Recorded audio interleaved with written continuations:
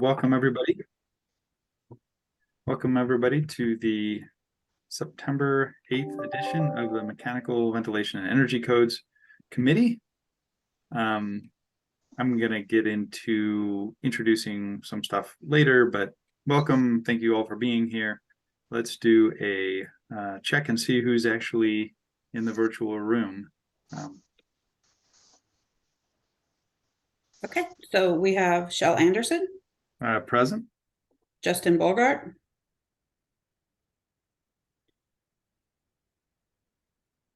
Jay Arnold, here. Todd Byerther,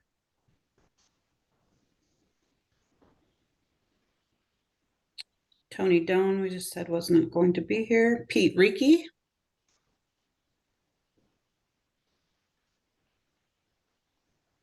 Katie Sheehan. I can see Pete here. And Here. there's Todd. I'm just being an idiot this morning. So Pete, and then Todd. I see Todd. Yes. Okay. And And Katie Justin. here, and she's muted, I think.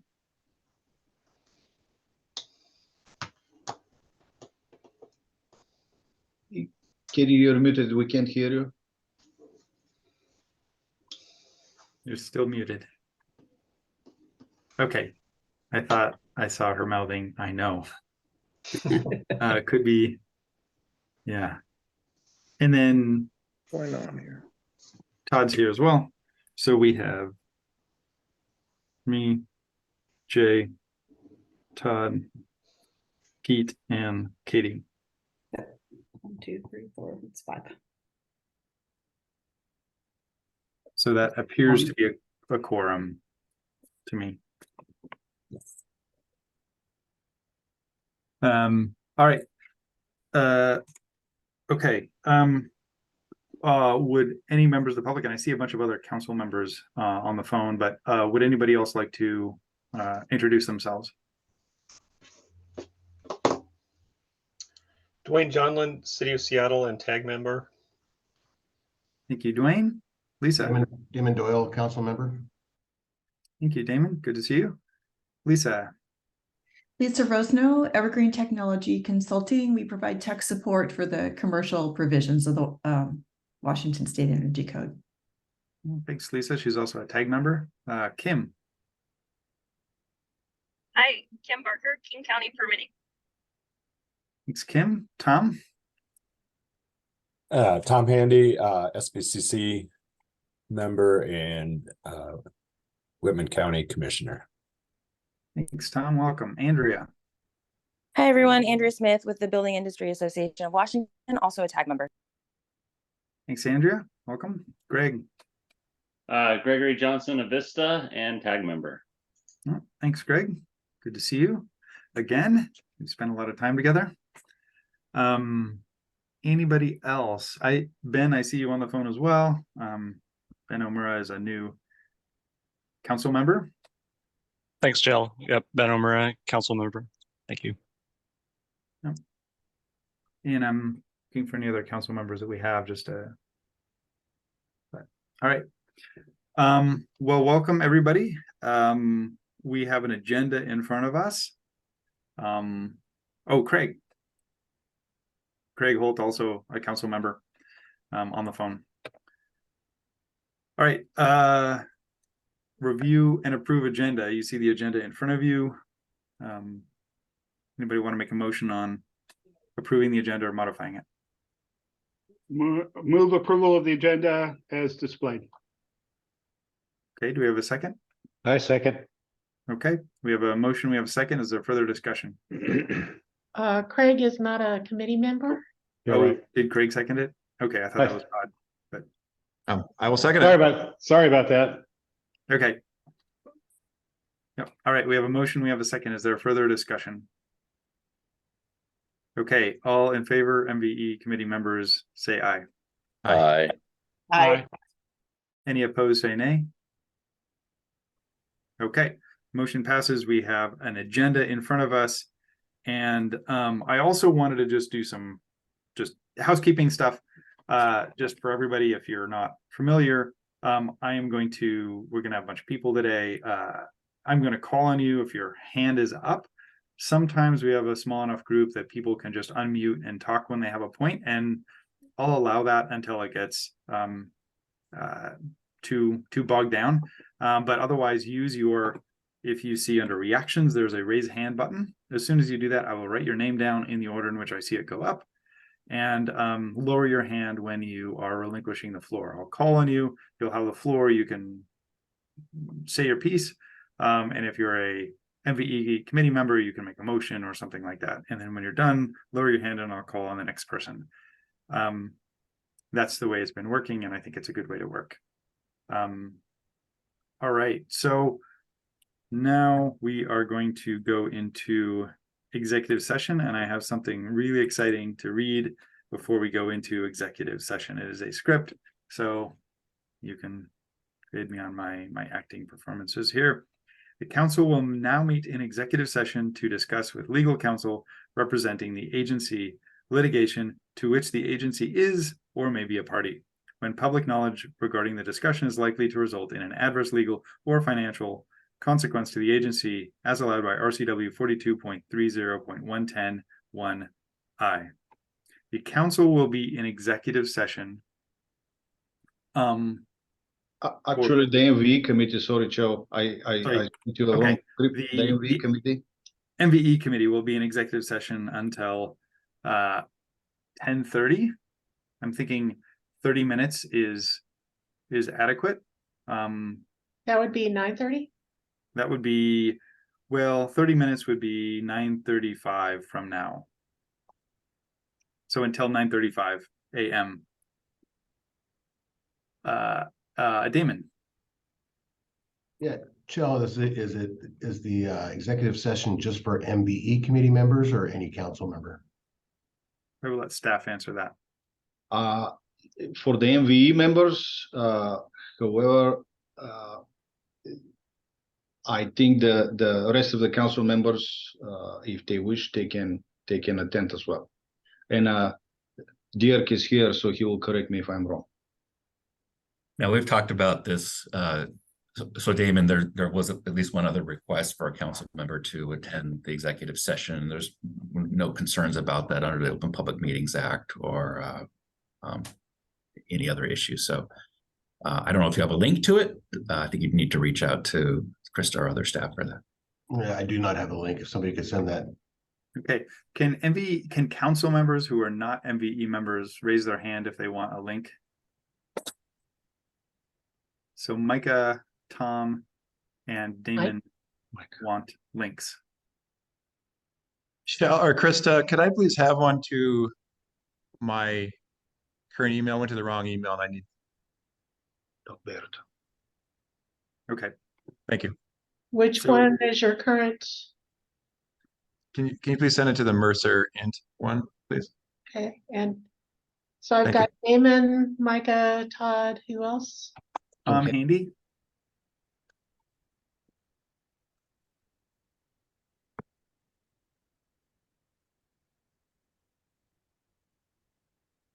The council is also expected to take further action following the executive session. So we'll be in executive session for about 30 minutes. It will be done by 9. I'm gonna go with 9:40 because it's gonna take some time to get those emails sent out. So 9:40 we will be back. And then staff, if you let me know when those emails have been sent, then council members and MVE committee members that have that link can start disappearing from the screen and going into that session. The emails are traveling already. Okay, we'll test the internet speed here. Yep. Hey, Chal, can I also get a link sent? I forgot to raise my hand. I forgot to raise my hand. Sorry. Craig Holt also wants a link. So we'll links have been sent, so we will see you. I'm going to leave now, and we'll see you in the executive session link.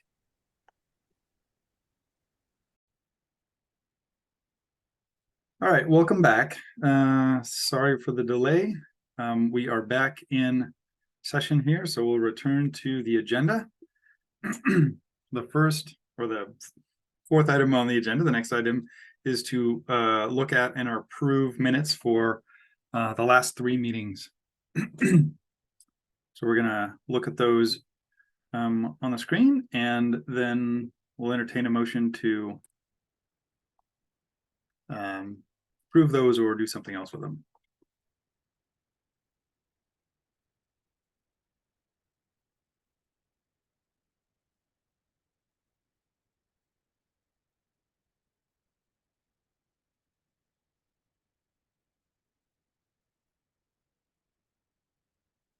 And we could do a motion for all of them at the same time or individual motions, but I think we usually don't have a whole lot of comments on the meeting minutes, so we'll probably do them all at once we've reviewed them. Chair, may I ask, do you want to reestablish quorum? So the quorum is assumed to be continued until it is asked for. So since you asked for it, we will reestablish quorum. My apologies. No worries. All right, Annette or Krista? Annette. Annette, I will do it. Yes. So Shell Anderson, I am still here. Justin Borgalt, I am here. Jay Arnold, Here. Todd Byerther, Here. Pete Reekie, Here. and Katie Sheehan. Here. Okay. Okay.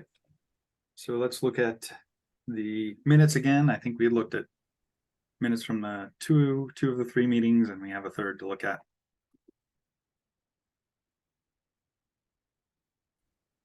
And just for anybody's information, you can always look at the recordings. The recordings are posted not long after the meetings, and I've been watching a lot of the recordings, and you can also put them on 1.5 or so speed, so you can watch them and see what the discussion was if the meeting minutes are not sufficient for your memory.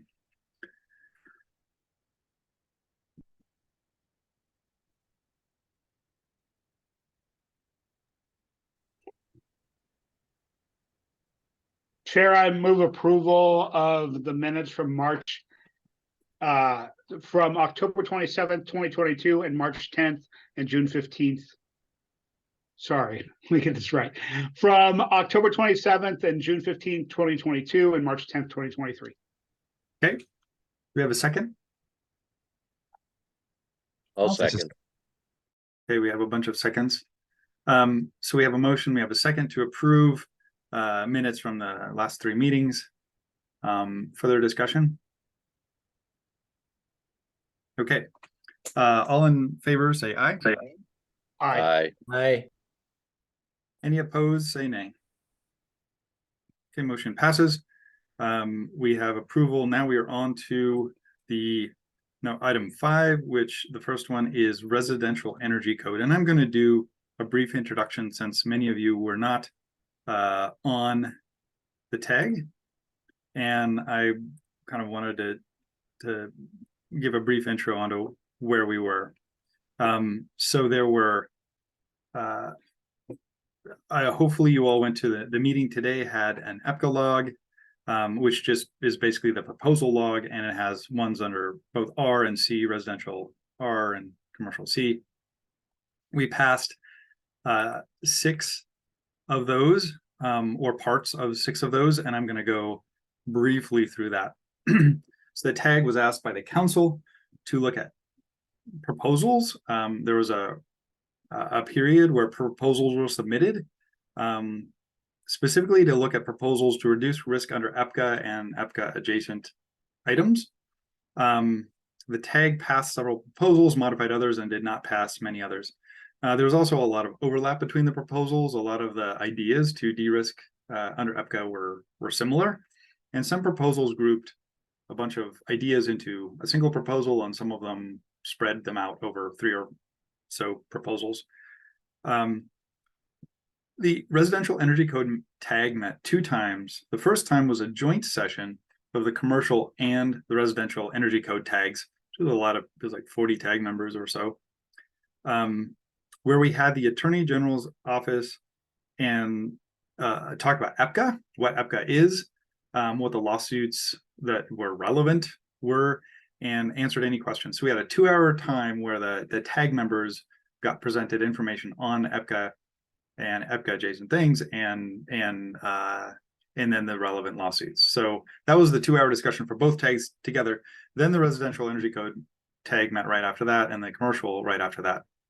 The residential didn't finish that one session, so we had another session on July 13th. In general, the code has a prescriptive path and a performance path that uses energy modeling. The prescriptive path uses the R406 options table to get additional efficiency, and the performance path uses modeling software, a baseline, and a performance target. We had proposals to de-risk under EPCA for both. We also had proposals to clean up Chapter 5 existing buildings based on what happened in the other sections and the interpretation of EPCA. So looking at the two main paths, the prescriptive and the performance, proposal 035 modified the prescriptive path. It essentially eliminates the requirement, it does eliminate the requirement for heat pumps, and then requires more credits in the R406 section to make up for the performance decrease in going from heat pumps to minimum efficiency gas appliances for heating. Proposals 01 and 20 were passed as part of 035, and they basically add additional efficiency options to R406 for higher performing gas appliances.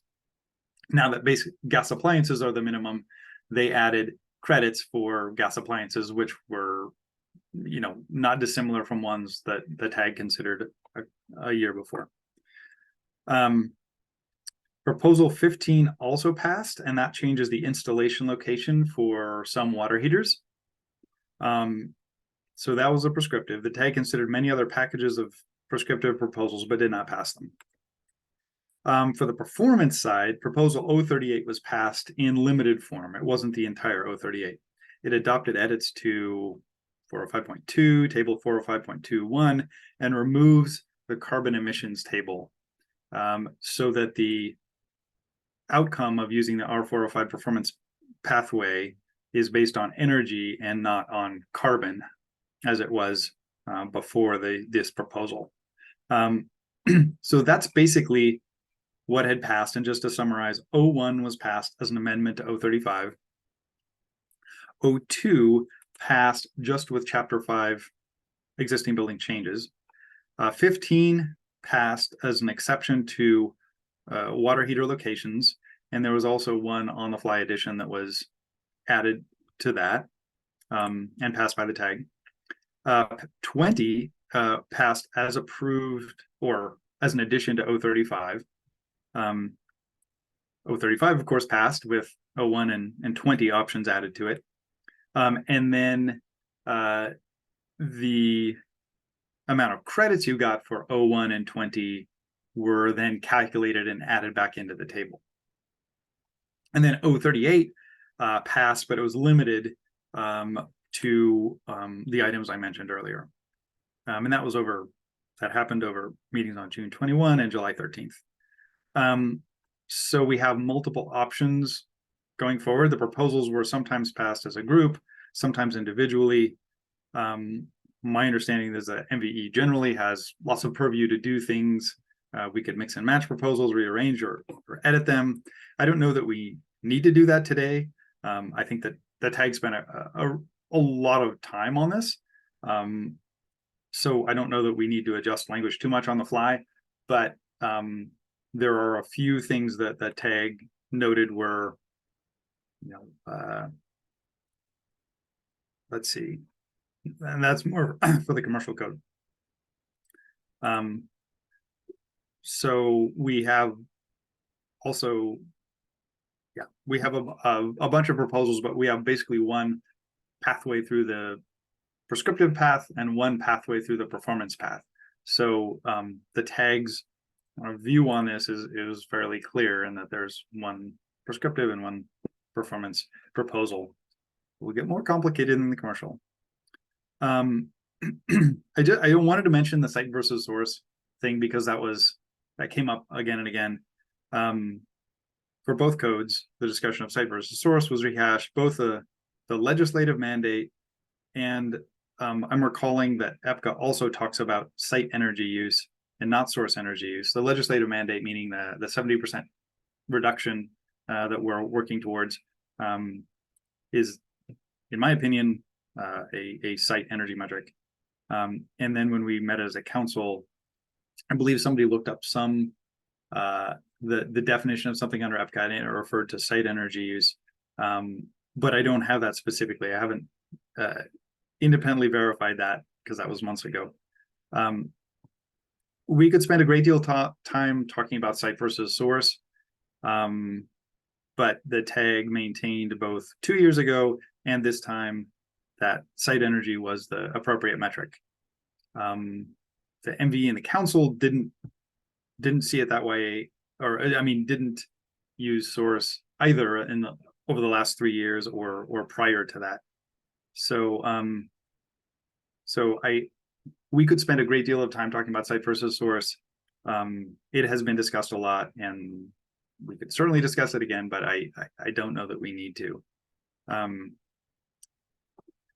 My hope for today is to provide any proposal cleanup that came from the group earlier and send on some options or exactly what we got or slightly modified, with a caveat that if the lawyers had input today that we should consider. My general sense is that if we pass on what we received, then the council will be able to respond to that, and then the public will be able to respond to that as part of a CR 102. So the general process for the codes is likely to MVE pass something today, then the council next week would take up whatever we pass, and the council actually could consider things we didn't pass. And then the council could put it out for a CR 102 public process, which would last, I think 30 days, but it could be longer or shorter than that. There'd be a hearing, and then the council would meet and at some point likely pass something that would then go through, that would then be probably a CR 103 and would go into and be the code that is the 2021 commercial and residential energy code.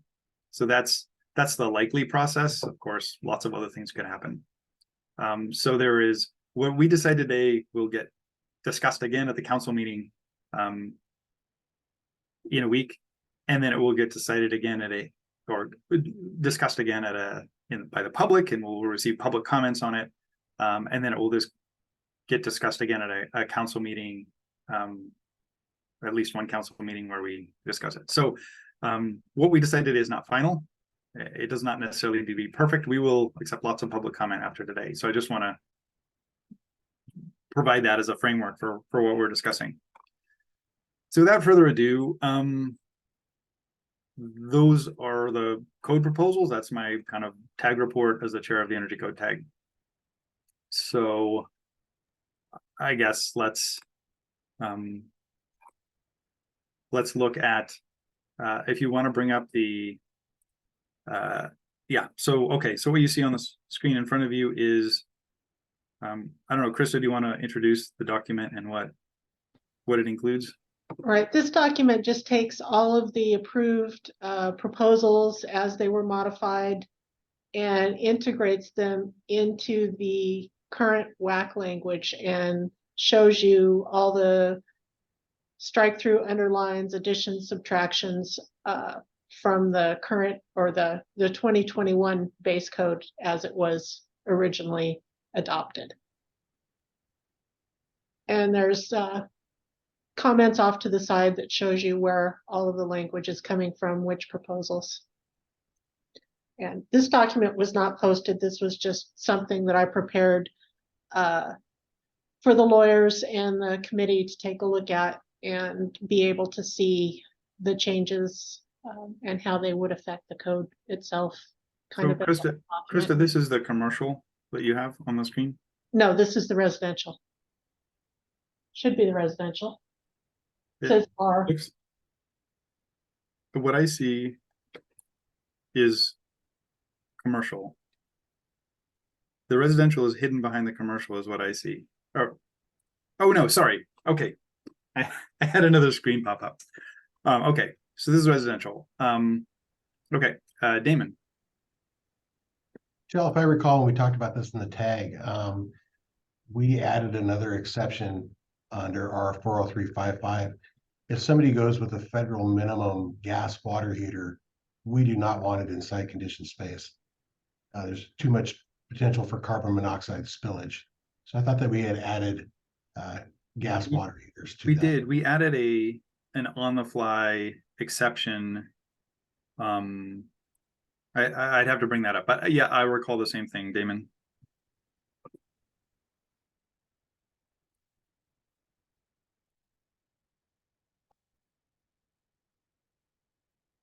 That's the HERS rater combustion appliance zone tester in me saying, "Oh, danger, danger."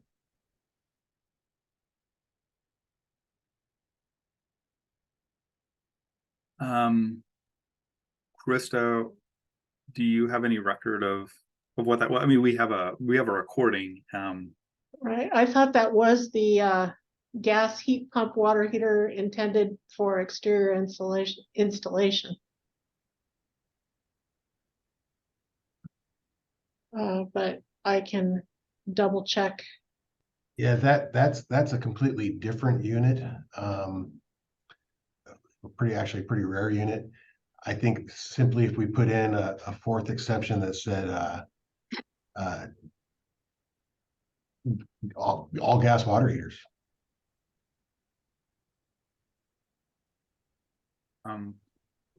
Or insert the word "or" between gas and heat. Oh, that would work. Gas or heat pump water heaters intended for exterior.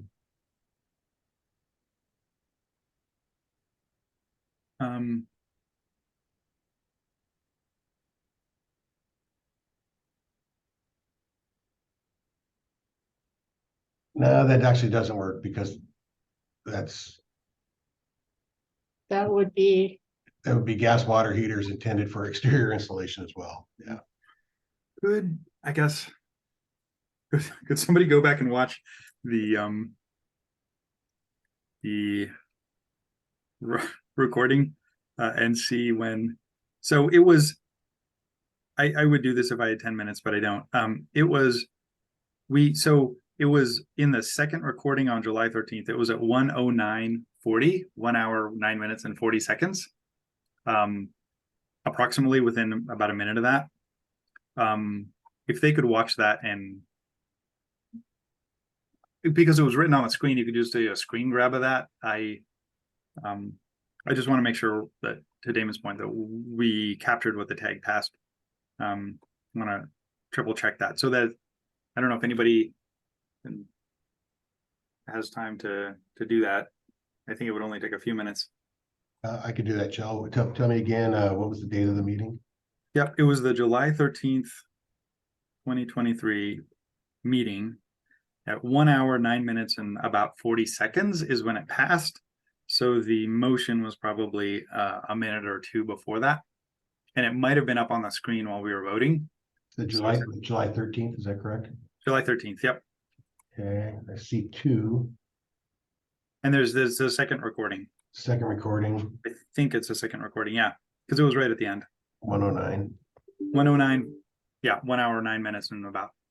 Oh, okay, so this must be, oh, that's, okay, I got you, I grabbed port 102, hang on a second. Okay, that'd be great. I got it. Call about What was that? dryer heaters. That's what the industry uses. If you go to the International Fuel Gas Code or the NAC. Okay, I just found it. We had item number 4, atmospheric vented gas water heaters. Oh, so somebody beat me to it. Okay. Okay, so that's actually on the screen right now. Atmospheric vented gas water heaters. Okay, Damon, do you see what's on the screen? Does that seem? That does cover, aside from the number 4 being duplicated, that is correct. That mirror what the tag voted. Great, thanks for bringing that up. Good eyes. Okay. All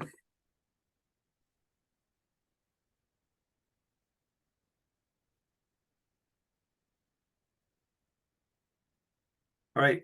Well, I guess we'll just scroll through this and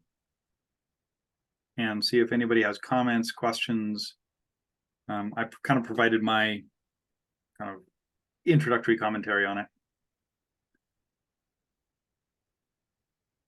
So it deletes our 403.13, which required heat pump space heating, and instead requires the same amount of efficiency through primarily the R406 table. And then in R405, it removes the carbon emissions table and uses a site energy instead of carbon emissions. Perry, may I ask a question on that? Please. So could you, for the benefit of everyone, kind of give us a high level commentary on that need, you know, kind of grounding it in the process approved in the Sierra 101 on why the carbon emissions, the fuel equivalents, you know, that table was removed. I think I understand, but it'd just be great to hear from you how that was presented to the TAG and then the action taken. Yeah, so this was presented not by me. I didn't present anything to the TAG. I listened to proponents, but I can reflect what they said. And the idea was under EPICA, the exception for building codes includes an energy cost or an energy use metric is one of the requirements for the exception. So carbon emissions is not explicitly an exception under EPCAT. So the proponent felt that it would de-risk the code by having it in terms of site energy use instead of by carbon emissions. And it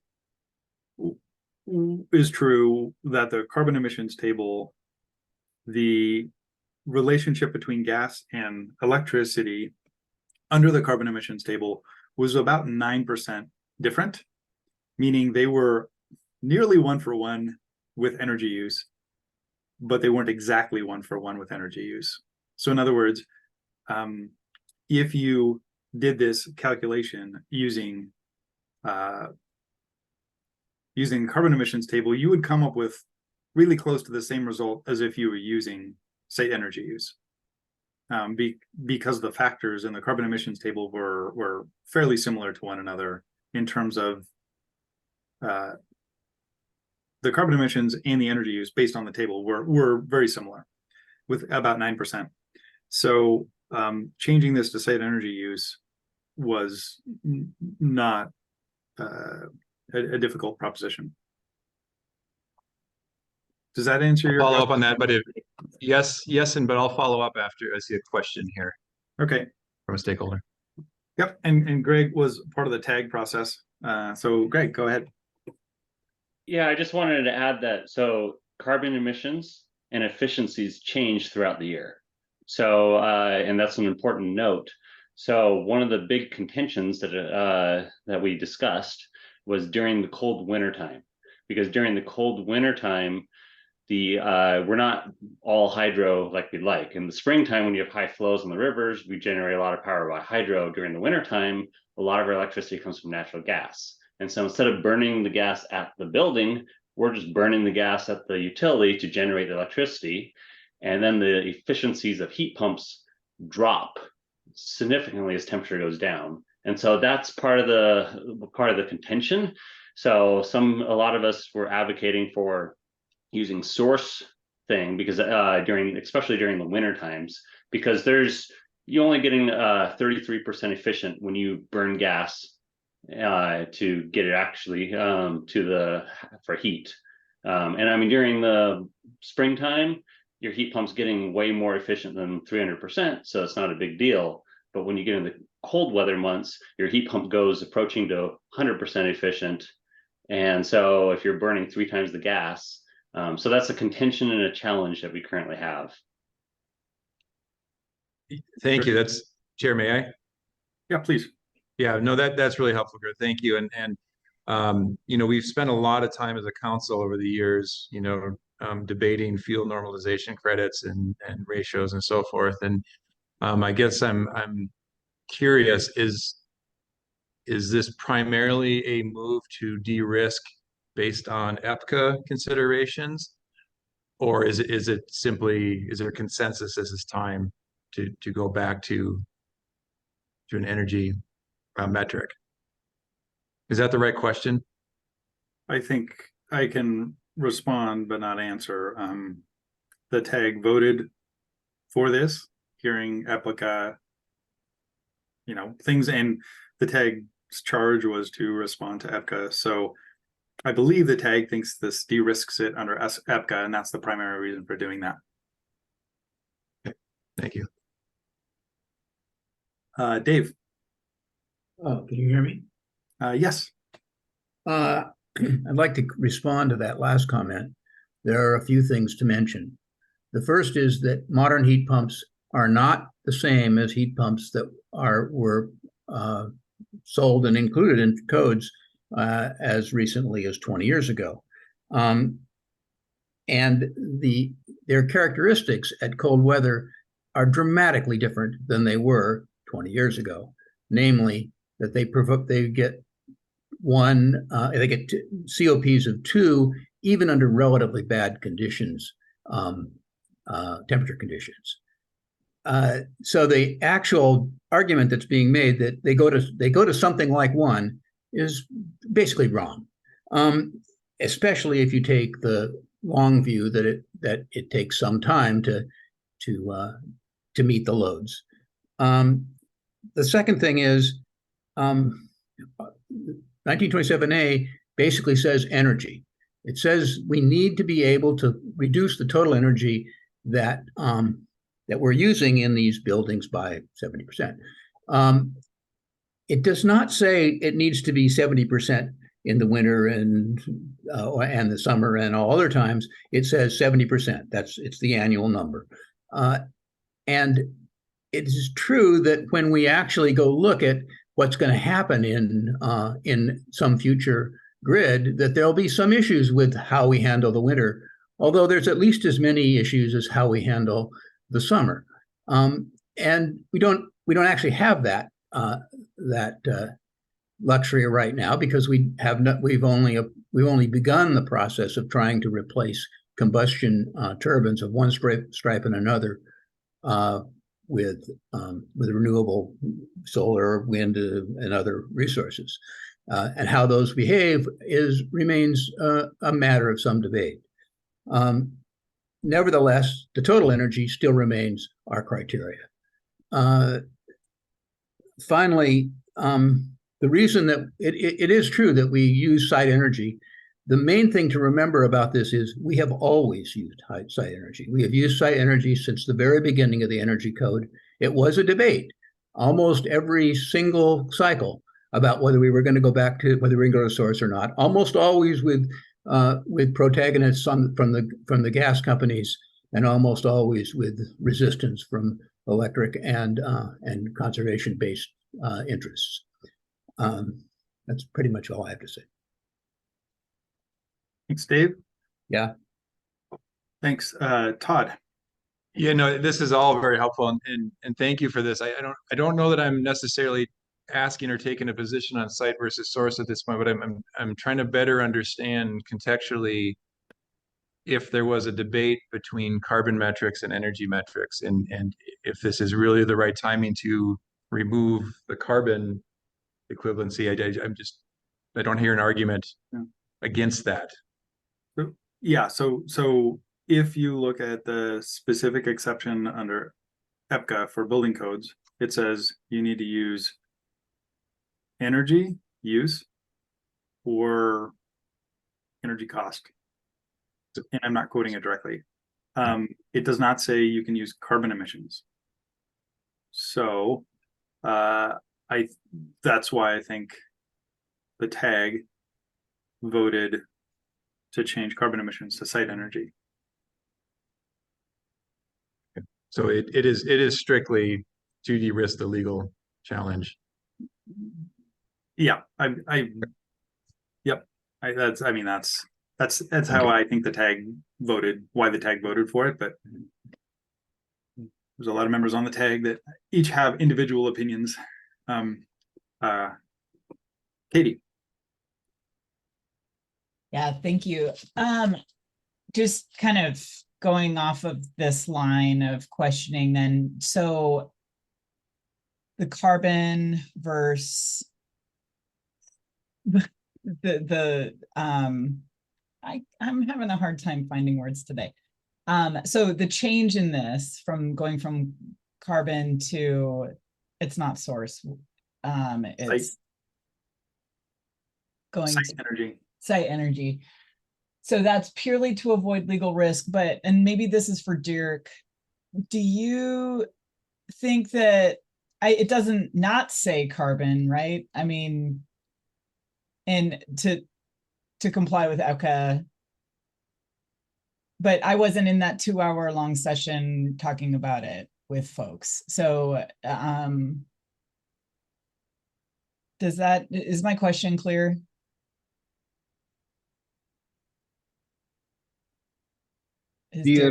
Dirk is not here. He's not here. Oh, okay. Well, then forget it. I also want, oh, sorry. If we really need him, I can send him an email and he'll jump in. I'm okay with it. I also kind of wonder if, you know, I want to really understand the change is really all I'm saying. But I think I can wait until next week if that's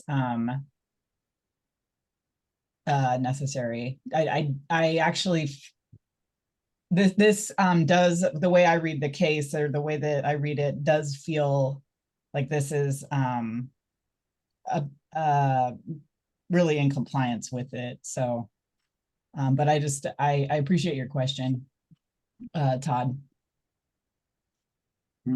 I guess from the EPCA standpoint, EPCA gives 7 requirements for safe harbor of building codes. And one of those specifically calls out energy use or energy cost. And so it is, I guess, logical to suggest that if we use energy use instead of carbon emissions, we are more literally complying with safe harbor. I mean, that seems like a logical step. Sure. And it happened that the carbon emissions table was not particularly different than using site energy use as a metric. So it wasn't like this is a radical step back or step forward in terms of actually changing functionally what a builder might put in a project. I see. Well, that's really helpful. Thank you so much. Greg. Yeah, I just want to highlight that it was very contentious. So there wasn't consensus. I mean, while there was votes, the tag didn't agree. And the main focus was on cold weather temperature. There was comment, I mean, and there was reference, yes, heat pumps are better now than they were, but when you say better, let's put it in terms of temperature. Yeah, they might get a COP of 2, but that's at 5 degrees.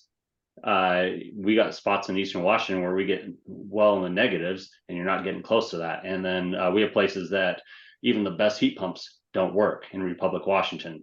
They won't, when it gets -25 in Republic, it doesn't work. So just to put that on the table. And then there was comments and lots of discussion around on site and source. Basically, when we pulled up the data and showed we're increasing emissions during the cold weather winter, a lot of the arguments against that was, well, electric grid's going to get more green in the future, so we're okay with having more CO2 emissions now for the next 20 years because in 2045 the grid's supposed to be green, and so then it's all resolved. So those were kind of both sides is very contentious, and it wasn't really agreed upon. So I just want to highlight that. Yeah, we didn't take a specific vote on site versus source, but we did move forward proposals that use site instead of source. Just to be right, Greg, you agree with that? Yeah, there was definitely votes on that moved forward, but I mean, I don't think there was any substantial votes that were unanimous. I mean, the only unanimous ones were just small little tweaks here and there. Yep, that's true. We have about, I don't know, 16, 18 tag members that show up for hours at a time. And I think the good news from that perspective is, you know, we have a variety of opinions, and I think that's healthy and makes the proposals better.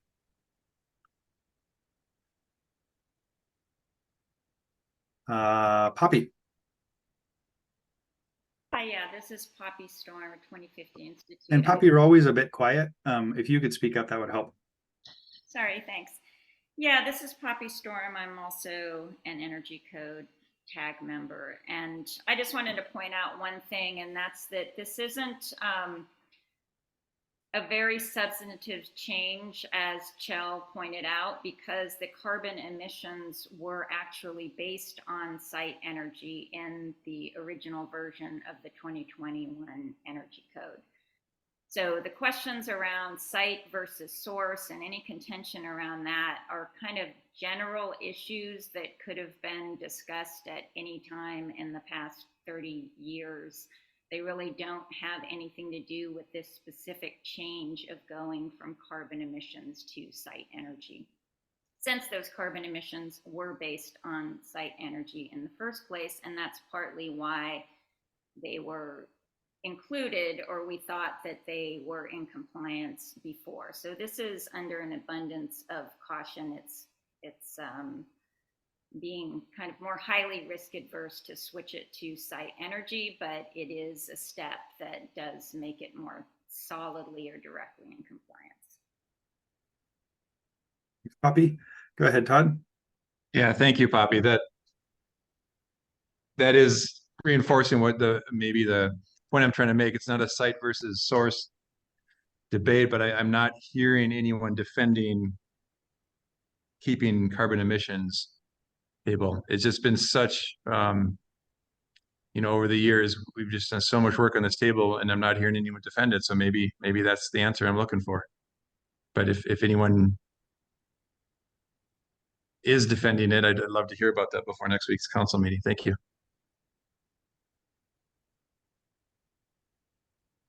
Dave Ballon.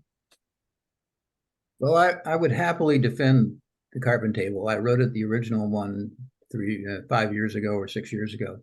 It is, in fact, consistent with the state policies and the legislative policies to electrify and or decarbonize the economy. It is not at this point exactly clear how the Ninth Circuit opinion for the first 3-judge panel with the Berkeley decision will actually play out over, as it's a fairly difficult stretch to make sure to say that carbon is as good as energy for this purpose. In some places it is, in some places it isn't. But at this point, my view is we can go back to this if the court decisions end up allowing this as a trade-off methodology. And there are certainly lots of places in the country where that's being discussed as we speak, not just us.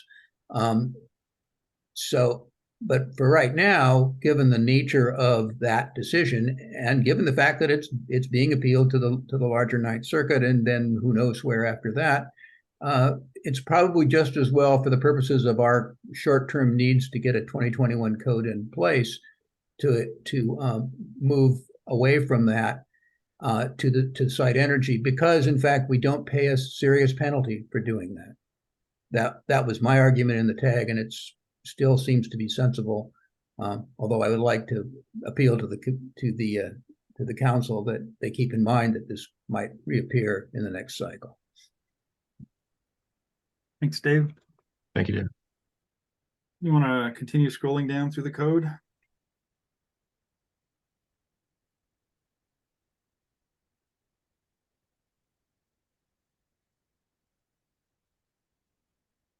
So in the R405 modeling option, you can see that we struck heat pump water heating and heat pump space heating, and the carbon emissions factors.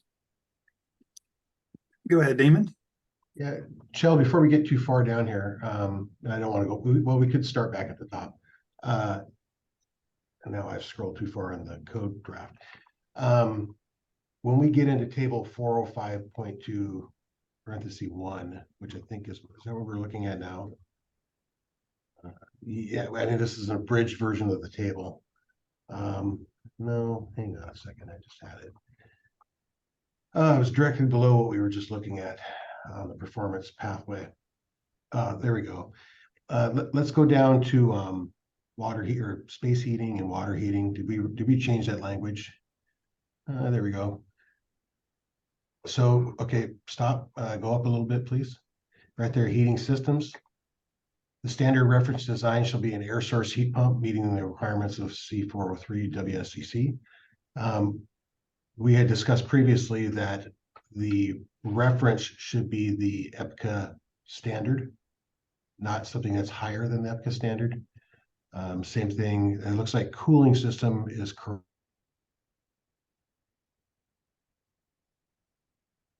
Did we lose you, Damon? I think I'm back. Okay. Microphone issues today.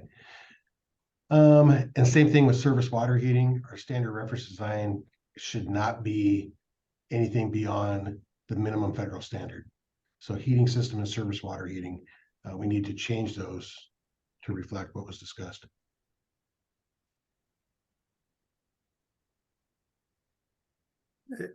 Yeah, I don't disagree. I don't have language in front of me. But I think language could be developed by the council meeting, perhaps. I think, yeah, at a minimum, yes. I don't know if this is something we need to vote on MVE wise, but we know that, you know, to avoid EPCA issues, our standard reference design needs to be the federal minimum standards.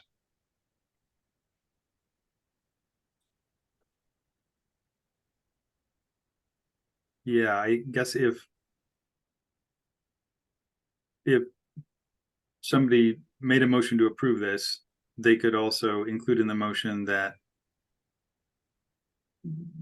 somebody come to the council meeting with revised language for heating systems and service hot water systems.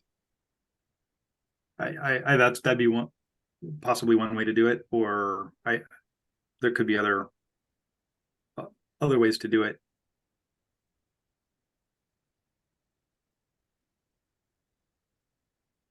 It seems to me that we could almost copy what's in cooling systems.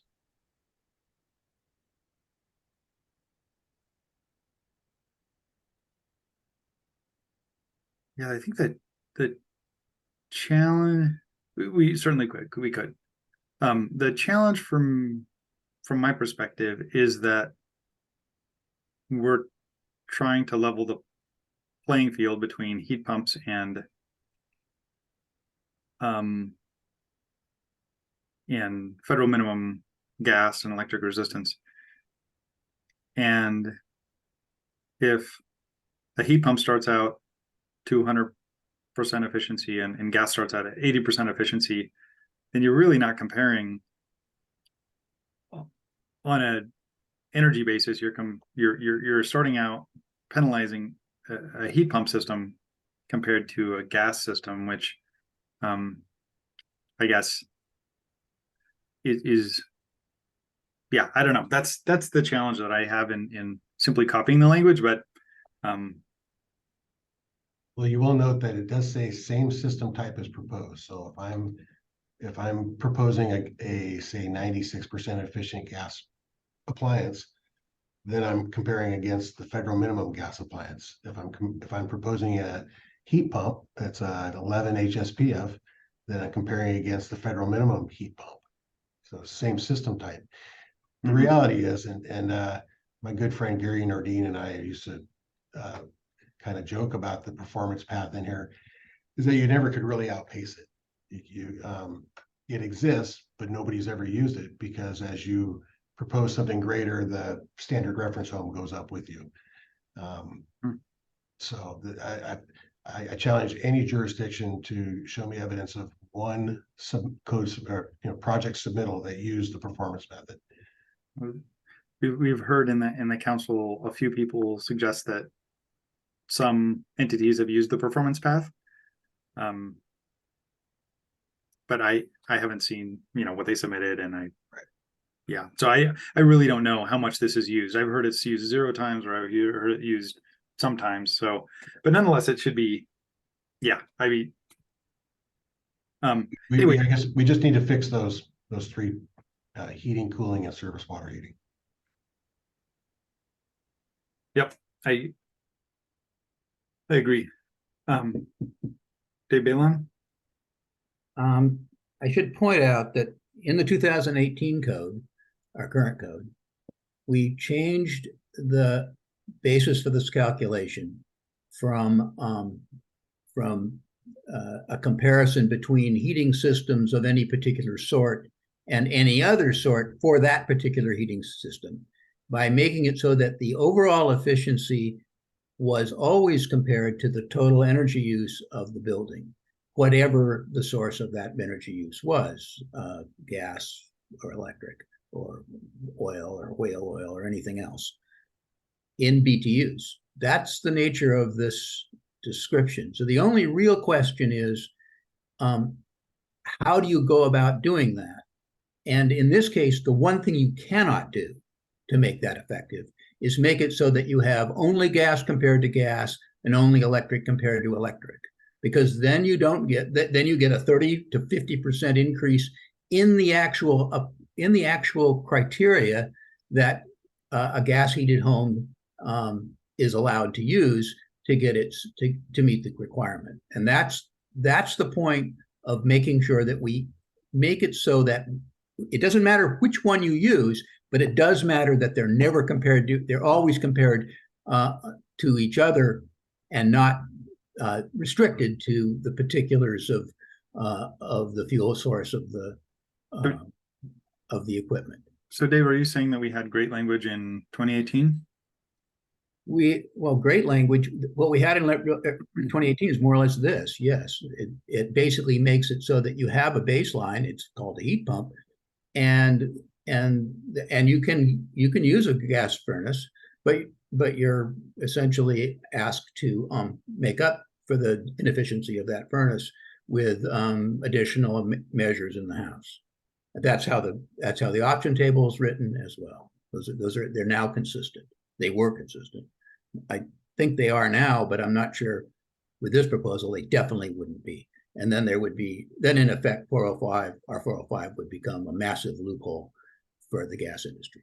Well, for anyone it could become a loophole that would make it so that there was no penalty using gas furnaces relative to their efficiency.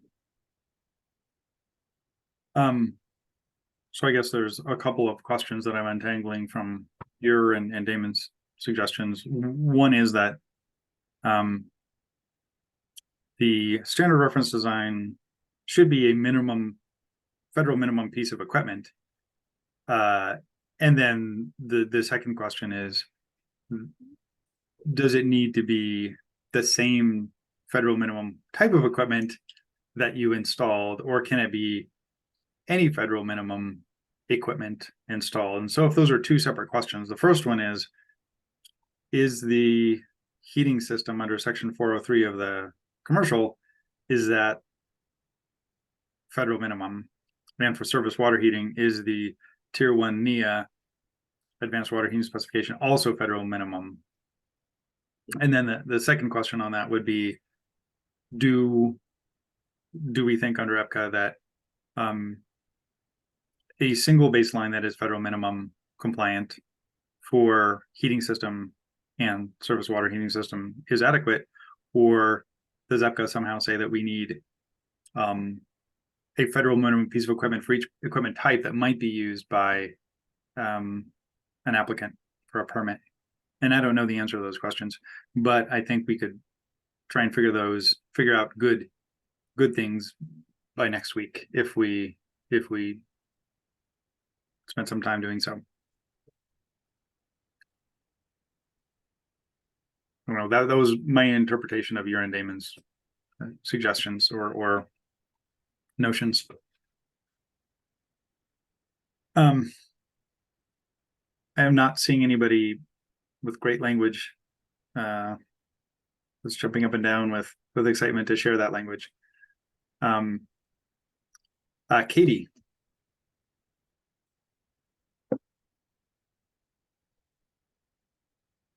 Katie, I don't hear you. And in fact, I don't have great language, but okay. I was wondering if this is an area where Krista or Stoyan were working on. Was this highlighted for them, or was this part of the proposal that you guys were going to do? They here. We don't have a proposal to change these, and it wasn't. I think it would be probably. I think some investigation could be editorial-ish, but if we change these, I don't think it would be editorial. So it's probably somebody or a group needs to look at these and try and figure out what they need, if they appear to comply reasonably or if they don't. Okay. Bobby. Yeah, I just wanted to clarify that the reason why there doesn't need to be a change here is because the performance path is inherently about trade-offs. So it doesn't have to be in every single instance. And there are many other things that can be done in the performance path that provide flexibility that makes it compliant with EPCA. In addition, you don't have to go the performance path. You have the option of doing the options table. So there's plenty of flexibility here, and I believe that was the basis of the discussion during the tag. So I don't have any specific language because I don't think that there really needs to be any change here because of the reasons I just described. Thanks, Poppy. And I'm gonna just, what I think Poppy said is under EPCA, you just need one path through the code that is compliant. And so if we presuppose that the R406 path, the prescriptive path, is compliant, then it may not be that this would need to be compliant. Is that kind of what you're saying, Poppy? Or yes, are you saying? And even within the performance path, because you have all of these other trade-offs. And so there really is good reason for requiring this heat pump water heater as the baseline, relating to what Dave just described in terms of ensuring that there's not a loophole within the performance path. Yep. Okay. Thanks, Poppy. Damon. Yeah, Chell, I'll just remind especially the council members that when we look at the 7 requirements of EPCA, we've got the 1-to-1 with the federal minimum being the base standard. So I think we've painted ourselves into a corner here, and that this needs to be fixed. I understand why it is how it is, and I'm all for high performance, but I'm just, the whole purpose of this meeting and the meetings prior to it were to comply with EPCA. And it was explained to us that it's a 1-to-1. We have to start with the baseline. So that, as it currently sits, it's probably not in compliance. Thanks, Damon. I guess when I would like to see somebody take this on, and I guess when it comes time for a motion, if the motion is to in fact pass this, then I think it would be great for there to be part of the motion that suggests that somebody look at these, involving staff and come to the council next week with language that has been thought through to Damon's points. I think that'd be a very reasonable thing to do. Todd. Thank you. If I can just step us back, you made an interesting comment there, Shell. My understanding when we filed the CR 101 was that there are challenges with the prescriptive pathway with the options table. We would do everything we can to improve the options table, but the performance pathway was one of the strongest ways to de-risk our exposure for, in the code, right? Is that not true? Did this tag find a significant improvements in the options table, the prescriptive pathway, that the performance pathway changes to the performance pathway become less critical? I'm not a lawyer, but the prescriptive pathway, the tag felt that it was being de-risked by striking out the requirement for heat pumps and instead getting the same efficiency out of the options table. So I guess my opinion is that the tag probably de-risked the prescriptive path using R406 and also de-risked the performance path under R405. And maybe I'll go further. Just want everyone to put in context what the scope of CR 101 was to address EPCA, and I want to make sure that we talk about scope creep. So what is required to open up in the performance requirements if we found a strong pathway in the prescriptive? I'm not taking a stance on this. I just want to make sure that there is always a contextual discussion about scope and what we had achieved and what might be perceived as additional scope creep. Not accusing that of in this case here, but I just want to put that in the forum. So thank you. Mm-hmm. Okay, do you want to scroll through the rest of this and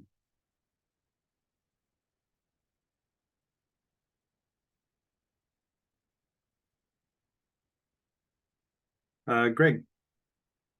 Yeah, so this table R406.2, I think is where we have the biggest opportunity to make a little tweak that would actually satisfy a lot of the contention.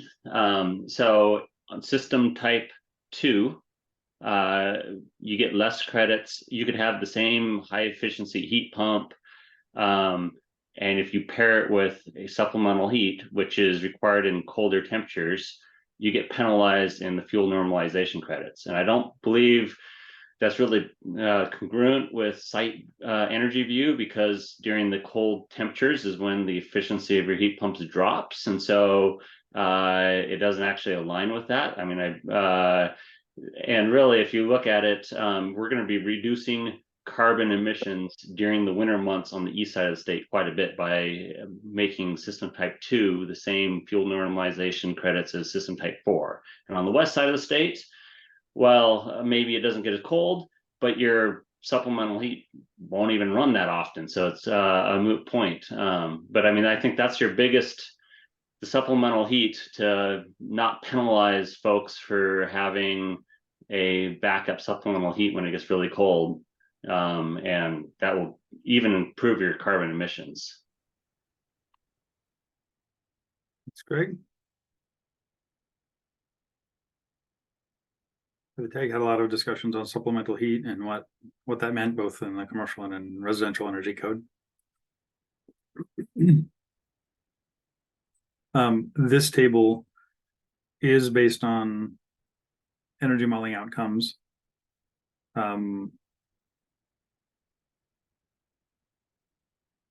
But I don't know that Henry is in the room right now. if there was a question about that in your commentary, Greg. Yeah, I just wanted to add real quick, from everything that was displayed on the energy modeling, was it usually was taken average values for efficiencies just because it simplified things. I don't think I saw anyone pull up weather data and actually calculate out a weighted average of efficiencies over time, or even look at that. So I don't think anyone, I mean, that's a lot more complex to do, and I don't believe I saw anyone do that. So I thought there was a question that was answered that had to do with that. But I would need to go and rewatch the discussion in the tag. Go ahead, Dave. The short answer is no. All of these simulations were based on weather files. In this case, 2 weather files, Spokane and Seattle, and all of the values in the tables were set up around those runs. So yes, we did have detailed heat pump and essentially gas performance curves that were used in doing the simulation, and the results of the simulations are reflected in the credits that are in the base case, or I'm sorry, in the R4062. We have actually, I'd like to point out, leaving aside the public perception, that all of the heat pump work that's been done in this state for the last at least 15 years has used weather files and detailed performance curves that were developed for well, not just for the code, but for the region, using separate lab testing, the actual results of the HSPF and calculations for the individual heat pumps themselves, and detailed weather files that were meant to subsume at least the major parts of the state. Admittedly, Republic's going to be a tough one, and I recommend they go burn some wood. I believe that's what they do anyway. But please, we have, this is not a guess. This is not an average. This has been a simulation that's been used and developed for the region, and vetted by the federal I can't remember the name of it. It's essentially a best test. It's called best test, and it's been used by both Bonneville, the Power Council, and the state of Washington to evaluate how heat pumps and how gas and how a lot of other components of the building are perform together and handle their interactions. Thanks, Dave. Damon. Thank you, Joe. I apologize. My phone's ringing here in the background, putting out fires. So if I'm stating something that's already been addressed, I apologize. 2 and 3 is that there must be an error here. I can do an electric resistance forced air furnace and get 3 points, but if I use a heat pump with electric backup, I only get 1.5. Does that not seem in error? Yeah.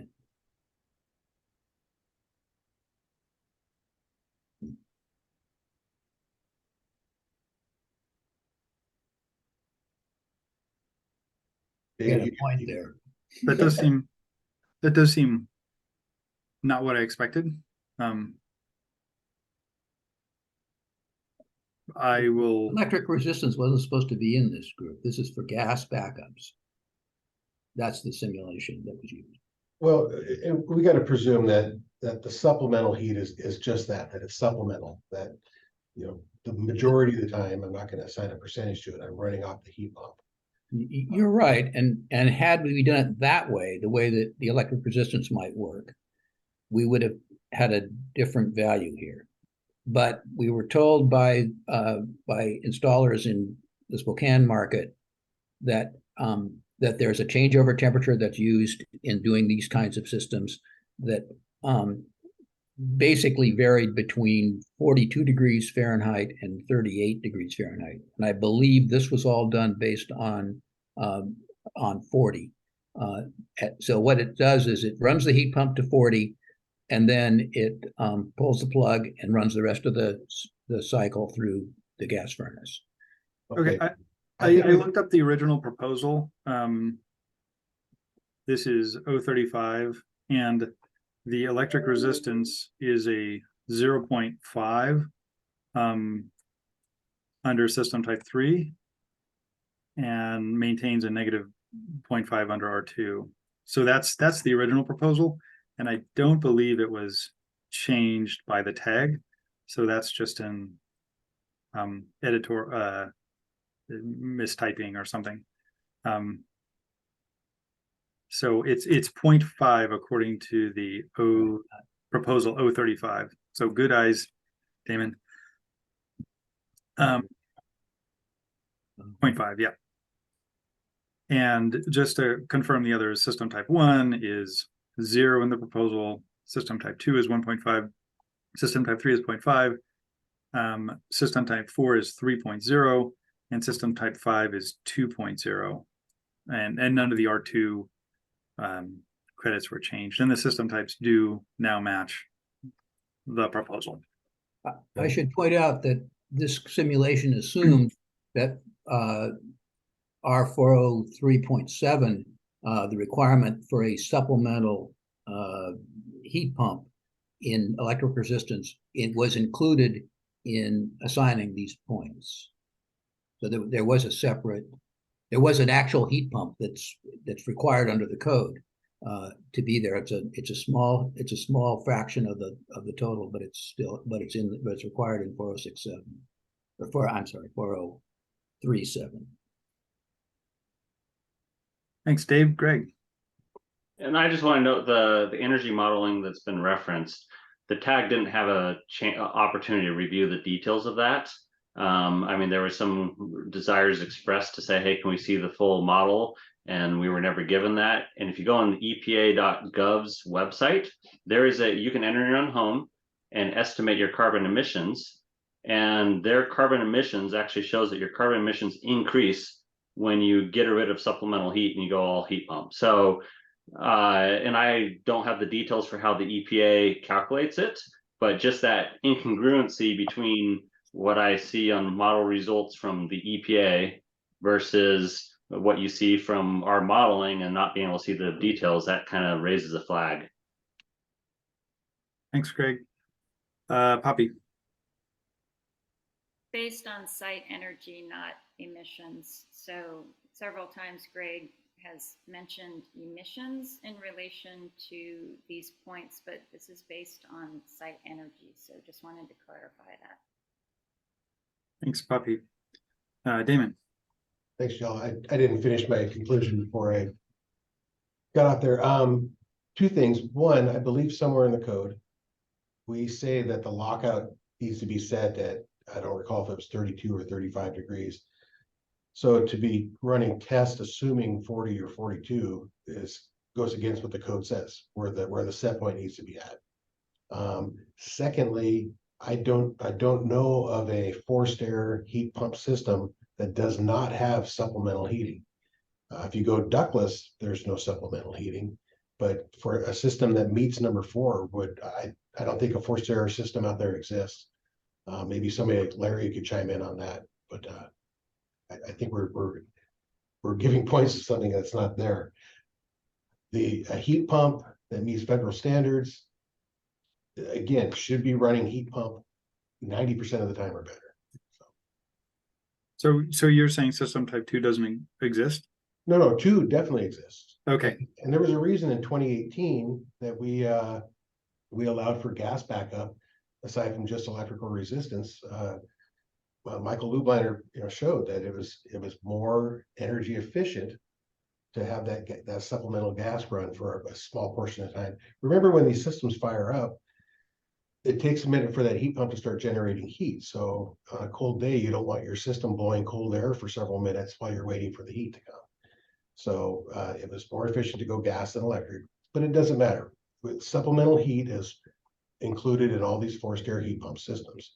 I'm telling you that number 4, a heat pump without supplemental, I'm unaware that it exists. Oh, okay. Okay.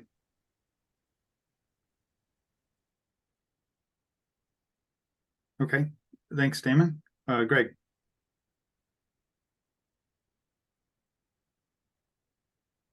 And Greg, you're on mute. How about now? I hear you. Can you hear me okay, Joe? Great. Yep. Kind of echoing what David Balon said earlier, we've come a long ways on cold climate heat pumps. I'm hearing a lot of confusion about the current capability of cold climate heat pumps.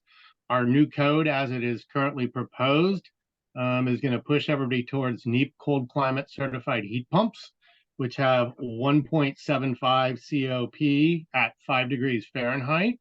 And if you use a good cold climate heat pump, you're not going to need supplemental in most parts of Washington. Thanks, Greg. Yeah, I always look at the efficiency Maine target, and the state of Maine has deployed tens of thousands of heat pumps in the state, and it gets colder in Maine than it gets in Eastern Washington. So I always look at them and see what they're doing, because they've kind of figured it out with cold climate heat pumps. Okay, shall we scroll further?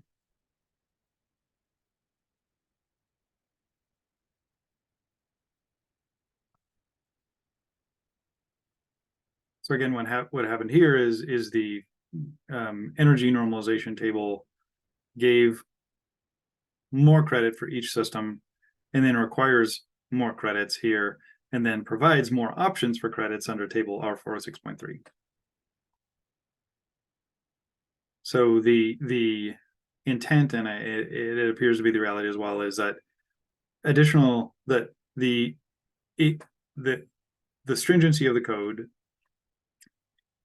that we passed a year ago is the same as this one with respect to R406. That's the intent, and I didn't hear people say that it wasn't true, but that was so.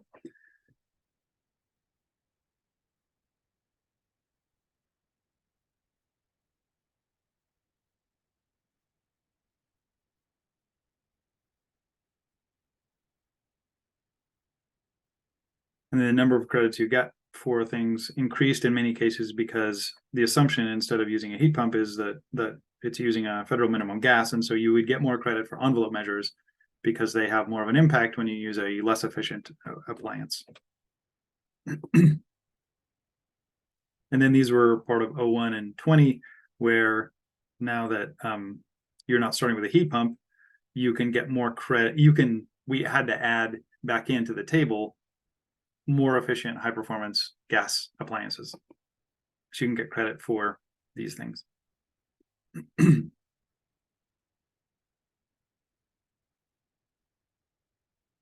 For space and water heating. And the modeling for these was the same type of modeling as for the rest of the credits, so they're equivalent. And you can see there's a TBD in there. I think we should get that by the council meeting. I asked, so Henry Odom has done the backup modeling for a lot of these, and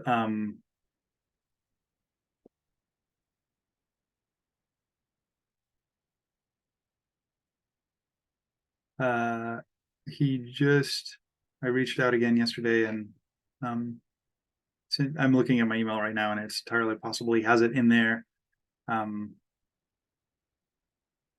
So I will look at that after this, but I will certainly correspond with him and try and get them, and get them ahead of the council meeting.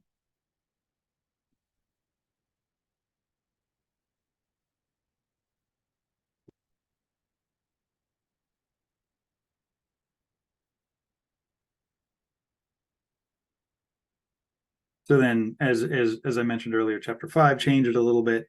where the tag voted to remove certain things or reference section R403.13, which doesn't exist, based on the other proposals, and for existing buildings, so replacement of systems doesn't have to comply with the heat pump requirement because it doesn't exist in the code anymore. And same with the heat pump water heaters and space heaters. That's what you see. Okay, so that's the residential energy code as passed by the tag.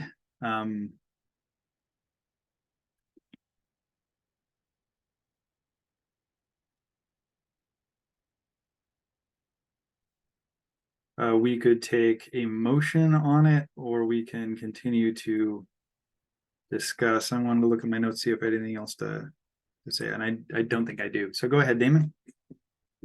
Shall I say this with all fairness, but so it looks like we have an incomplete and possibly erred proposal from the tag to the MVE. And now I fear that the MVE is going to forward an incomplete or possible erred proposal to the council. This is reminiscent of what we did the first time around when we had two paths to go. We had the table 406 points as we're looking at here, and then we also had the revised one after the gas ban passed. Is this really the right way to do this? Are we pushing something through too fast? That's my concern. Thanks, Damon. Jay. Just to understand our process, I think today we're making some recommendations to the full council. And from what I'm hearing, yes, there's a couple of details and open questions that we've got for the full council to handle, but it sounds like a lot of work has been done, and I would be comfortable with a motion that ends up saying we recommend these changes, plus a separate recommendation that we recommend that the full council considers future considers a couple of changes, one for the standard reference design and two for the TBD sections of modeling that weren't ready in time for the MVE to consider, what we recognize those as open issues. So it seems like to me that we can still make some progress here today. We don't have to have all the details buttoned up, because in the end, it's going to be the full State Building Code Council that makes the decision. Thanks, Jay. That wasn't a motion, right?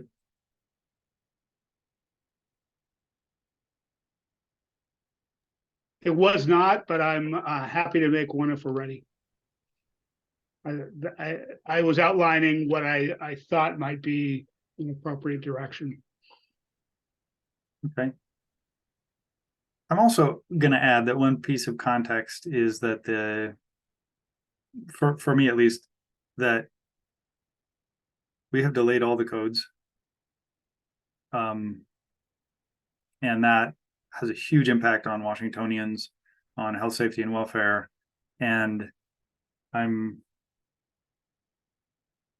I think speed is good in this case, because further delaying the codes has an impact not just on the energy, but also on all of the other codes that exist. And I think that's an important piece of context as the council begins to consider these things.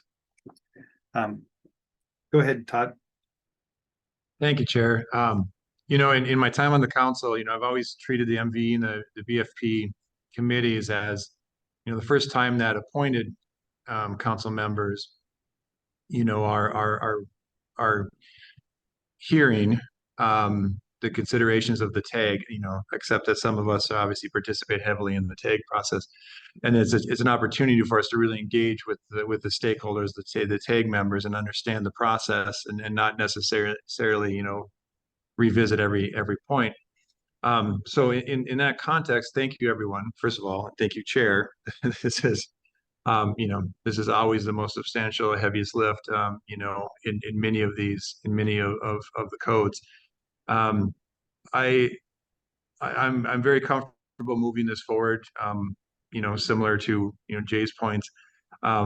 Damon, I do want to better understand your concerns where I think your word was incomplete. Was it primarily that those sections of the performance-based code that you're concerned with, and then of course the TBD? And then I want to, again, as we frame this for the council for consideration next week, I really would like to better understand from stakeholders, do we need to do both? I'm not advocating for that, but again, it's just it's after we've gone through the process and the TAG is considered both the prescriptive and performance-based pathways, and I'll restate that in the past I've been an advocate. I'd like to see us improve our performance-based approach to this to make it relevant. But that said, the scope was limited to de-risking the EFCA consideration. So what is the best recommendation for the council to do that? Is it both, or is it one or the other? I'd like to hear opinions on that, please. Thank you. Just to make it clear, both of what? Both. Well, the prescriptive and the performance, because again, when we considered this as a council to give the authorization for the CR 101 rulemaking, there was, my understanding was the performance pathway was probably the best way to de-risk that. I'm hearing a lot of progress was made in the prescriptive, and if both are strengthened, that's a good thing, that's great, but I don't want to reopen the entire energy code in this process if not necessary. Okay, thanks for the clarification. Can I respond, Joe? Please. Yeah. Todd, I guess there's a lot of moving parts in this, and small languages can make a difference. I'm of the opinion that both the performance and the prescriptive need to be in compliance. Otherwise, there's no reason to have one in there that doesn't work and have one that does. The changes in the performance, I think, are significant to be in compliance with EPCA. Going through table 406.2 and 3, I mean, right out of the bat, had I not pointed out that there was an error there, we would have moved this forward to council. So I'm nervous that we don't have something that's really been well vetted. You as a manufacturer, me as a home builder, I don't turn over a project until it's 100%. And even when I think it's 100%, when the homeowner moves in, they're going to find something that needs to be tweaked. So that's the things you do after the fact. But I certainly wouldn't turn over something that has TBDs or incorrect values or portions that may be EPCA not compliant. So I'm just concerned. I want to turn out a good product. I have faith in our process and what we do. I just want to make sure that it's right. So there's where I'm coming from. Anybody want to answer Todd's question? Probably MVE committee members or council members.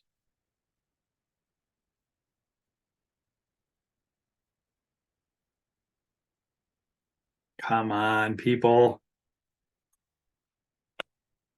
I know this is being recorded and will be watched by millions of people on TikTok, but that doesn't mean you shouldn't speak up right now.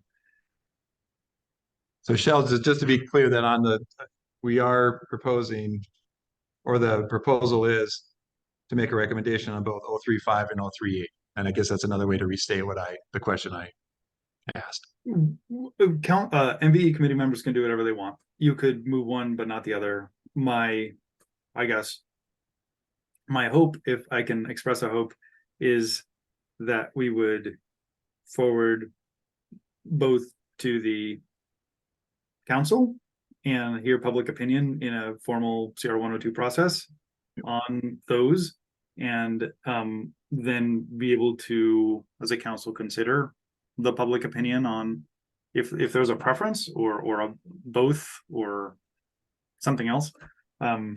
That's my hope, but.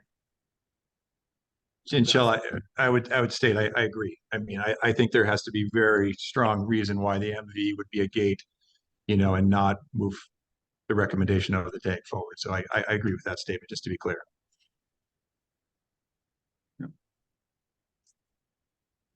All right, Jay.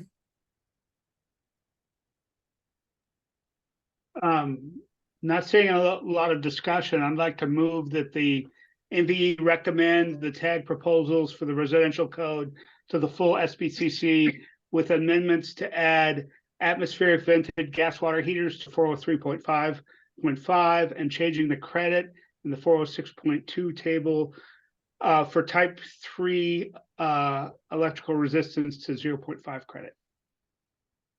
Okay, we have a motion to move basically the proposals as reflected in this document forward with those two modifications.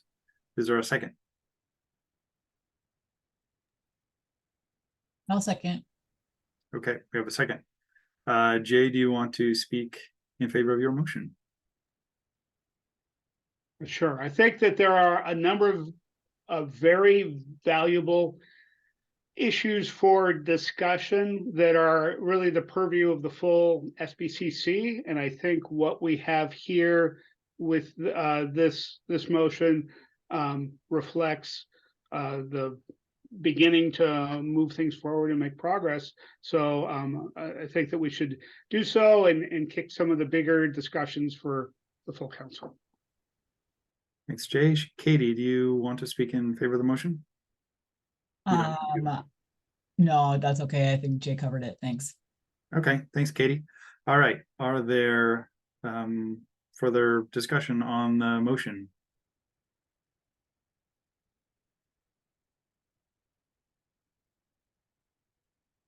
Okay, let's take a roll call vote. I'm going to restate the motion. The motion is to move the residential energy code proposals that the tag passed and are reflected in this document forward to the full council with the two changes Jay mentioned.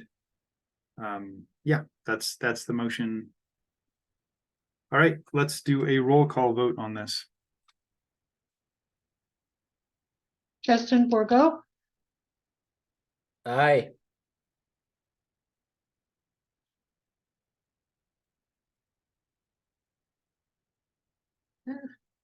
Jay Arnold, Yes.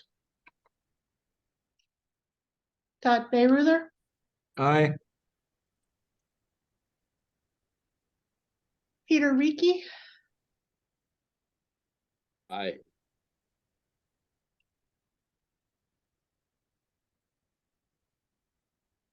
Katie Sheehan, Aye.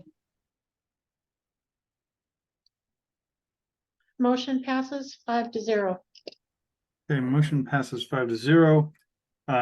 There was discussion about finding some people to modify or suggest alternate language for the R405 baselines. So I think if anybody wanted to suggest that happens or volunteer for that effort, that would be in order. Go ahead, Jay. My discussion was a follow-up motion, but I think getting some volunteers is more appropriate first to structure what other direction we might give to the council. Okay. Does anybody want to try and figure out some language in the next week to suggest to the council for the baselines in R405?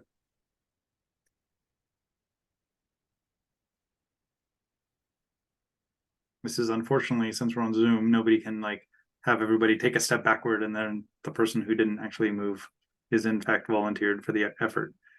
Who showed up last?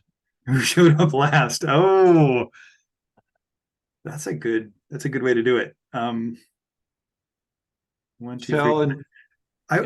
I'll figure out a group, and I will take it on myself if I can't find people to do that, because I think it whether a change is needed or not, it needs to be sorted through in some fashion. So, Chell, I would volunteer to assist you on that. Okay. Thanks, Damon. Peter. I just wanted a little clarification on what's needed in the baseline. Does that actually have to specify a specific system, or does it have to specify a performance for that system? Right now, we clearly are specifying heat pumps for that baseline system, but does that have to be the case? Something needs to be in the baseline, and for de-risking under EPCA, that thing should meet the EPCA baseline exception. It needs to be a type of equipment that complies with the EPCA baseline requirement. That's a non-answer. So we have to actually specify some system for that baseline, whether it's a gas-based system or electric-based system, but we can't use a numerical energy usage EUI factor or something like that. I guess I hadn't considered that as an option. I don't know. I have no idea on whether that would comply or not. In the past, it's usually been a system type, or to Damon's earlier point, a system type that is your system type that you proposed in the design. I don't know whether it could be a number. The thing about actual equipment is, to a point that Dave Balon brought up, is it has a performance curve, and it has, meaning it performance increases under certain conditions and decreases under certain conditions. And so if you specify an actual piece of equipment or type, then you can get those kind of that kind of information into the modeling. Whereas if you just had a number, you probably wouldn't get those performance curves in there. So I guess just thinking through it, you probably need a system type or multiple system types in the baseline. Okay, thanks. Jay. I'd like to further move the MVE recommend to the State Building Code Council that the council considers proposals for the standard reference design for model path and TBD modeling that was not available for TAG or MVE consideration. Okay, is a separate motion that we would also forward on the TBD being completed and the baseline being considered at the council level. Is that okay? Is there a second for Jay's motion? I can second that, Todd. Okay. Jay, do you want to speak in favor of your motion? Sure, and I want to kind of reflect Damon's feedback that we recognize a couple of these details weren't ready for us to consider, and that we're asking the full council to consider those without recommendation. Okay, thanks. Todd, did you want to speak as well? Well, maybe we're going to raise a question. So, if I understand, Craig, I understand the TBD part in the table. I think you're also referring to the points raised by Damon on the performance pathway, and I just want to make sure that I'm perfectly comfortable and feel it's within, the authority of the MVE committee to develop technical language. Just want to make sure that it's within the intent of what the TAG recommended. I think it is, but I just want to raise that question that it doesn't have to be remanded back to the TAG, maybe. Not that I'm aware of. I think that the MVE and the council, in my experience, have license to make notable modifications in things. For instance, the MVE during the commercial code last cycle, Caroline and I spent an inordinate amount of time responding to public comments, and in fact made responses to public comments during the CR 102 process that were then changed at the MVE or changes brought about in the MVE that changed the code, and then also in the at the council level, in fact, to change the code to be more responsive. I think the tag, in my opinion, got, you know, if the tag did 90% of the work, there's still some work to do. So I think, in my experience, it's in the purview of the MVE to suggest, you know, modifications based on, you know, the council asked the tag specifically to look at EPCA and EPCA related issues, and the MVE is not part of the tag, but part of the process that the tag goes through. So I think the MVE can also suggest those kinds of things. Yep. Agreed, and I'm comfortable with this motion. Okay, cool. All right. Further discussion on the motion. Okay, let's I'll risk a voice vote on this. The motion is to recommend that the council complete the TBD portions, or vote something that includes the TBD portions, as well as consider any recommendations for the baseline systems under R405. That's the motion as I heard it. All right, all in favor say aye. Aye. Aye. Any opposed say nay. Okay, motion passes. Are there any other discussion points on the residential code, or else we are going to take our lunch break before we get into the commercial? Okay, we are done for 15 minutes, so 11:57. See what 11:57.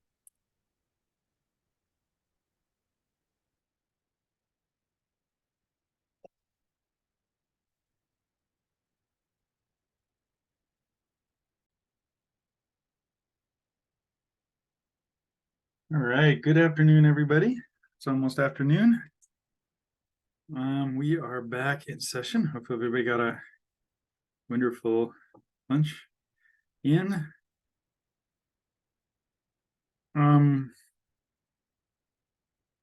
We probably should take roll call and see who's back with us. Okay, Shell Anderson, I am here. Justin Bogart,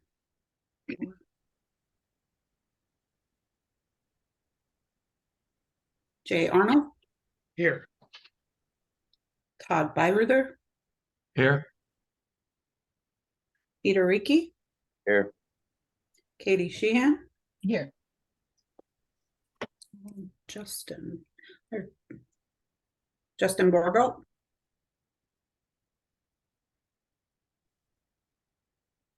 I see him on the list. Probably will be back in a minute or two, is my guess. Okay. Okay, we're back in session.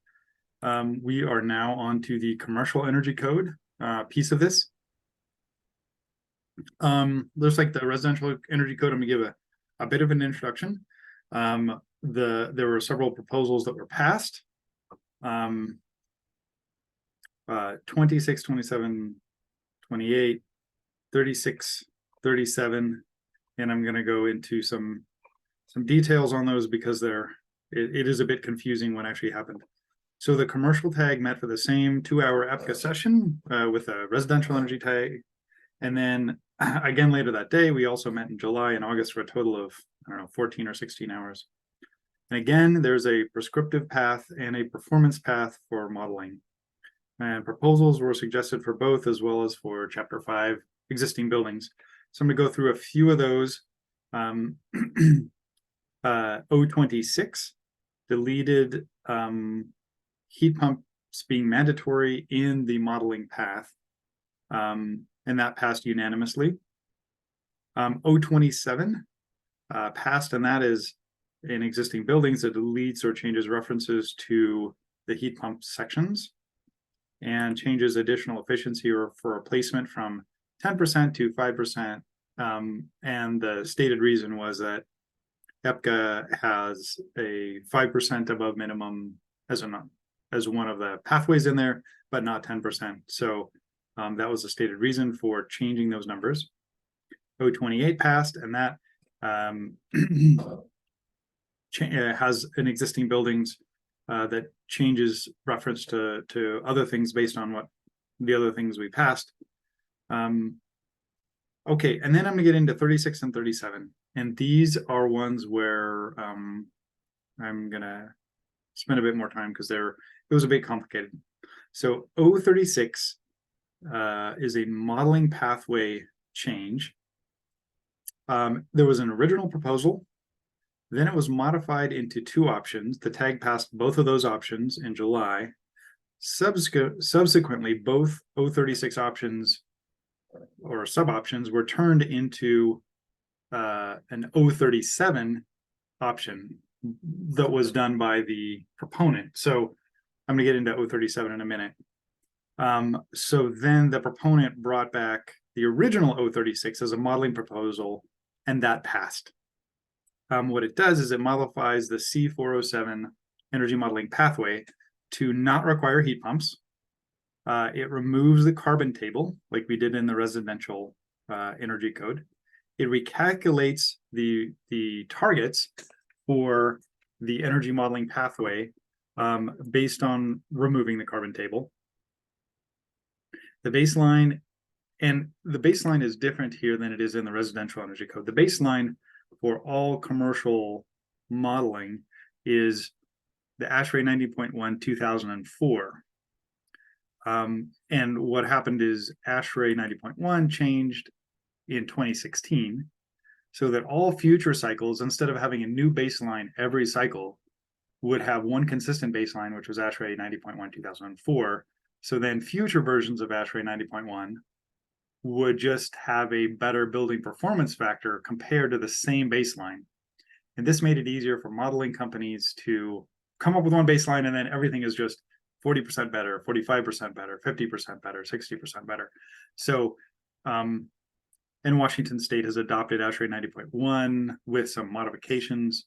So that means that the baseline, instead of being set in each code cycle like it was for residential that we just talked about, is a baseline which has stayed common and will stay common moving forward. It's ASHRAE 90.1 2004.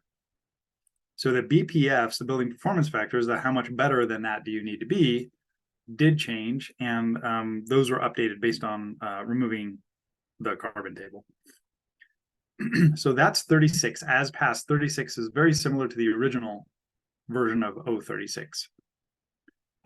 37 is a prescriptive proposal, and what it does is so you can see all the changes under here. What ended up passing was only the original 36 in some version, and the other 36 passed, but then they were when a version of 037 passed, it rescinded passage of both 036A and 036B. So we're not considering, we could, but the tag did not recommend that we consider 036A or 036B. Instead, considering two versions of 037 and then also the original 036 with a few modifications. It sounds complicated, and I'm happy to answer any questions on that, but I'm going to get into 037 first. So what 037 does is it, like all of these are a response to EPCA. 037 says, all right, we want fossil fuels in buildings, so we're going to create a special fossil fuel path. So we're going to require heat pumps in the base code, but we're going to have a path that you follow. So just like you could follow prescriptive or performance, you can also follow fossil fuel prescriptive path, which is this 037. And there's two versions of it. I'm going to get into those.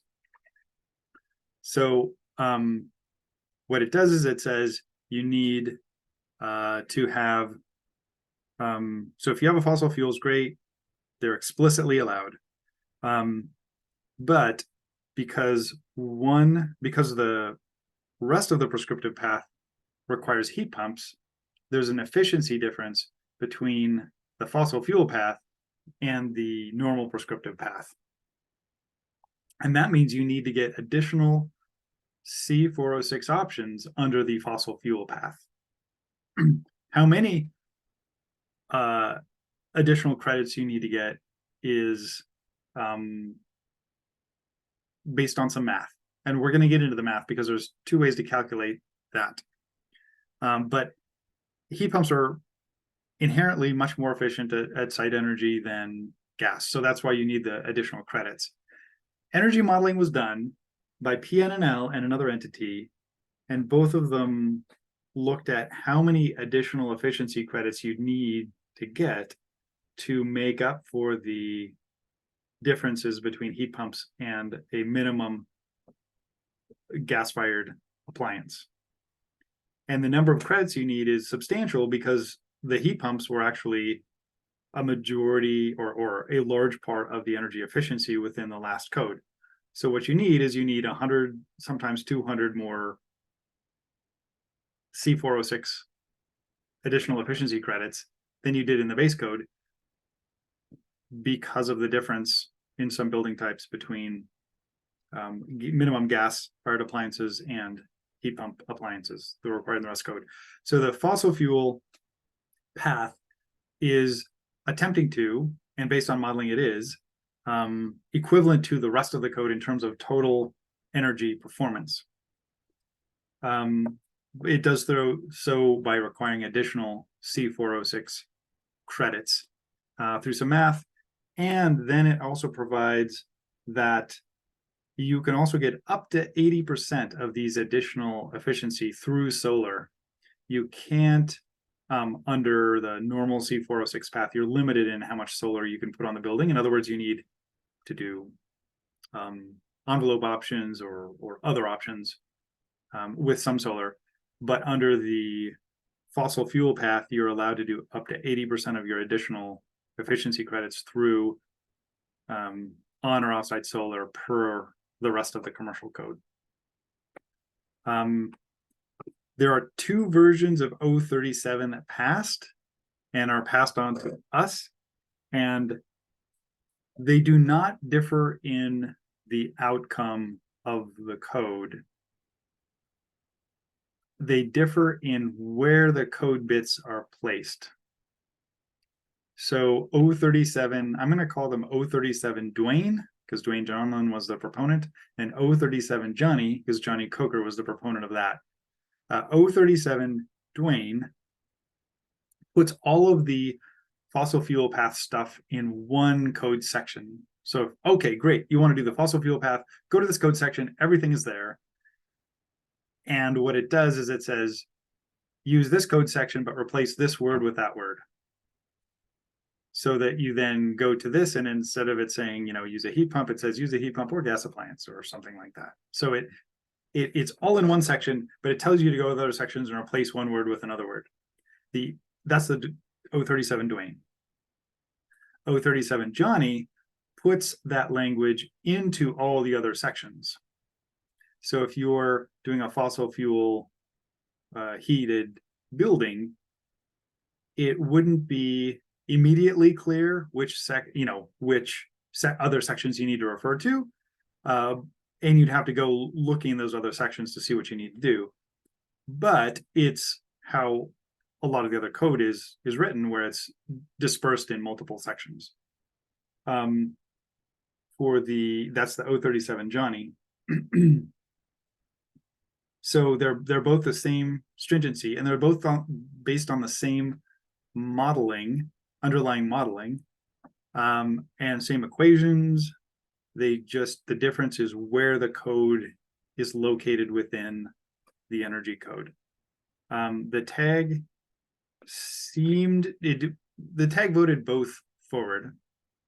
And I guess the tag voted both forward. Some people expressed a preference for the 037 Johnny, since the code sections are put into multiple places where you would more clearly expect to see them. And there's reasons Dwayne had them in one section, so it was more clear what you needed to do if you wanted to follow the fossil fuel pathway. That's, I guess, and then I think I wanted to go through, there's 3 bits of unfinished business, and we have and I'm going to go through those. So I'm just going to introduce those now and we can talk about them in a bit. The TAG felt that the specific provisions of the fossil fuel pathway required coordination with a C406 area weighting method. This is the way where if you have a building that has 10% restaurant and 90% office, you can area weight the credits required and the credits that you accomplish based on a 10% restaurant and 90% office. So now that we're acquiring additional fossil fuel credits that are, there was a group that Lisa Rosenow led that tried to figure out how that worked, how the fossil fuel pathway worked with the area weighting method. And they came up with 2 options on that we're going to talk about. I'm going to actually ask Lisa if she's on the phone to talk about that when that comes up, and that's not right now. Then Shane Nillis proposed a different calculation for how many credits are required under the fossil fuel pathway. And I don't see Shane on the phone, but I can talk to that a little bit, since I spent some time with my calculator in Excel trying to figure that one out. And lastly, just like in the residential code, there was some additional efficiency credits for gas that were added back in, and those needed some numbers in them, and the energy modeling was done, and it is actually on the agenda, or on the materials for today. So that's in there. It's just not part of the code proposal as passed. The TAG passed something that was missing a couple of numbers in it, and those numbers have been added, and they're in the meeting documents for today. Okay, so I guess that's an overall introduction. There's a prescriptive path, and there are modeling paths as well. So I guess with that, we'll get to the area weighting method, the Nills revision in a bit, but let's just talk about the base code that we see in front of us right now. And Greg, go ahead. Yeah, there's one other thing that was important, a note that was supposed to be forwarded to the MVE. So there was a major flaw that the TAG opted not to address, and they voted to send a note to the MVE committee, and I'll quote from the July 18th TAG meeting minutes. Okay. Language will be developed to address supplemental gas heating, and that motion, and that was when they passed one of the proposals, and it motion carried 12-2 with 3 abstentions. And I can just highlight real quick what the flaw is. There's a technical flaw, and then there's an EPCA, a technical problem and an EPCA risk that made people uneasy. So in all of these proposals, there is a carve out on the commercial that gives an exception for supplemental heat for electric resistive. There were some technical challenges that was recognized that we need to allow, but that carve out is exclusive to electric resistive heating and doesn't allow for anything else. And so the challenge is if you wanted to put gas in for supplemental heating, it kicks you into the fossil fuel path.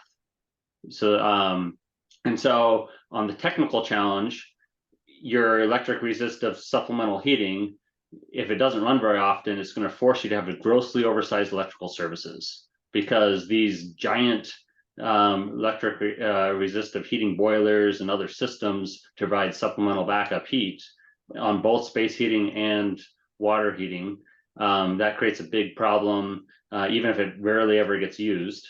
So that's one technical challenge. And then on the EPCA challenge, as Chell noted, there's a lot of additional credits. So if you look at the additional credits, you're talking about 2 to 3 times the amount of credits required if you put in a fossil fuel. So if it's a system that runs all the time, I mean, you can argue site-based energy approach for modeling, but if you're talking about a system that only runs during the very cold time, and then actually the energy, it doesn't actually, is not congruent with site energy usage, because the efficiency of those heat pumps are a lot lower. I mean, people and they keep highlighting 5 degrees, but it gets a lot colder than 5 degrees, and that's what we're talking about, is when it gets a lot colder than that, your efficiency are even worse. And so actually math doesn't line up, and you're requiring a punitive 2 to 3 times amount of credits just because you put gas supplemental. And so you might technically allow gas fossil fuel supplemental heat, but if you make it economically infeasible, that's ripe for a EPCA challenge. So Thanks, Greg. I had rewatched the majority of the tag and I had missed that one. So thank you for bringing that up. What was, do you remember what motion that was part of, or what, was that a separate motion, or was it a motion as part of passage of one of the proposals? it was part of one of the passage of one of the proposals. Okay, you don't remember which one it was, do you? I'll go back and watch it, but it'd be easier to find it if I knew which one. I think it was Johnny's, if I remember correctly. Like 036? Or either that or 037, I was thinking. Okay. But Okay. Okay, thank you for bringing that up. And it's ringing a bell for me. Okay, and okay. So I'll put that in one of the kind of the three buckets of things: the area weighting, the Shane Nillis revision, and then the supplemental heating one. So I guess let's talk about the main proposals first, and then maybe those 3 things. So let's scroll through, and if anybody has questions or wants to bring up comments as we go through these, and then we'll address those 3 buckets. I guess as after we do this, or I guess if when it gets there, Greg, you want to bring that up, I think that's perfectly fine as well. So you can see here it says fossil fuel compliance path, and then this is the requirements of that. So go ahead, Todd. Thank you, Shel. So on the issue of 037 Dwayne versus 037 Johnny, if I understand correctly, we're simply debating how it's presented in the code. Do we have opinion from staff or other code experts?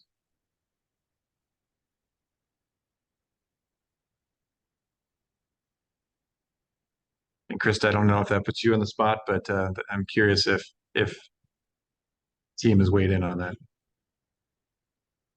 I can tell you what my preference would be. I don't know how far that would go.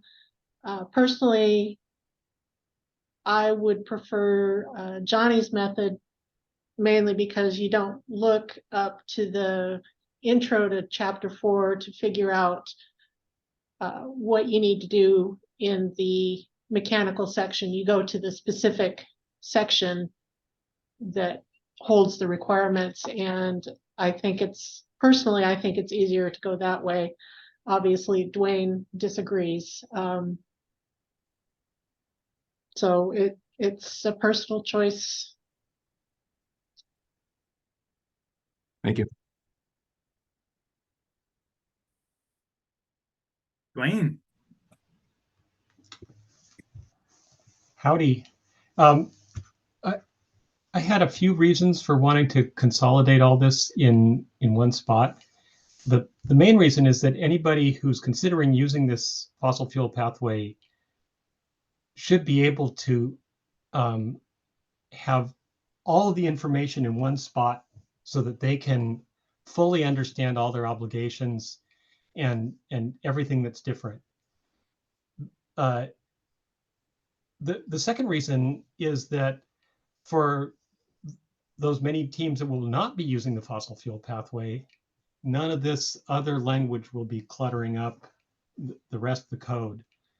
And another big one is that at some point in the future, when there's some change in the court decision or some other action happens that we want to undo this, it's we're able to just lift it right out in one chunk.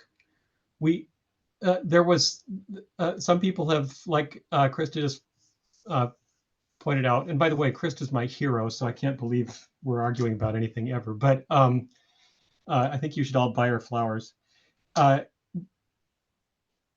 We have there's been a lot of question about those little 4 items where you go into the code and change a couple things, but we have a precedent we've been using for years in that nobody has a problem with, and that's that when you go into C407, they say, okay, we're going to adopt Appendix G of ASHRAE 90.1, except, and then they've got a list of things that would be different. And it's really quite straightforward, and nobody does have a problem with it. I think much more chance of errors and difficulties, both with applicants who are trying to use this and with code officials who are trying to interpret it if we let it spread out over many parts of the code.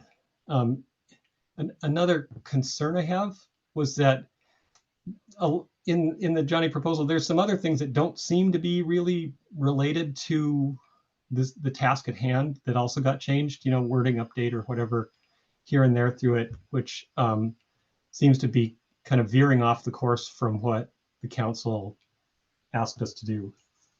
If you don't mind, I could respond to the concern we heard earlier about supplemental heating. This version that we have in front of us has a formula up top that takes all those things that currently allow electric resistance supplemental heating and pulls them out of the equation so that you don't have to get credits for those, because obviously the differences between electric resistance and fossil fuel heating efficiency is really modest. So the simple formula there that allows you to just pull all that out so it's not part of the equation be especially important, I'm thinking, like for large multifamily, where they take advantage of our exception that allows a certain amount of electric resistance heating for each dwelling unit. And just about everybody over here takes advantage of that option. So in a multifamily building, the formula would pull out, 80% or 90% of it that would not require credits because it's already exempted. Thank you. Thanks, Dwayne.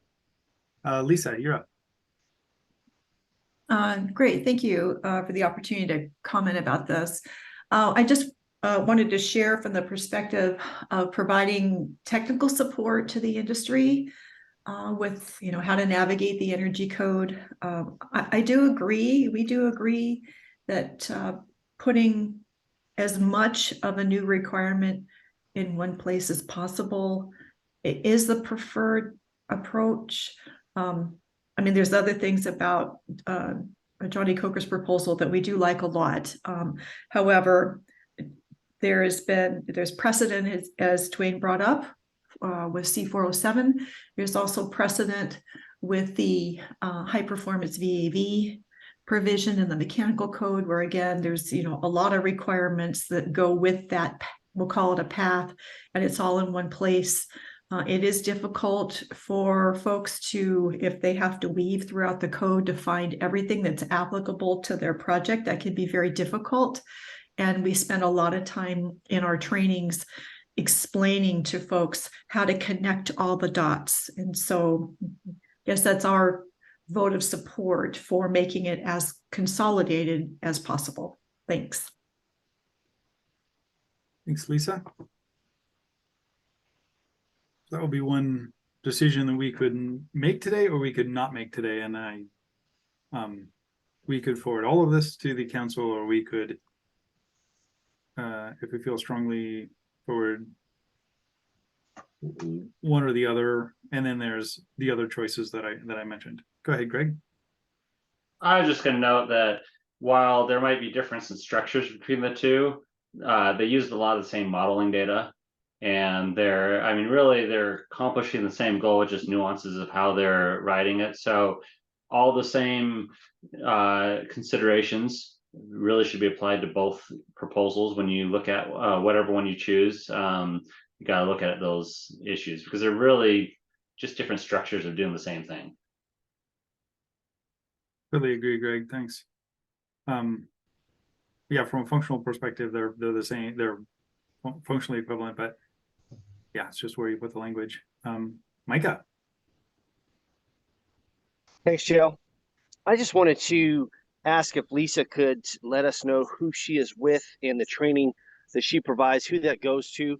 I know she mentioned code officials, and I think that's very important since the code officials are the ones that obviously have to enforce this language. So if Lisa is training those code officials and that's what she's hearing as a preference, then maybe that should go a lot further in this discussion. Thanks. Thanks, Micah. Go ahead, Lisa. Sure. Thanks, Micah. So we provide tech support to pretty much anybody who wants to attend our trainings. I would say that for all of the trainings, we just did one on envelope just a week ago, and we had 400 people join that training, by the way, which was amazing. And I would say it was an equal mix of design professionals, contractors, and jurisdictions. Thanks, Lisa. Okay, let's just continue to scroll through, see what issues pop up. I think we have 3 already that we know we're gonna discuss. If other issues pop up, we can look at those. Now we're into the next one. Yep.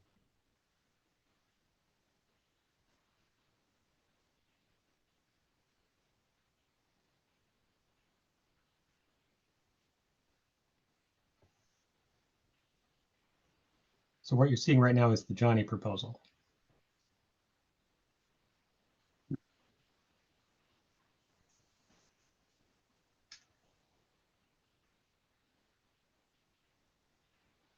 Jay.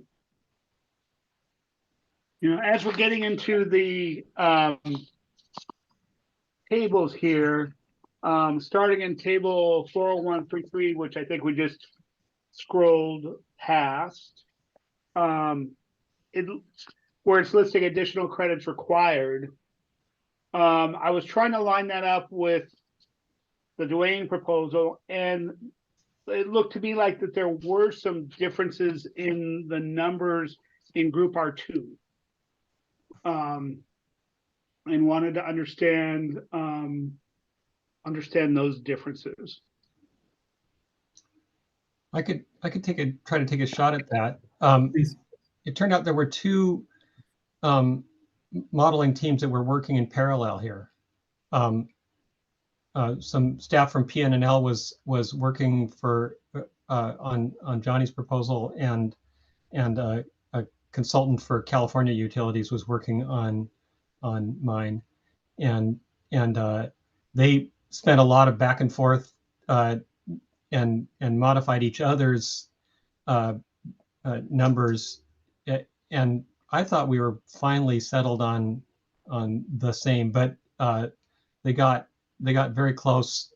Modeling is kind of an art form, and it uses a lot of assumptions, and so they're not always, it wouldn't come out identical, but this is also isn't exactly predictive of how the real buildings would perform. Did that even come close to answering your question? Well, I'm hearing 2 things. I'm hearing that the 2 proposals are roughly equivalent, but I'm seeing these differences and just wondering of the impact of those differences within group R2 when you're talking maybe a 2 to 12 credit difference depending on what was in the table. That would be 2 out of a couple hundred, right?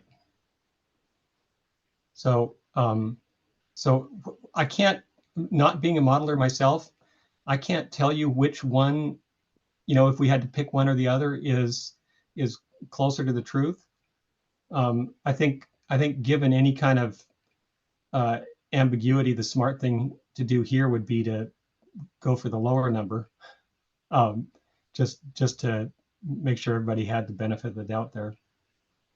I would suggest that if the council moves this forward into a CR 102, that the numbers are the same. I think they're intended to be the same. So I guess we could also do that today as well. Align the numbers between the two proposals because they are, they're intended to be. But it's also interesting that we had two different modelers work on these, and in the end they converged on very similar results. Thank you.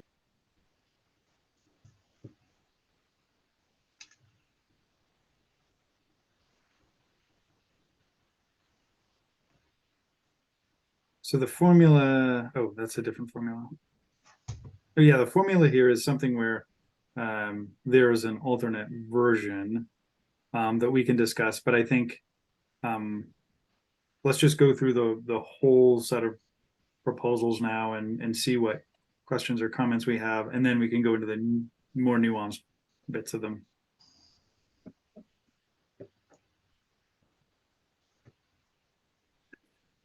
The idea of the equations we saw a minute ago is to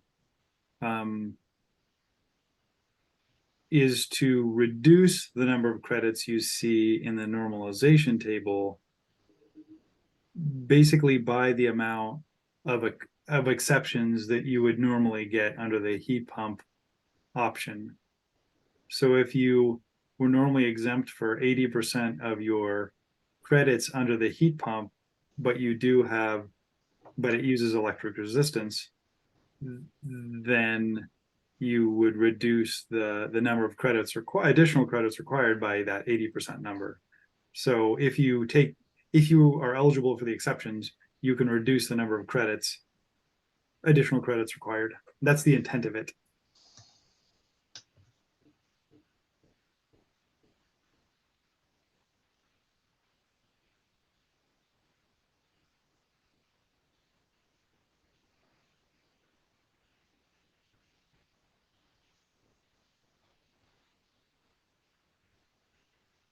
By the way, the table you're looking at, right, we're scrolling through right there with the 31 lines. The version of that I submitted was based on my consultant's work and has values filled in for every slot. Those values, you get 10% more credits for anything that is heating or water heating related, so envelope and equipment, and then the same number of credits for anything else that's not heating or water heating related, and that was a rounding from what the consultant came up with for what I'm calling the same was 0.97, and the 10% was 1.07 factor that we were going to apply to all the heating related things. So you get, if you're following the fossil fuel pathway, everything that might be impacted by it gets you slightly more credits than you would have got otherwise. And it's the same intent as in the residential. Once you have a fossil fuel baseline, all of a sudden envelope and some other things have a bigger impact. So you should get more credit for them.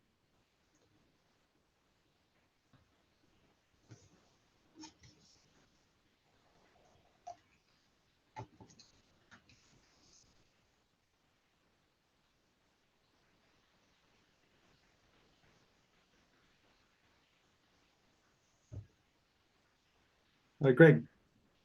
We don't necessarily scroll there now, but just to highlight, we skipped over just the way that Dwayne broke us out in a separate section.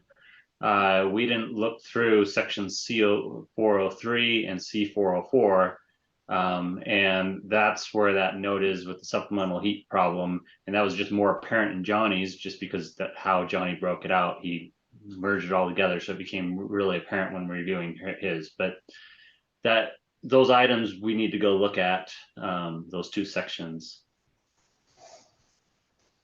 Yeah, okay, well, I think let's scroll through the whole thing so everybody understands the general gist of the whole thing, and then we're gonna jump back to those three topics, one of which is supplemental, but thanks for pointing that out.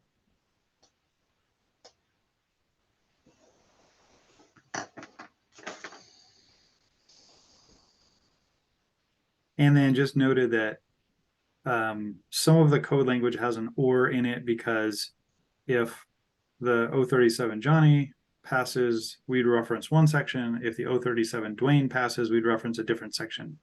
So by the end of the council deliberations in October or some other date, we would need to make a decision, and then those ors would change to, you know, one or the other.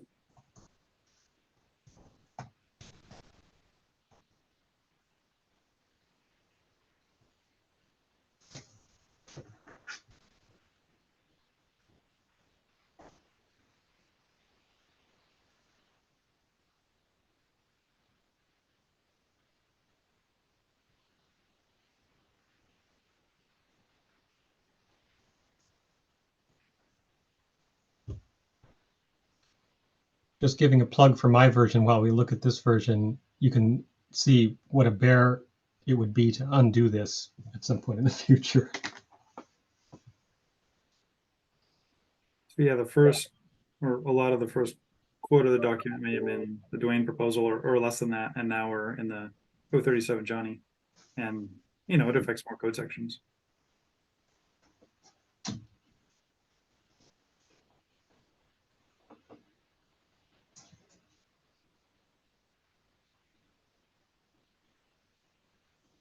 And what Dwayne said earlier, it does have a few tweaks that go, since Dwayne's doesn't include lots of other sections, it just references them and says strike out this, add this. It's clean in some ways, whereas the Johnny one, since it's including slight modifications to other sections, it includes other modifications of those sections, some slight other modifications of those other sections.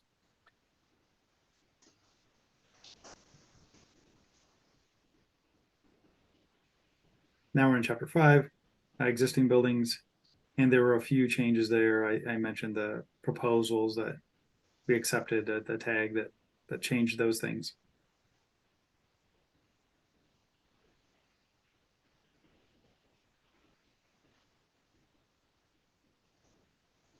So here's where the +10 is crossed out and the +5% is included, and that was based on a proposal, which was based on EPCA having 5% explicitly in it.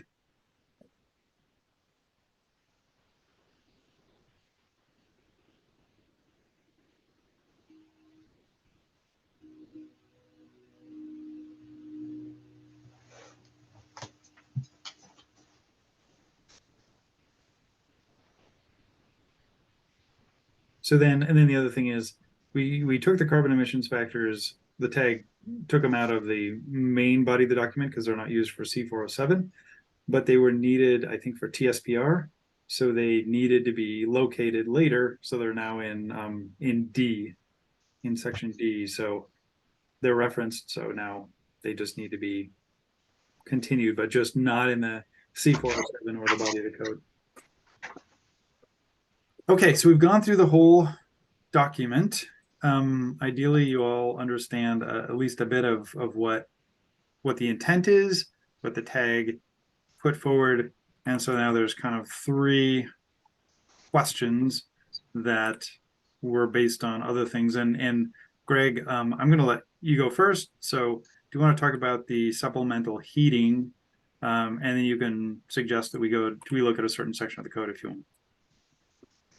Yeah, so C403 would be the first part.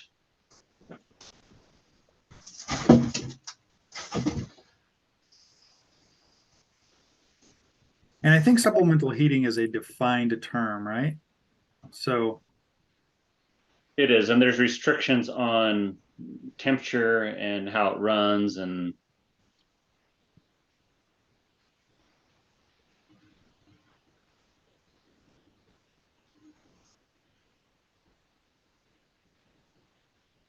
Okay, so go ahead, Greg. So let's see, I'm trying to rectify what I have versus what you have on the screen. There was the exceptions. I think if you scroll down for the exceptions, yeah, you had.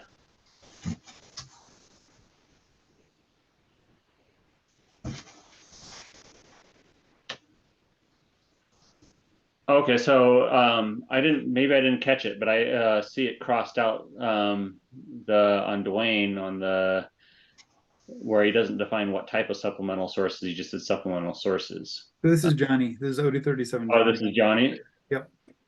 So I mean, we looked at a lot of different versions. I mean, if we don't specify what the supplemental source is, then that would resolve a lot of those challenges. So everywhere we just allowed supplemental sources, and I not seeing this document that you guys have reviewing in advance, but some of the versions we were looking at, it listed internal electric resistive or just electric resistive heat in a lot of spots. So maybe those changes were made.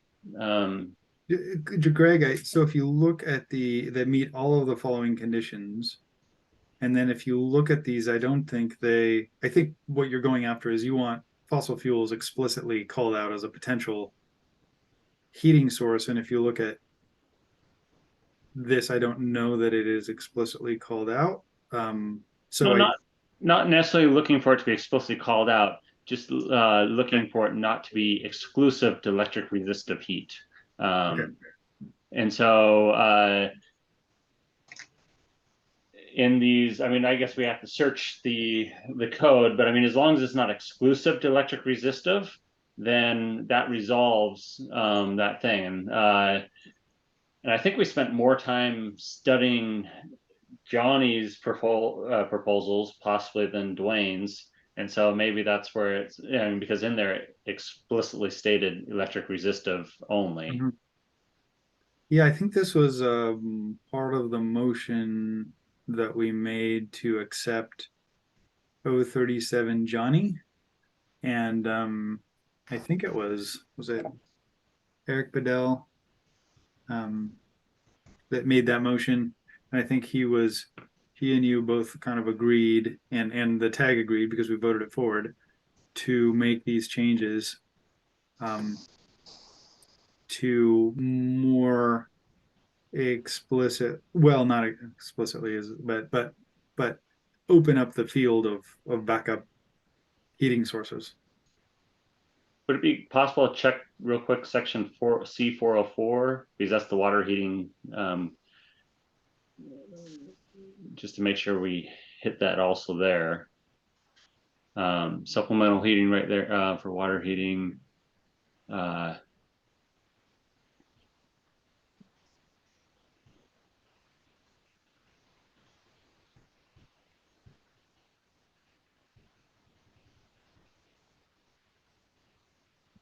What about C4? If you scroll up a little bit to C404.2. Well, I mean, just to be clear, Greg, it's only the first 50% of service water heating that needed to use a heat pump water heater. So right there, so he does have or fossil fuel in there. So as long as that I mean, whether you say electric resistive or fossil fuel, or if you just made it neutralized and just say supplemental source, it doesn't matter. Yeah, so it was, and this is part of the code that the council passed last year. So it's not a Johnny modification. It was explicitly part of the code that was passed, the 2021 code that was passed last year that allowed surface water heating to include fossil fuel and electric resistance for a good portion of it. Well, thank you for going through and reviewing those sections. I mean, it's important that we didn't miss it. So if you were, I mean, I believe it's probably covering Dwayne's thing, but Johnny's, I think there were some changes in code language that we.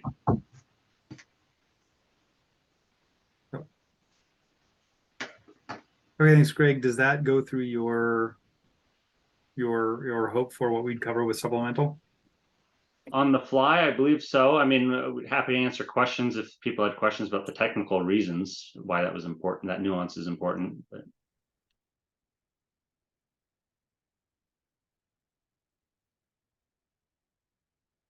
okay, so that was, oh, Eric Vandermeer, go ahead.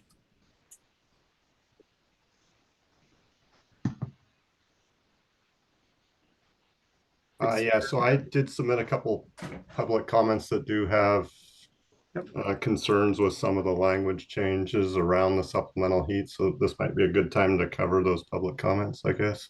That sounds great. Yeah, Krista, do you have the PDF that? So if we look at comments, comment 2, I guess, page 3. If we start there. So I know we've been working with several manufacturers and regarding similar languages in the 2018 codes on submittals for small air-to-air heat pump products like PTHPs, and we are noticing that most of the manufacturers can't meet items 5.2 and 5.3. So, this is kind of a concern with the small PTHPs that they're not currently configured as manufactured by, most manufacturers are manufacturing to ASHRAE 90.1 as the Federal Energy Code is their standard. And so they're not necessarily configured to heat pump all the way down to 17 degrees. And there are specific exceptions and allowances in 90.1, the Federal Energy Code, for these small packaged pieces of equipment. So I don't necessarily know the best solution here, but this is something that the TAG could, or the MVE committee could get more input from manufacturers on how to restructure this language so that, air-to-air heat pumps can be provided, and, that we don't have to get a special version manufactured for just Washington State for some of these projects. You're saying based on a certain size, under a certain size, they're not available? Yeah, we're just starting to dive into this. We're getting submittals and asking them if they, if their units are configured to go all the way down to 17, and they're saying no, that they're not. They don't think they can meet both 5.2 and 5.3 exclusively. 5.3 has the NAECA language in it that is consistent with 90.1. So yeah, I mean, I can try to provide some more information about this, but we're just starting to get into what this means. So yes, this mostly is small PTHPs that would be used like in residential multifamily housing and whatnot. So could I ask a question, Eric, before we go on? This is a problem with the current code as well as with these proposals, right? Correct. This one is, yes. It's going to comment 2. So yeah, that could be handled through an interpretation or something else, but yes, it is something that's wrong with the current code. And Eric, just a kind of a question is what I'm seeing. You're saying we don't in front of us today have code language that you think is better, but we probably should develop some, is what you're suggesting in general? Yeah, I mean, if we had to do something today, I would recommend just combining 5.2 and 5.3 into one item, and then that gives them more flexibility to essentially comply with one of the following. Okay, so in your opinion, because I haven't dived into this yet, I think discussing it today, let's definitely do that. If there's some things we could take action on today that we have code language for, I think that would be awesome. If we need to wait until next week at the council meeting and we have some better language then, that'd be preferable rather than writing stuff on the fly. If it's obvious what we could do today, I'd love to address it.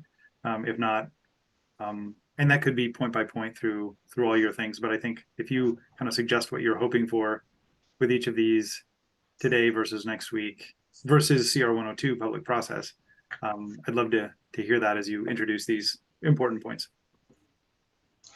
Yeah. So yeah, this one's kind of item 2 here is a problem with the current code. And in the changes that are being proposed don't make that better or worse. So if we go to page 4, item 3, so there are some proposed changes, and those changes here have some substantial impacts that would greatly increase the cost of this code. And you know, yeah, I go back up to item 3, I guess, and we'll just look at the code language. I think it's, yeah, this one, 6. So exception 6 for air to water heat pumps. So adding that word internal has a huge impact there. I only know of one heat pump air to water heat pump manufacturer that has internal auxiliary heat, and that would only be on the electric side. And I don't know if any manufacturers can do that on the fossil fuel side. So by adding that word internal, this would essentially preclude fossil fuel appliances from being able to be used as auxiliary heat. So my recommendation would be to strike the word internal and then just use auxiliary heating sources, which would then allow either you know, fossil fuels or natural gas to be used as the supplemental heat then, if that's the intent of what is intended. I guess I guess it would need to be, I guess fossil fuels only allowed for climate zone 5, so you would really have to mimic that language. And maybe I didn't fully pick that up yesterday when I reviewed this, but we would have to essentially mimic the language saying electric resistance for climate zone 4 and 5 and fossil fueled for climate zone 5 in that 6.1, I guess. Or I guess you're referring to it up above, but there are not a lot of manufacturers that have that auxiliary heat within the air to water heat pump itself. So it's typically done with a separate natural gas boiler or electric boiler.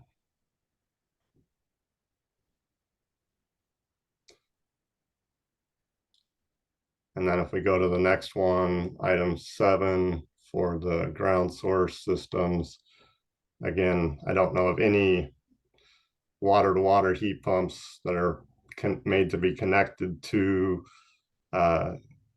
you know, a ground source loop that have internal either natural gas or, you know, electric heaters within that water to water heat pump. Those are always separate auxiliary boilers that are provided. So, you know, adding that word internal there has big implications that those products aren't available. So Eric, is there a big difference between auxiliary and supplemental? I know supplemental is a defined term. As far as I know, supplemental is not a defined term. It's a term that's used throughout the code. There's probably cleanup that needs to happen between auxiliary and supplemental, but I just looked it up. It's not actually in the definition, so that term is used throughout the code. I'm guessing they're kind of, yeah, that is probably a code cleanup that could happen, but I did not try to do that here. In the industry, is there a difference between auxiliary and supplemental? I don't know that those. Okay.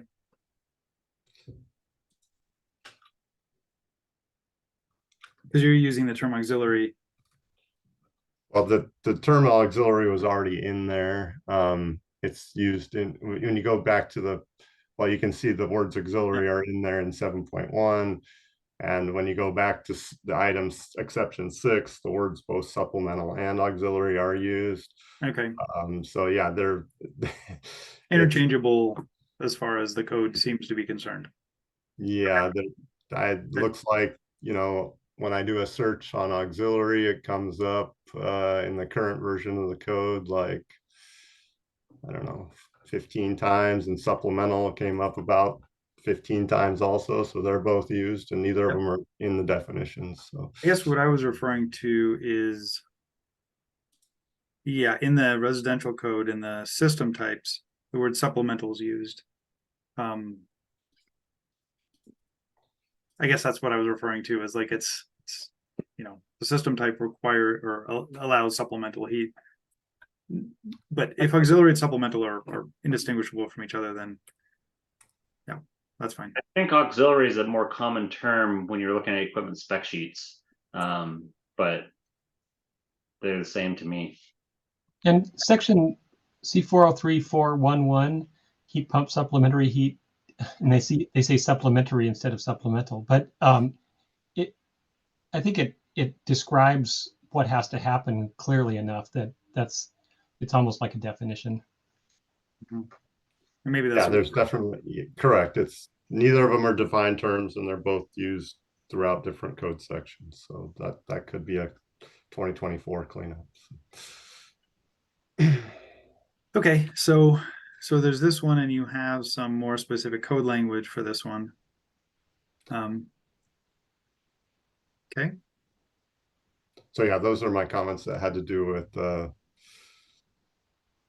especially adding that word internal has a big impact. It would greatly limit products available, and, you know, would also limit electric versus fossil fuels. So okay, no, appreciate that.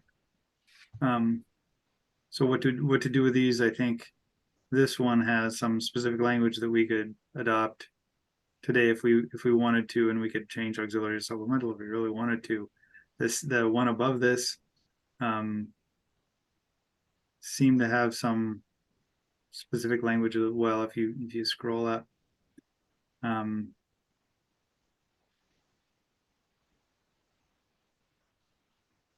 yeah, coordinating between those, and probably your suggestion would be to just strike internal and call it, and strike internal and strike electric resistance.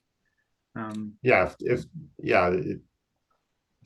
the intent in 6 is that you're allowed to use fossil fuels, then the control should also be configured that way for the fossil fuel heating that's allowed in climate zone 5. So okay, and then the first one, it sounded like there wasn't clear language that we should, or yeah, this is a potential problem in the code that's not it doesn't change based on the modifications at the top of this section. So yeah. Okay. Great comments. Eric Vandermeer was on the Code Council for 9 years, 10 years? Just 10. Yeah. Just 10. Put in his decade of service. So he has a lot of great experience. Okay, thanks, Eric. Todd. Thank you, Chair, and nice to see you, Eric. Yeah, I think Eric had the longest extension I know of. So thank you, Eric. As a manufacturing rep, I'd love to dig deeper on that with you and understand better.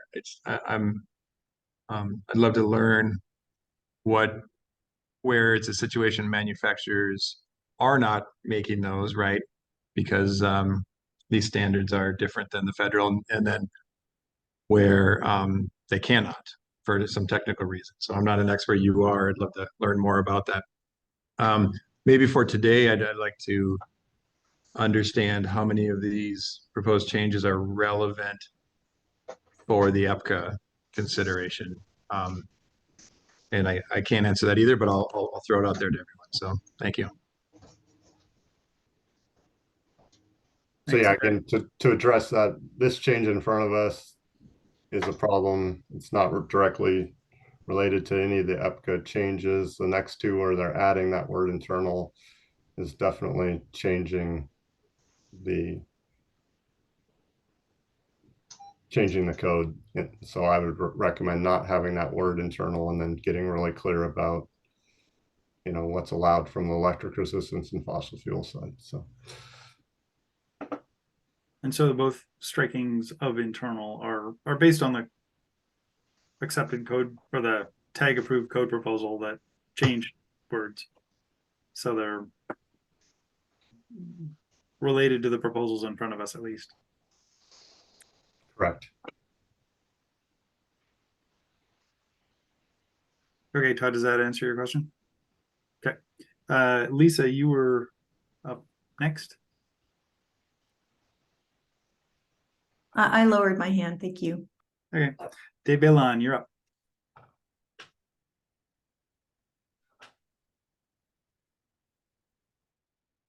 You're muted, Dave. Dave, you're up. Oh, there you are. Okay, there I am. I mostly agree with Eric's comments, with the exception of the 5.2. The intent with that, and this has been in our code for at least one cycle, if not two, is that when we actually give extra credits for heat pumps, we expect the heat pump to behave the way at least single-speed air source heat pumps behave, which is basically they have a requirement to do something that is available and testable at 17 degrees so that you can create an HSPF. Without that, you can't. So the whole idea here is either explicitly or implicitly require an HSPF, or explicitly noted this particular feature, namely that it have at least some performance in the cold climate, in a colder climate, that is actually noticeably a heat pump. I don't think we should take that out. I do think that he's right, that there's a lot of manufacturers that have not been required now or ever to actually meet that requirement. They get a COP at 47, and they don't have to get any HSPF. So that therefore they don't have to do that test, and they don't have to have a defrost cycle. So my view is we do want those things to be available if we're going to give them credits for heat pumps, period. Otherwise, the effect of it is to basically render, especially in many commercial cases, the heat pump just performance art. And that's my comment. The problem of internal auxiliary, and especially the water source heat pumps, that's real. I think that it should be fixed. Thanks, Dave.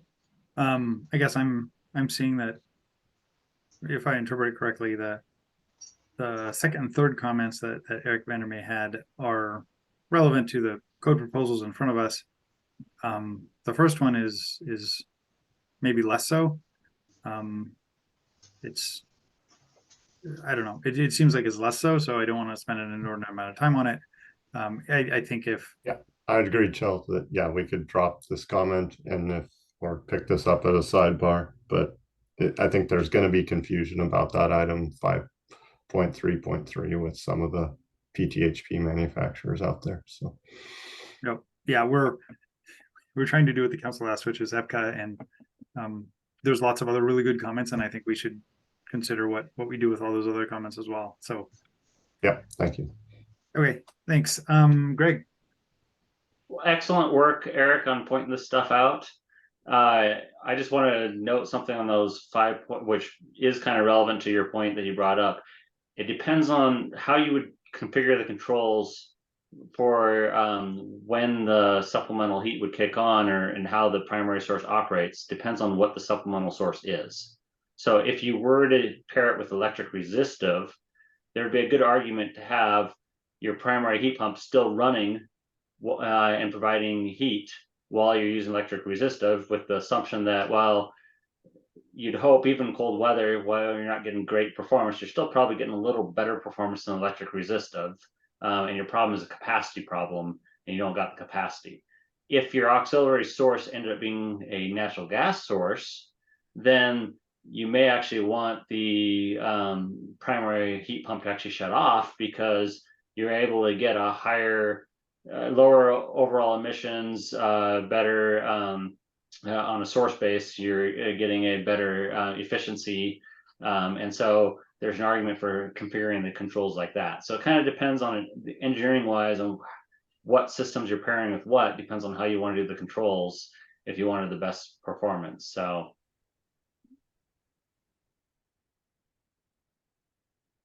Thanks, Greg. Lisa, you are up. Thanks. I just wanted to bring up an additional detail about the PTHPs and just remind everyone there's also a requirement in the envelope section of the energy code where any type of through wall equipment, something that has a sleeve that goes through the wall, there is an additional penalty for that. So that equipment type is already has a bit of a penalty on that side. Thanks, Lisa. Okay, so Eric submitted 3 comments. I think the second 2 could be picked up today, probably. If we had a motion to do something when we get there. I think we're done with the supplemental heat discussion. And the second discussion I wanted to bring up is the area weighting. And so I'm gonna turn it over to Lisa to talk about the area weighting subgroup that was formed and came up with at least one way to deal with the issue. Great, thanks. And also, Michelle and Krista, I sent an email, apologize, it was this morning, with an additional document. It's an Excel.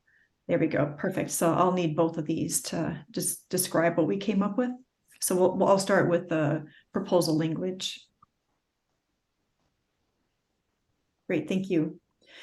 So the purpose of this was, as we were looking at all the requirements that were being proposed to deal with EPCO and for the prescriptive path, it all revolves around adjusting the additional efficiency measures and number of credits that are required. And so we stepped back and with this particular part of it and recognized that we needed to add better language so that it's clear how discrete area weighting would apply to a project that's taking the fossil fuel path versus a project that is not.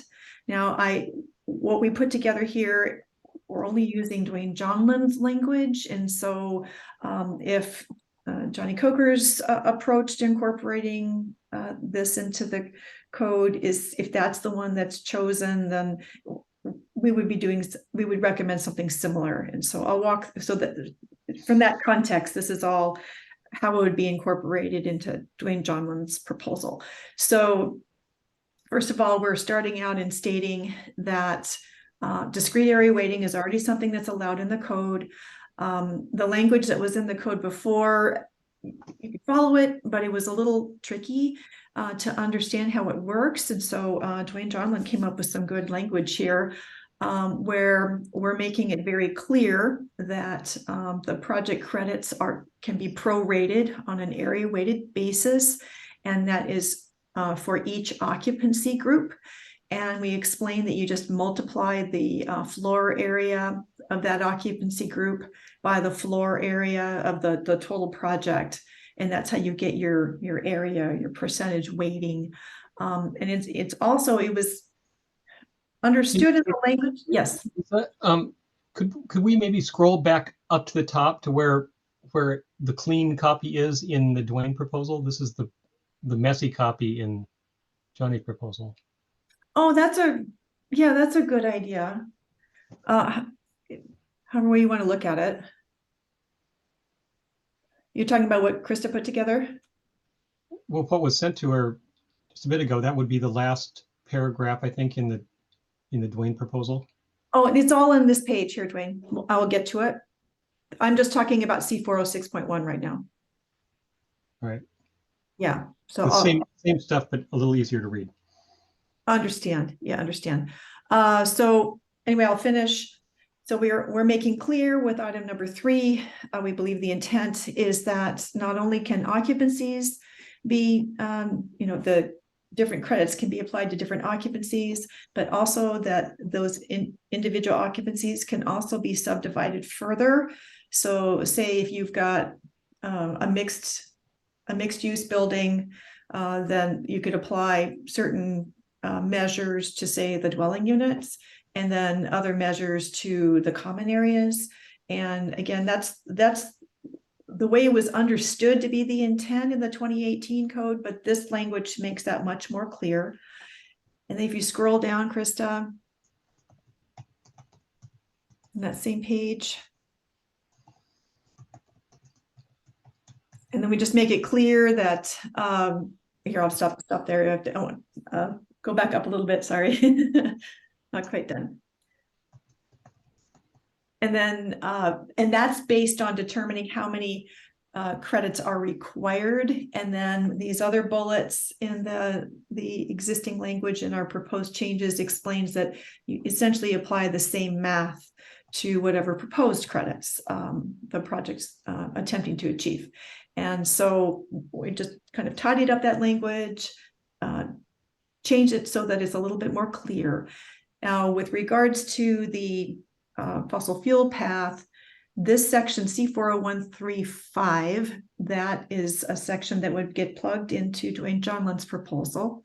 And essentially what it's saying is that those additional credits that would be required for either the space heating path or the service water heating path, that it would be those additional credits could be area weighted in the same manner as the regular credit requirements. And so that's what this tackles.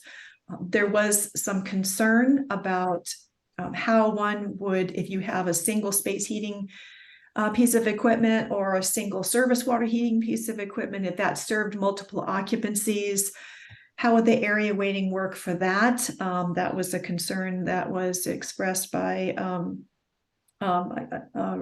Andy Burnham over at Rushing. And so this is some language that she came up with how to deal with that.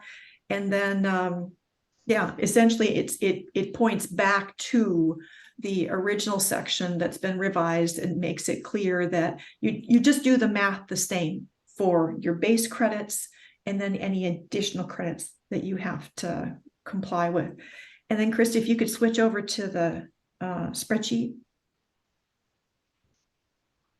So one of the things that we do, ETC is responsible for administering the commercial compliance documentation web tool that a lot of folks use.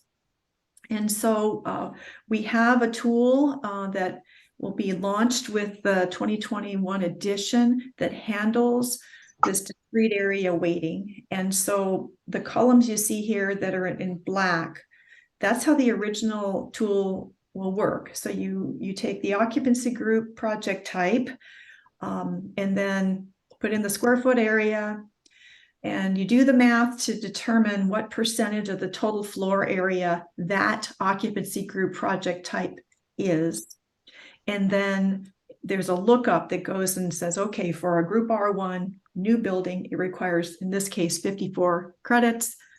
And then, Christy, if you scroll all the way to the opposite end, past the red, there we go.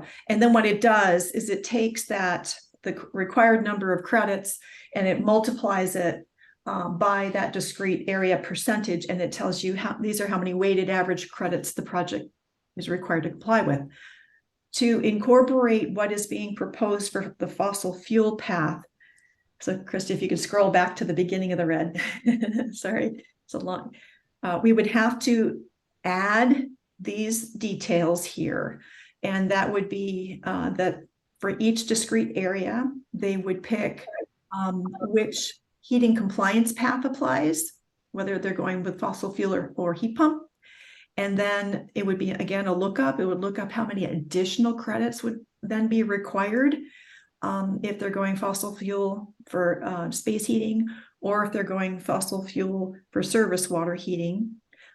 There is a calculation that I'll let Dwayne describe. That's that CR calculation. It runs that calculation and determines the additional number of credits that are needed to comply. So if you scroll all the way back over, Krista, to the end, and you'll see now that there, that final column, what that does is it goes and it grabs, this is how many credits are required based on occupancy group project type. These are the number of additional credits that are required for space heating. These are the number of additional credits required for surface water heating.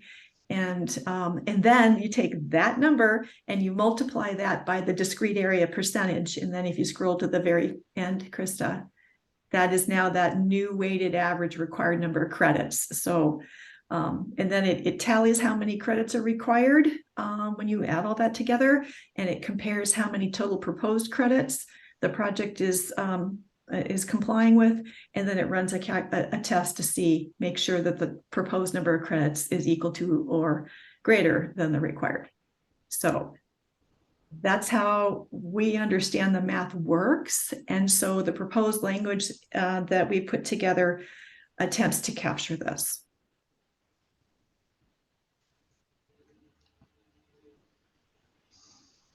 Sorry, that took a while. It's a lot to cover.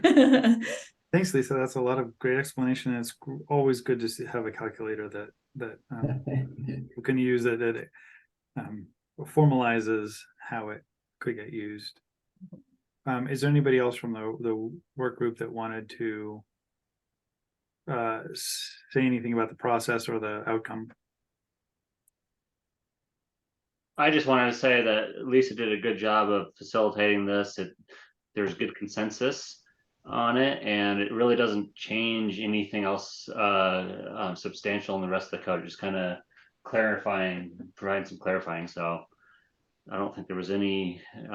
It worked out well. Great, thanks, Greg. Okay, so other questions? Todd. Thank you for that. I might ask just kind of a simple question. So I understand when we're talking about a single system serving multiple occupancies, maybe I'm missing when we have multiple systems, or is that not an issue here? If you scroll to the left, Krista, it'll show something about that. That's what I thought I saw, right? Yeah, if you scroll all the way to the left, there were two details here. You go all the way to the very beginning. So we're already saying, okay, here you've got your different occupancies. You're going to put your systems in those occupancies, and we're just discrete area weighting because you're going to, determine how many required credits are just based on your occupancy. And then if they decide that, oh, we're going to use fossil fuel equipment in that occupancy, then it calculates it out. I think what Andy Burnham brought up, which I think is a valid point, is that if there's a situation where you have a piece of equipment that serves two different occupancy areas and the required number of credits are quite a bit different, then she was concerned that it would, if you weren't able to take that piece of equipment and the area it's served and area weight it, if you didn't explain that, then some of those areas might be overly penalized. I wish she was on the call because then she could explain. Andy is on the call. Andy's on the call. On cue. Oh, Andy, yay, thank you. Andy, you want to explain this a little bit better than I am? Yeah. I mean, I do think that's, and Todd, I understand your question, and I do think that's a good separate question, but yeah, because the C406 credits are explicitly written around building occupancy types, and the requirement varies by the occupancy, and the credit values vary by occupancy. There could certainly be scenarios where you've got a mixed occupancy building that might be served from some sort of centralized system. And so if you are utilizing this baseline adjustment approach where you're utilizing this more flexible fuel source pathway in exchange for achieving additional credits, you know, if you, there just could be scenarios where you need to make sure that you understand how to allocate that adjustment factor across the two different occupancies. And particularly if then you had, like one example I can maybe think of would be if you have some sort of mixed use building where you've got multiple group M retail spaces, and maybe some of those retails are served by some sort of centralized water heating plant, and one of the retail spaces provides their own water heater. Or, you know, there could be some sort of scenario where you have a mixing of different systems within an occupancy type where some portions need to use this baseline adjustment factor and others don't. So that was the intent with the adding the language on the using an area basis for the baseline adjustment credit requirement if you did have a system serving multiple occupancies. I'm not sure if that was helpful or explained it any better. It is, and I think this is very helpful. I'm just trying to run through my head, and I'm sure others much smarter than I am in this area have done this, you know, and a lot of the discussion early on was hot water heating, you know, needs of assisted living or senior housing. And, you know, as we start to look at, you know, where 90% of or 80% of a building making up numbers might not need that type of requirements, is there, you know, are we accounting for all those scenarios? And I assume this is, so just kind of looking for reassurance there that it we're in a does. good place. And Andy, if I'm make sure I'm understanding all this too, is that this really only applies to the, you know, adjusted additional space heating credits, that calculation, that's really where it kicks in.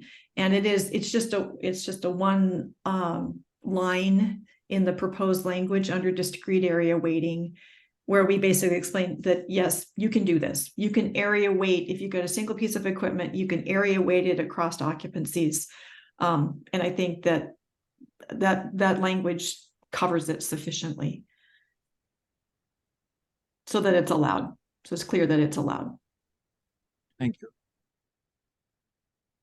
I do have one additional comment that is not specifically related to the language that Lisa sent over from that working group that was specifically intended to address the discrete area weighting approach. But I do think that there's a little bit further discussion that's necessary on these.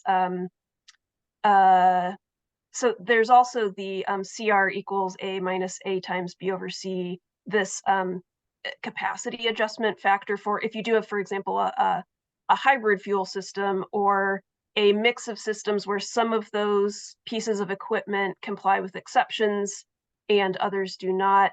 I did not get some suggested language over ahead of this meeting, but I think that those equations still need a little bit of discussion. I'm specifically concerned about the service water heating adjustment where you've got a 50% capacity requirement and how that works if, for example, you install a smaller module heat pump that is maybe 25% of the rated capacity at that outside air temperature, how those adjustment factors work. So I unfortunately don't have an immediate suggestion. And another comment that came up as part of that group, but I think was separate from the charging question that was sent over in Lisa's comments. But right now, those equations are just based on pure capacity for all equipment.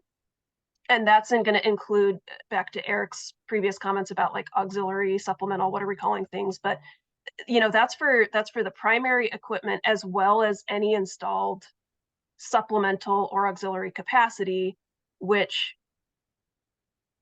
is a little tricky because that equipment may not be operating all of the time. And so I don't know, I just think that still needs a little bit further refining or consideration in how those credit adjustments are done for hybrid mixed use systems, as well as if just a pure capacity basis is the most appropriate way to account for that. Andy, are you talking about something that's a problem with the current code? Because this is the fossil fuel pathway, and so they're not using a heat pump. So you're talking about a flaw that you've uncovered in the existing code No. language that applies to heat pump systems, right? Heat No, pumps I'm that use referring supplemental heat. to, no, I'm referring to if we create this pathway, and if you did want to install a heat pump, but not at the for water heating, for example, if you wanted to install a heat pump, but sizes at just a smaller capacity where you're not achieving compliance with that 50% requirement of the heat pump pathway, how does the fossil fuel adjustment work there? Because then I haven't exactly crunched like a specific example, but like if you installed a heat pump that was equivalent to 25% of the capacity instead of the 50% capacity of the heat pump pathway, you're kicked into that fossil fuel adjustment path. But then I think the way that the credit calculation works, you aren't complying with any of it via exception. I think that then you have to adjust by 75%, even though you've only installed 50% of the capacity. I don't know. I don't think that quite works in the credit adjustment. So it is with the fossil fuel pathway if you installed a partial heat pump, not a full, where you now have a hybrid system. Does that make sense? I have a hard time seeing how that is even relevant to the that our charge is to provide a pathway that people can legally use fossil fuel equipment, but you're concerned about somebody who just wants to use a smaller heat pump with fossil fuel. It doesn't seem like that's in the charge of what we're supposed to be doing here with this work.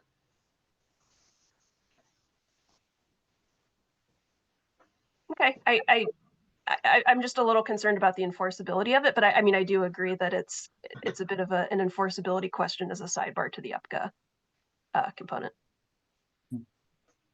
Yeah, and I'll mention that the working group and we met twice, and we knocked this out pretty fast. We were very our task was very narrow. We focused exclusively on making sure the language about discrete area weighting was clarified, even though in the meetings, the issue that Andy brought up was discussed, supplemental heating, that issue was just discussed, but we didn't proceed with any of that because that was not our assigned task. Thanks, Lisa, Andy, and Dwayne. Eric. Yeah, so just a quick follow-up comment on this. Both of these paths to correct the prescriptive code are very complicated.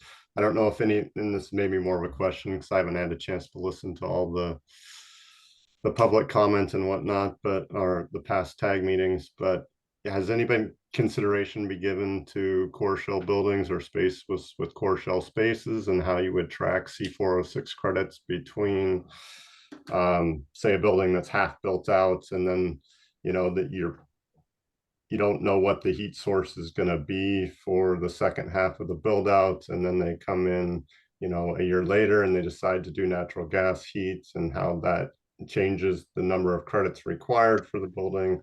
It seems like it's going to be very difficult to track in a lot of our buildings that have future retail spaces with deferred systems, whether it's going to be a restaurant or not, and what kind of heating system they're going to use for that. It's going to drastically change the number of credits that are required. So anyways, it seems very very hard to enforce over even between a core shell and the first TI. So Lisa, did the group talk about that? The group didn't talk about that. However, internally, we've discussed this because we get these kinds of questions via tech support. And so probably will be submitting an official opinion inquiry on this to get some guidance on it. But in the current code, the way we understand the intent is that a shell and core building could actually not comply with any of the additional efficiency measures, and it would pass the burden on to the tenant space first build out, but that once that area of the building is fully built out, it has to meet the minimum number of measures or credits, and that would be the same for this, that it depends on when whoever's handling the project, when they submit information stating that we're meeting these particular measures. So, and it could be split, so maybe the project meets the envelope or the air barrier measure at shell and core, but that only achieves half of the measures or credits that are required for that building. And then the TI has to pick up the rest. And so that's our understanding of intent, even though it's not stated explicitly like that. But yeah, we'll probably submit an official opinion because it's not specific to just this. It actually goes back to the original code language on like how you handle that. Yeah, so I guess what I'm highlighting is I'd agree that's the intent of the code when the spaces are fully built out, that the building achieves the number of C406 credits. What I'm more worried about is gamesmanship, that someone's essentially in their core shell permits say that the space is going to be heat pump heated and that they're going to have a heat pump service hot water heating system. And so they're identifying this low number of credits they need. And then later the TIs come in and they decide to use natural gas heat. And, and then, how do you track that between the credits? And it becomes, it's almost like we need a statement saying that when the core shell is built, that you have to declare whether you're going to be heat pump or fossil fuel heated for the spaces. And so that's the plan for the building or something. And then if it changes, obviously it's always the onus is always with the owner to show code compliance for their building. But it's adding a lot of complexity, as we know, to the code to correct the prescriptive and C406 pass. So just want to make sure everybody's aware of that complexity that's being added here. Yeah, I think I was going to say that with this calculator that we're developing, and I really appreciate you bringing this up, Eric. The intent is that the calculator would be used for the shell and core project. It would just show, okay, this is how many credits are required, this is how many we're achieving, and this is how many that are going to be deferred. And then when the TI permit is submitted, that the designer would have to turn in an updated calculation that would show, well, this is how many that were achieved back in the TI, but under the shell and core, but now under the TI, they have to indicate the actual space heating or surface water heating equipment that is being installed. And then the correct credits would be applied at that time. But I agree, this is something that is going to be difficult for jurisdictions to track, but hopefully this calculator, if it's required for both the shell and core and the tenant space build out, showing previous credits, and then those that are complying with under the TI, that hopefully that will give the jurisdiction the information they need to make sure the project is meeting the code intent. Did you unmute me? I mean, to be clear, this is something that jurisdictions already probably should be tracking, or applicants, and this just makes it more complex for them to track it, right? Because they already have to track from shell and core to TI, credits achieved versus credits outstanding, and then it just makes it another level more complex. Is right? Yeah. That's the point. Yep. Agree. Yeah. In the 2015 code, we went from 2 credits to, in 2018 code, 8 credits, and now we have hundreds of credits, and now we have correction factors for, heat pump versus fossil fuel. So yes, the complexity is great on the prescriptive C406 pathway in the code. Yes. Yep. Yes. Okay. Todd. Thank you. I think Eric more skillfully asked, or the question I had about, the scenario, especially like as you laid out, Eric, in a mixed use. My assumption in this is that you declare on shell and core, what system you choose, and I assume you might propose a baseline of heat pump, right? And then if and then the residential, let's say units above, are allocated to a certain system type. But they're not penalized if in the future a retail unit came in on fossil fuels. The building owner would have to go through and say, yes, then now there's these additional credits that have to be made up as the whole building rolls up, but it's not necessarily penalizing the residential heat pump units. Am I understanding this correctly? Now, it may or may not be achievable depending on their choice coming into Shell and Core, right? Or maybe challenging, but that was a decision they made, right? Yeah, you don't want to be the last tenant improvement and have to get a whole bunch of points because the tenant improvements before you didn't get enough or decided to use fossil fuel. So it's going to be an interesting dynamic to handle in a multi-tenant building, right? But I guess I agree, and I guess the question in front of us is does this achieve our EPCA pathway, our de-risking that we're trying to do? And so I think that's important that we keep reframing it today. Yeah, I guess that is the big question. Does both the energy modeling path have to be corrected, or does both can you just have one pathway through energy modeling and only modify that? Or do you have to do both energy modeling and the prescriptive pathways? Because creating some system to fix the prescriptive C406 is very complicated. It's not making a simple pathway for fossil fuel to get through the code.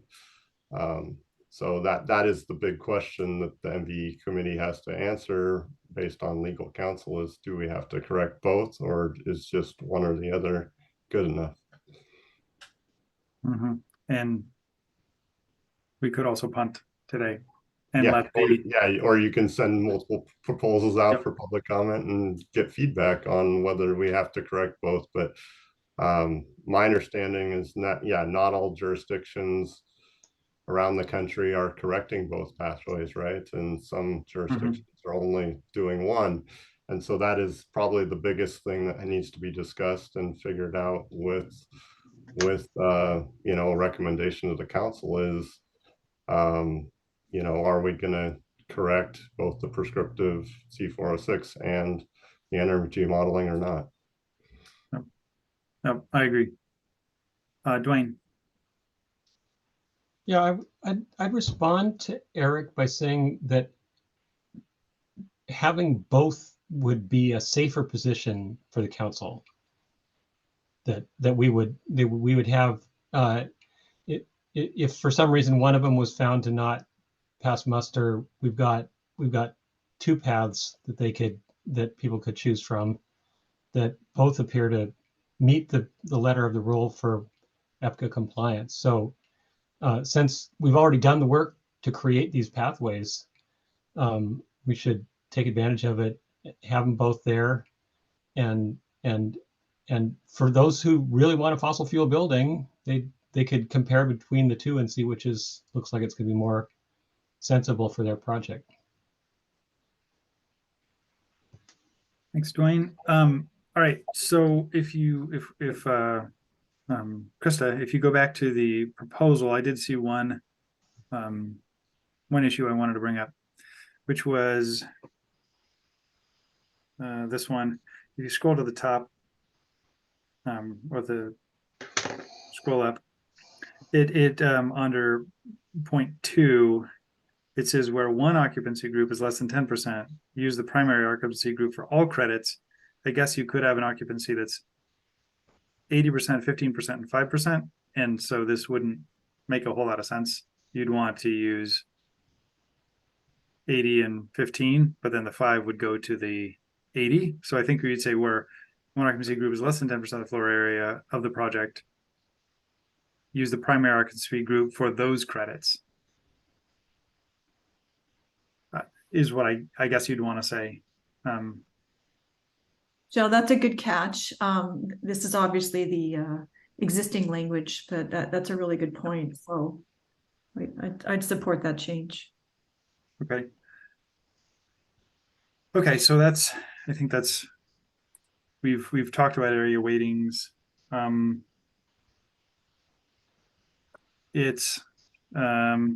have an hour and 20 minutes left. And we're about to get in some math. So the three things we wanted to bring up besides just the whole thing was the area weighting, the supplemental heat, which we've talked about, and then Shane Nillis has suggested a different version of math. And so I wanted to talk about that. And I use this math a little bit, and there's an Excel spreadsheet for it. And what I see that it does is the one in the Dwayne and Johnny version of 037 talk about the exceptions. So you get basically credit for complying with the exceptions under the for exceptions to heat pump water heaters and space heaters. What this does is you get credit for the exceptions, but you also get credit for there's an additional level that gives you credit for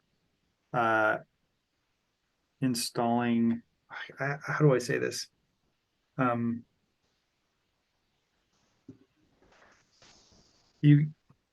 I guess I don't know how to say it clearly, but you get additional credit, I think, for, I don't know how to say it. Sorry, I thought I was ready to, I did a bunch of example problems, but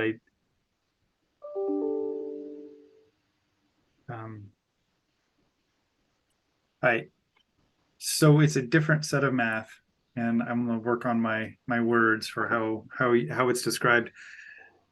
But basically, if you so the CR is equal to the additional number of credits required. So that's the same as in the equation in the 037 Johnny and Dwayne. The A is the same. It's the baseline number of credits from those same tables. And then this one has C over D, and C over D in this case is total fossil fuel space heating over total capacity. But then you add in the 1 minus fossil fuel over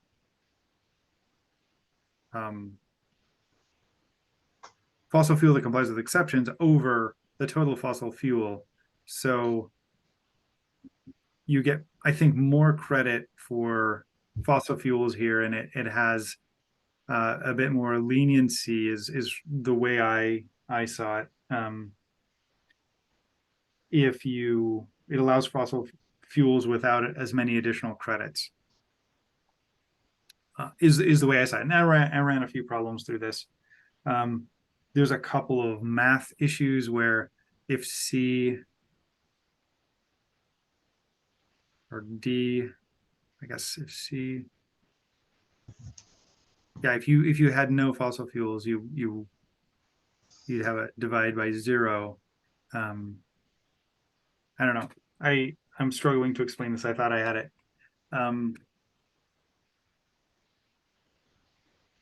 Anybody have any thoughts or comments on this?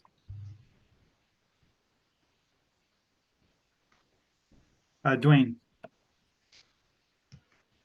Yeah, I want to say that I think this defeats the purpose of putting that equation in its original form in here, which was just to all I was doing was taking what is already exempt from being heat pump and moving it out of the equation, so that you only had to get credits for what's remaining that in the current code would require heat pump.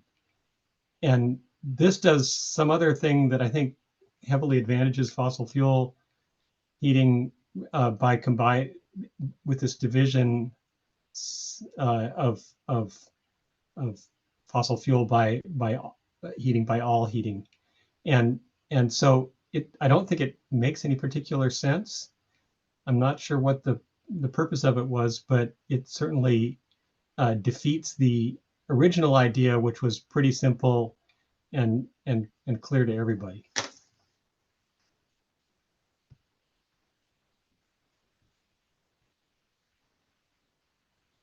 Thanks, Dwayne.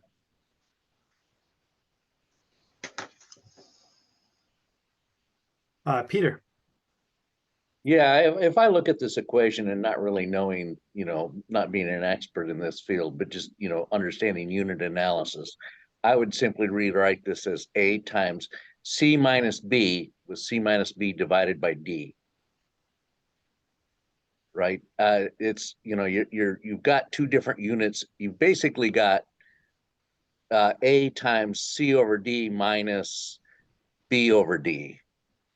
And that doesn't make unit sense in the total scheme of things. So I would rewrite it C minus B, which is your total fossil fuel minus the exceptions divided by your total heat capacity or heating capacity.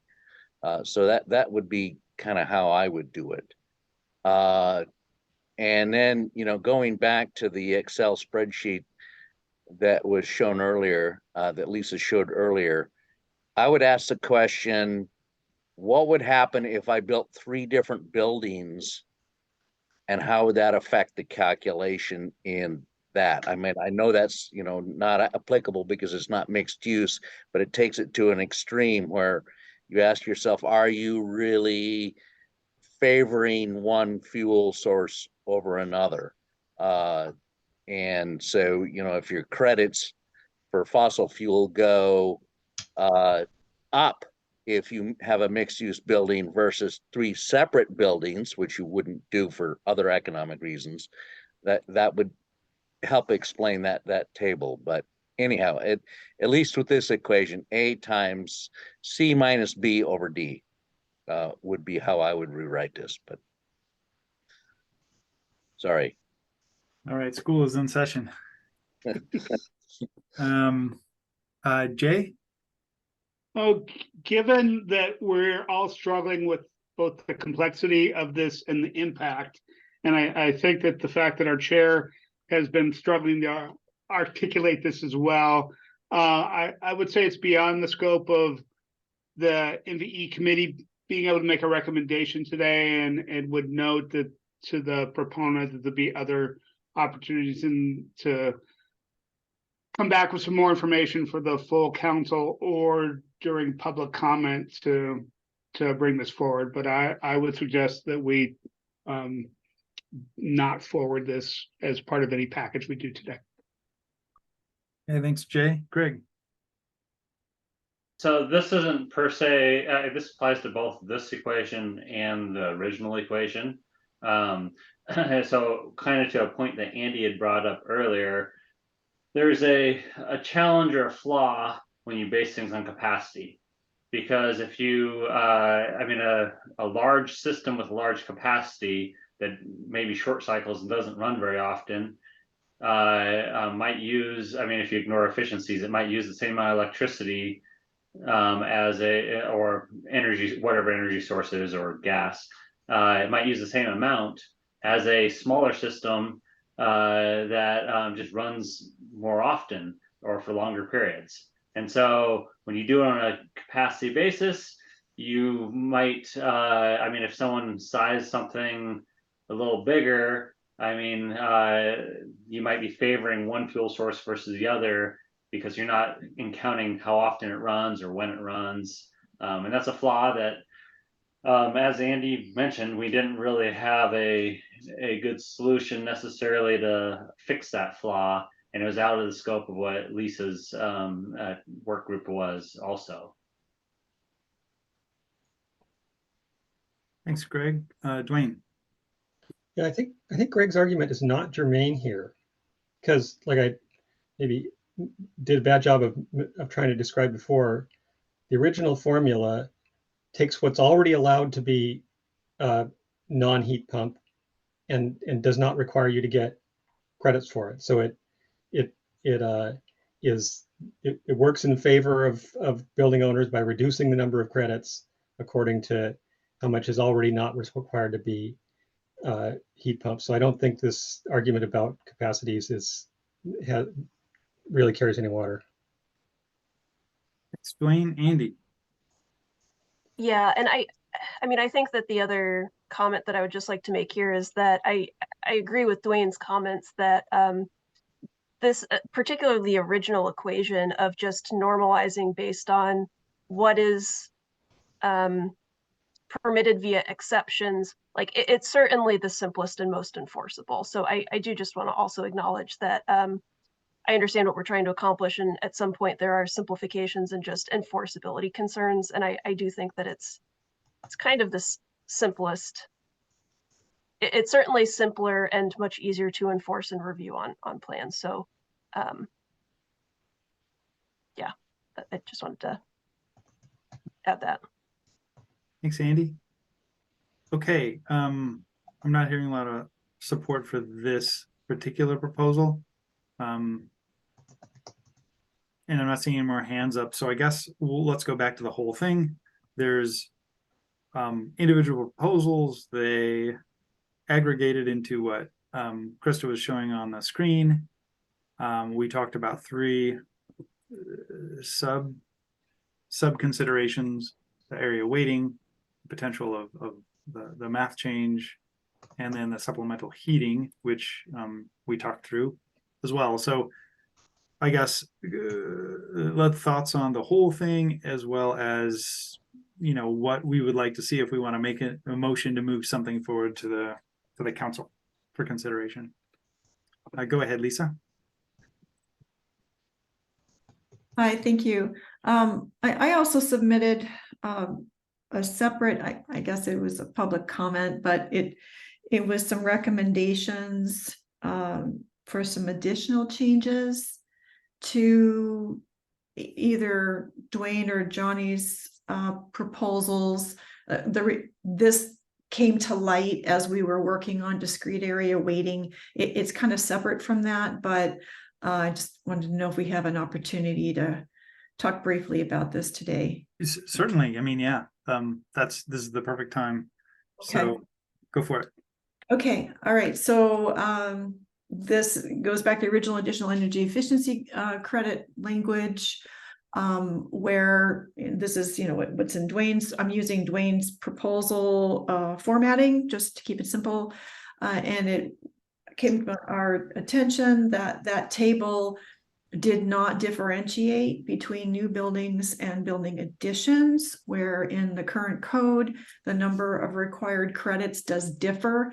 It's actually 50%. So if you have building addition, it only has to comply with 50% of the credits as a new building. And so what this proposal does, it says, okay, we're going to follow the same plan with these additional credits required in, say, the same, you know, these are the credits that are required for a new building, and then these are the credits are required, additional credits required if it's a building addition, and the numbers in here are 50%. So that lines up with the current code for the regular ones. And if you scroll up, there's some exceptions that were carried over into Dwayne's proposal, where it talks about, and again, these are the same as for the regular credits, that a low energy space or an equipment building only has to achieve 50% of the credits.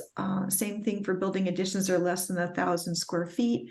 And so what this does is it makes some tweaks to that to make it really clear. We're talking about space heating, additional efficiency credit requirements, so that it's clear that we're pointing to the right place. I think the language is a little confusing. And if you scroll up a bit more to the bottom,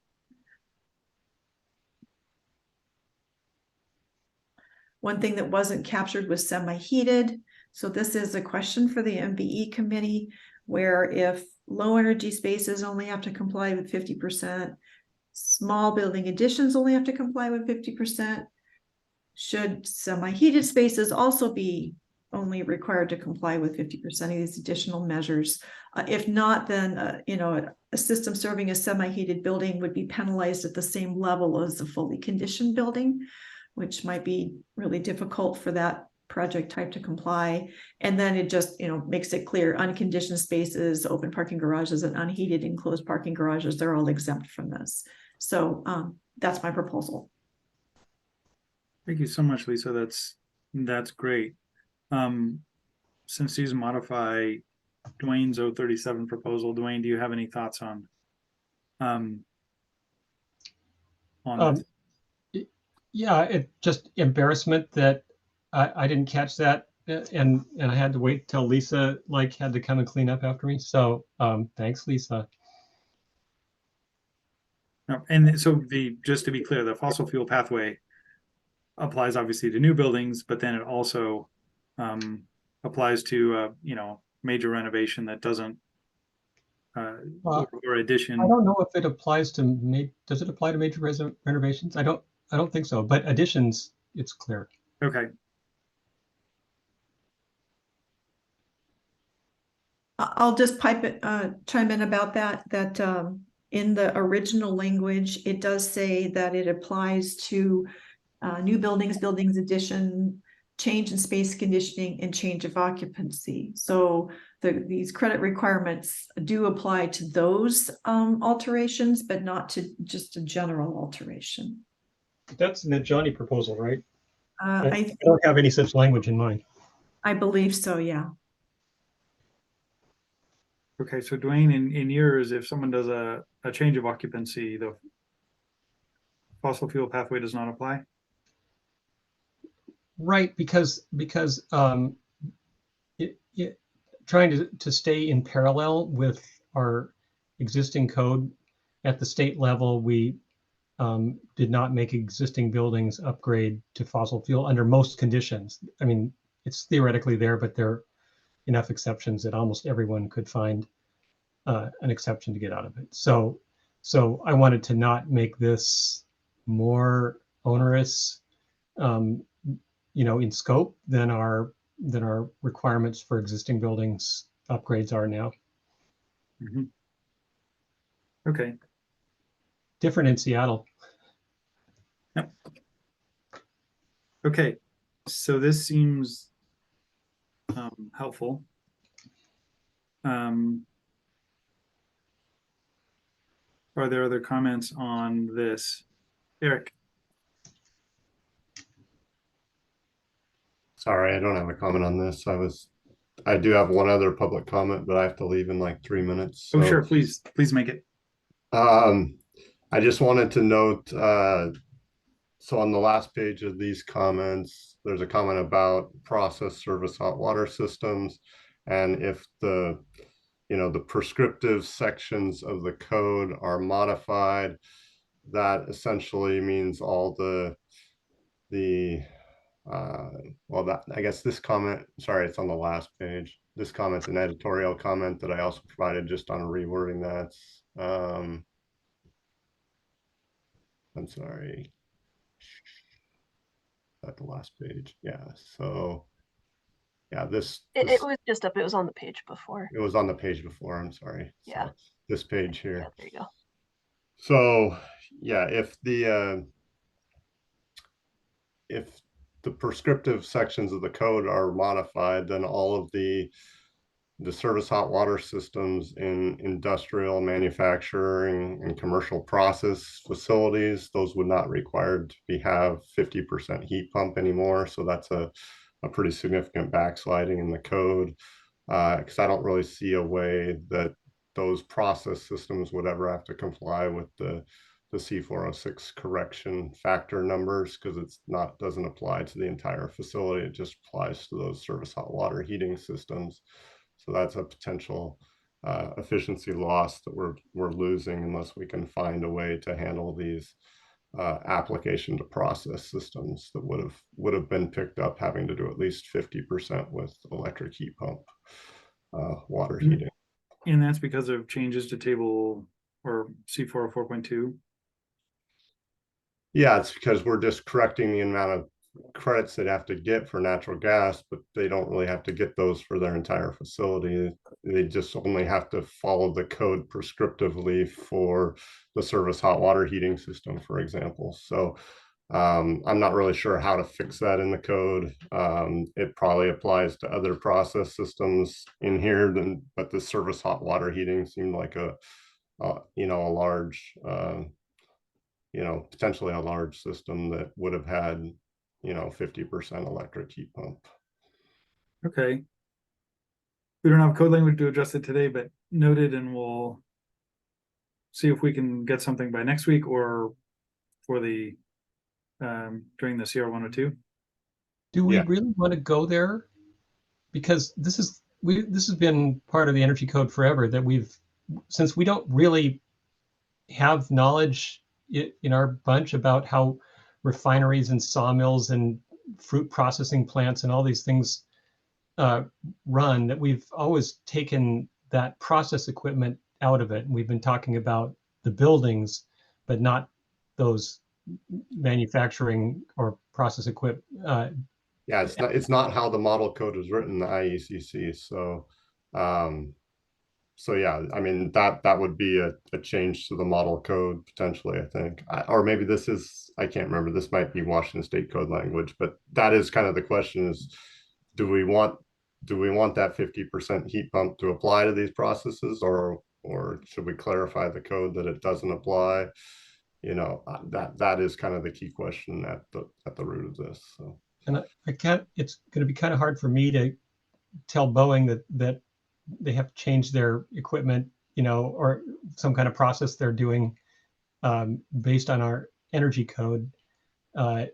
So the other problem it's technically currently governed the way it's written is what I'm saying, and it is governed, and the way the code was written, it would have to be 50% heat pump.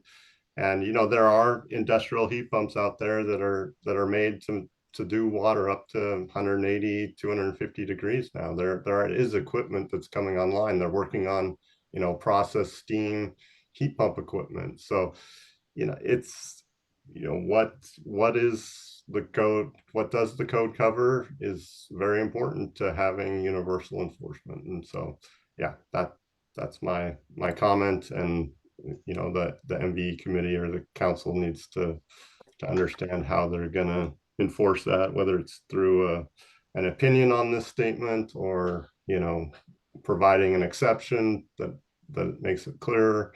But yeah, sorry, I do have to drop off for a meeting here. So yeah, no, we all work. Thank you for the opportunity to comment. So yeah, thanks. Okay.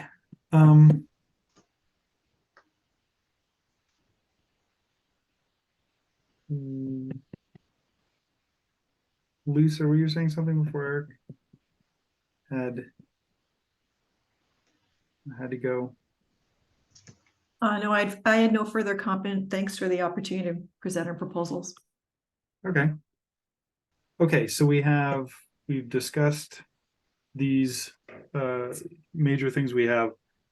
We could pass the whole thing. We could onto the council for a public comment process. Potentially, we could pass part of it. We could select one of the versions of 37 to pass on if we wanted to.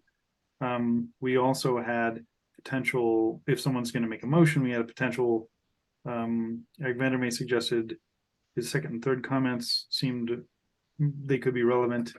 Then Lisa's area weighting proposal could be relevant. The additional credits in the tables probably should be added. And if anybody wanted to add anything else to that, I think we could, but it seems like we've discussed this, we have ideas on it, and we can discuss further. I think someone could also make motions right now to pass parts of this or the whole thing. So Todd.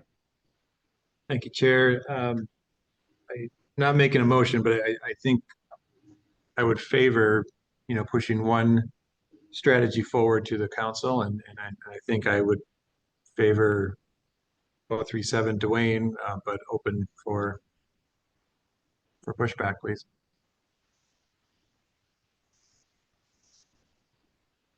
Katie, you put your actual hand up. Actual, like, this is just a question I had. Maybe it's, it really is just a question, but by separating out a particular fossil fuel, the way the Dwayne proposal does it create an implied preference for that? Or, you know, in the reading of it, since the typical way, according to Krista, of reading this and editing these is more on the Johnny side. So just wondering, you know, by having it up at the top, the first thing, and I know that it's, you know, maybe ease of changing it later, but we're doing it right now. I'm just wondering if anybody had any opinion about that. Could I toss in a Yeah, potential? please. One is that we also have an appendix F, you know, that to my knowledge no one has ever used. Seattle has right up front a target performance path that's occasionally used. I can't see how I mean, project teams will be looking hard at where they're going to have to spend the most money and what's going to satisfy their project goals most carefully. So they will take which path looks clearest to them. Thank you.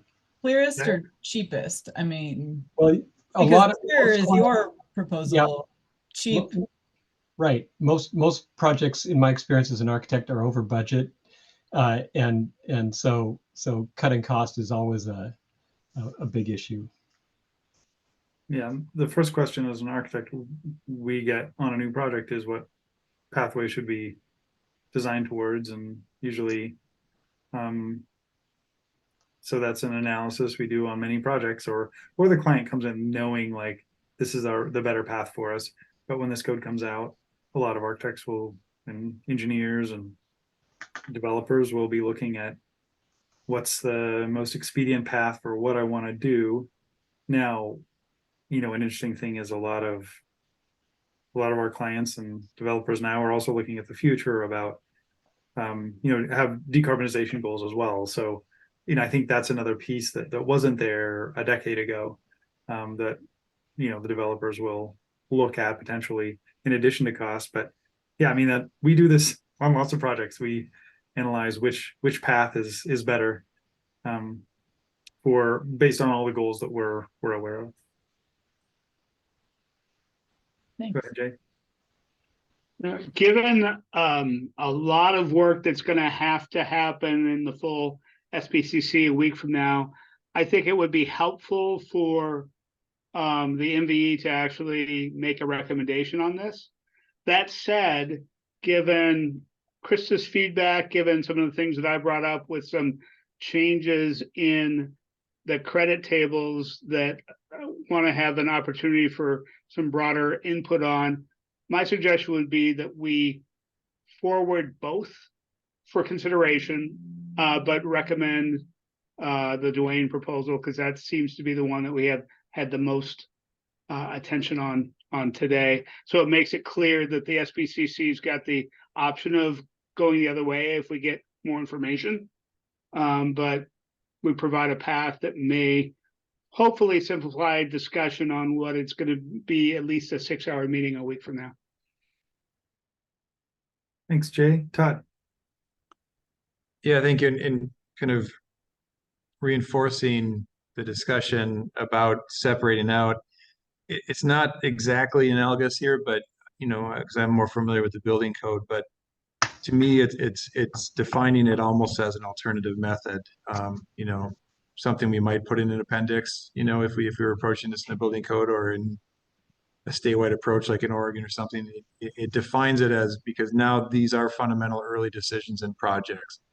This will be the first thing that's considered, is whether or not a building, even to the discussion of shell and core, is committing to this type of infrastructure, this type of strategy, this type of environmental impact approach. It is a fundamental decision now in buildings. So I like separating it out for comparative, you know, purposes at the beginning of projects. So that's my argument for supporting the Duane approach.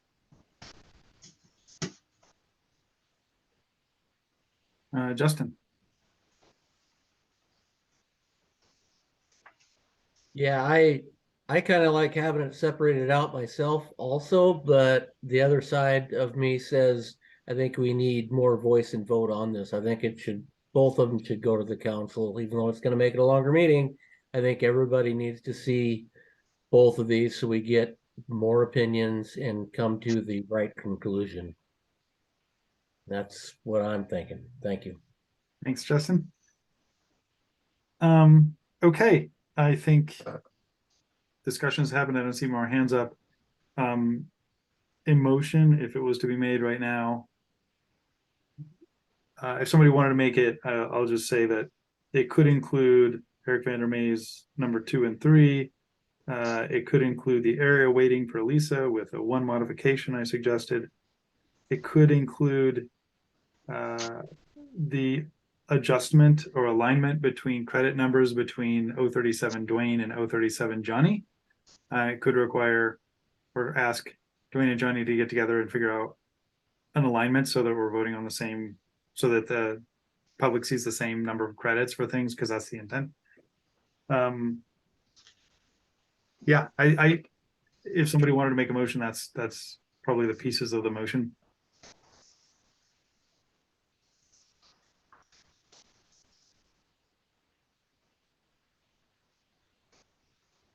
I'd simply say so moved to that, Shell, but I think you did give a couple options in there with the Dwayne and Johnny options there. I think that is important if we push forward both to the council, that the council understands these are apple to apple, like these are similar proposals. And if there are differences, that those are clearly diagrammed out. I'm not sure I fully understand the subtle differences between those two at this point either. So I would need help in that also. Yeah, I think I was referring specifically to the alignment of credit, the numbers of credits for different things that are off by between 2 and 12. And I feel like they could easily just be made the same numbers in both things. It does appear that there's a difference in supplemental heat between the two of them.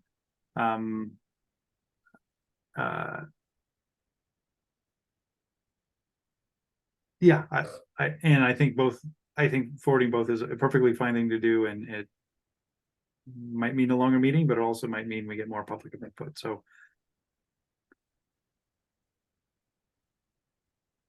did you make a motion, Todd? I think we'll let Jay make it right now. Okay. Okay, I move that the MVE committee recommend the tag recommendations, forwarding both the Johnny and Dwayne proposals with amendments, Vandermeer 2 and 3, the Rosenow Working Group amendment, and the Rosenow Building Addition amendment. And if that captures everything, Shell, I will second that. Okay.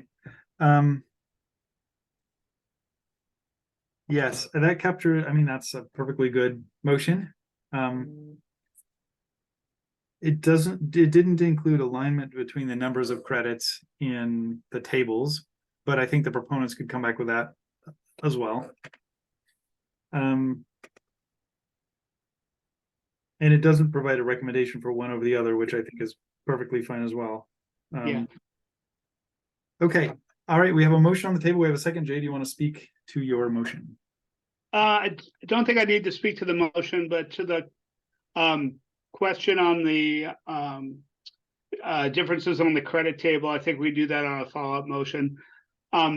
Unlike what we've dealt with before, we don't have the advantage of Johnny being in the room today.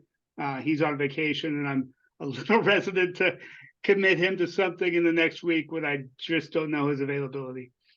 But we can deal with that in a supplemental motion. Thank you. Thanks, Jay. Todd, Johnny is out of the country for a couple of weeks. Todd, did you want to speak as a seconder of the motion? Yes, I agree that I would like to, if it's not a secondary motion or an amendment, I would at least request that we have that very clearly, a comparison of those differences for the council. Okay, sounds good. Peter. Oh, yeah, okay, I'm on. Yeah, I thought there was a general consensus that we would favor the Dwayne proposal and make a recommendation that be the major our consensus there. And I'd like to make an friendly amendment if that's possible to do that. So that was all I wanted to say. Is that friendly, Jane? I actually deliberately didn't make a recommendation and would suggest to Peter that we handle that as a separate vote. Thank you. Okay. Okay, we have a motion. We have a second. Is there other discussion on this? The motion, and I'm going to restate the motion. It is to pass the recommendations of the tag, including both versions of 037, plus Eric Vandermeer's second and third comments, plus the area weighting that Lisa suggested with the one modification, plus the Lisa's building addition modification to a table and to language that was presented earlier. That is the motion as I heard it, understand it. Okay, Poppy. I had two comments. One is that if Chair, point of order. Sure. Sorry to interrupt you, Poppy, but is public comment allowed during motion? I am unsure of that. Staff?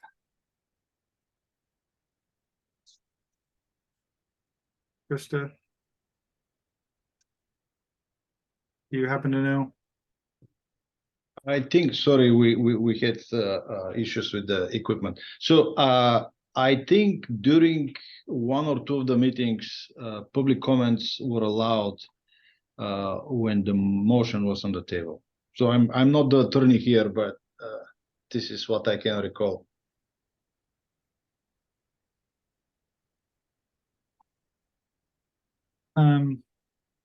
I will allow it, not knowing. So Poppy, go ahead. Okay, thank you. I had two comments. One is that it is my recollection that the credits were supposed to align across Johnny's and Dwayne's. There was a lot of back and forth when the analysis was being done, and that was the intention, and I believe that was the intention, pardon me, in the actual proposal. So it does make sense to go back and check everything, but I'm pretty sure that that was actually the intention, and it wouldn't be difficult to just align them. And my second comment is, and maybe Dwayne has a response to this, but considering Katie's comment about the default of setting the fossil fuel path as the default, I'm wondering if there's a reason why it needs to be set as the default, because all of the current language could be the same, but you could make the default that series of the heat pump path and then put, what is it, 401.2 or whatever it is, you could put as the as one of the options. So I just wanted to mention that at this point in the process, since that was something that Katie had asked about. Would you like me to respond, Chell? You can. Sure. I was when I put this together, I was conscious that we needed to make it extremely clear that the fossil fuel pathway was permitted, and so I made it just in the wording there primary. So you can either do the fossil fuel path or you can do the rest of the code to make it extra clear that there is no doubt that was not only allowed, but it was put right up front. So this was a defensive move on my part for whatever lawyers are coming along behind us. Thanks, Okay. Dwayne. All right, Respond to the comment. go ahead, Poppy. Yeah, I would just say that to comply with EPCA, it doesn't have to be extra clear, and that having the heat pump path as the default, and default settings we know are very important in terms of decision making, that that having the heat pump pathway as the default would align more with the original intent of the 2021 code. So I just wanted to make that comment. Thanks, Poppy. Okay. I think we're probably ready to vote. Let's do a roll call vote on this. So the motion, I'm going to just restate it again. It's to pass the tag recommendations, including both versions of 037, plus Eric Vandermeer's comments number 2 and 3, plus area waiting for Lisa, plus Lisa's building addition modifications. And that is the motion as I see it. So go ahead and do a roll call. Justin, Aye. Jay, Aye. Todd, Aye. Peter, Aye. Katie. Okay.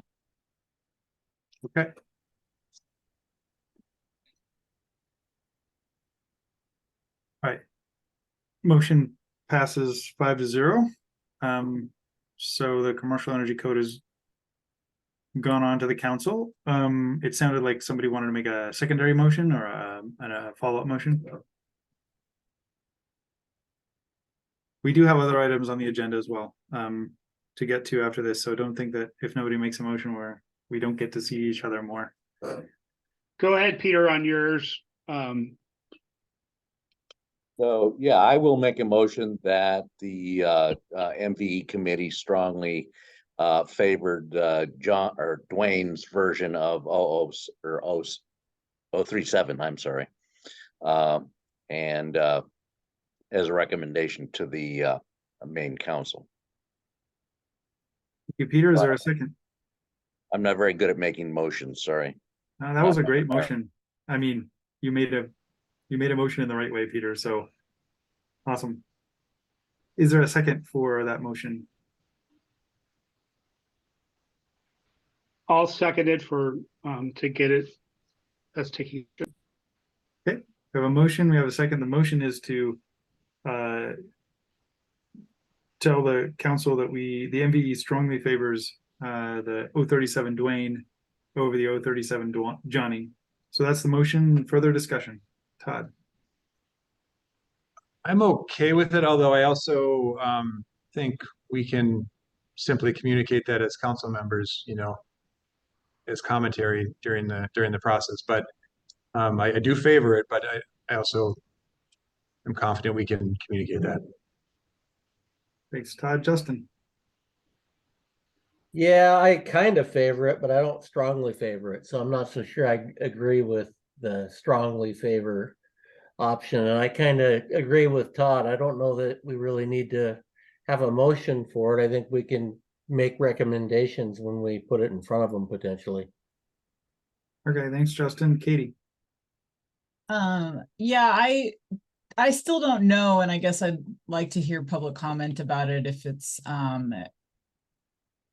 considered if it's a really important issue. I think the public will come out and say it. Yeah, I think the motion was whether the MVE committee strongly favors the Dwayne proposal, not whether the public does. So yeah, I guess what I'm saying is that I'm not sure I have an opinion yet. Okay. And I would be interested in what public comment was. Oh, okay. Okay. That's fair. Justin, you have your hand up? Sorry, forgot to put it down. My bad. Okay, Jay. I just wanted to say I'll be voting against this motion, but thought it would be important for us to get on the record whether we have a recommendation or not. Thanks. Micah. Thanks. I know it's up for motion. I'm torn on this, although I'm not voting. It's important to have some recommendation from the MVE, and I think it would benefit the full council, especially considered our shortened time frame to try to get this wrapped up. Because if the council can't make a decision between these two proposals, and there was no recommendation from the MVE, although you might go, well, we more or less favored this one, I think it's going to drag the process out even further. I think everybody spent a lot of time here today, and it would be nice if the MVE committee would actually make a recommendation instead of just moving forward with the tag move forward, in this instance, just based on the timeline. I know there's some other changes that maybe need to be vetted, but we still may not get through these proposals anyway, based on whether or not it meets the ethical requirements at this point or not. We don't know that yet. So, especially on the commercial side. Thanks. Thanks, Micah. Greg. I mean, this is great feedback. I mean, this isn't going to be a helpful comment, but I think we spent more time on the Johnny's proposal during the tag, and then, but Johnny's not here, and we're spending more time on Dwayne's at this one. So, and I didn't really hear a clear preference at the tag, but I guess this is good feedback that for future tag meetings, we probably need to offer more preferences because we didn't do that. Thanks, Greg. Katie. I appreciate what Micah just said. So I guess if we could say we favor a friendly amendment to this one, to say that we favor the Dwayne proposal, but maybe not strongly. I would accept that amendment. Okay, thank you. I think I could add to that. Okay. So Peter, you made the motion, and Jay, were you the second? Okay, I think you're good with that. Okay, so now the motion on the table is to say the MVE committee favors the 037 Dwayne. Okay, is there further discussion on this motion? Okay, let's do a roll call vote on this one. Justin? Aye. Jay? No.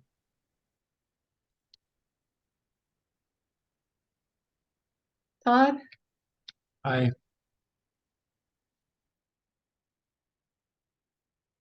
Peter? Aye.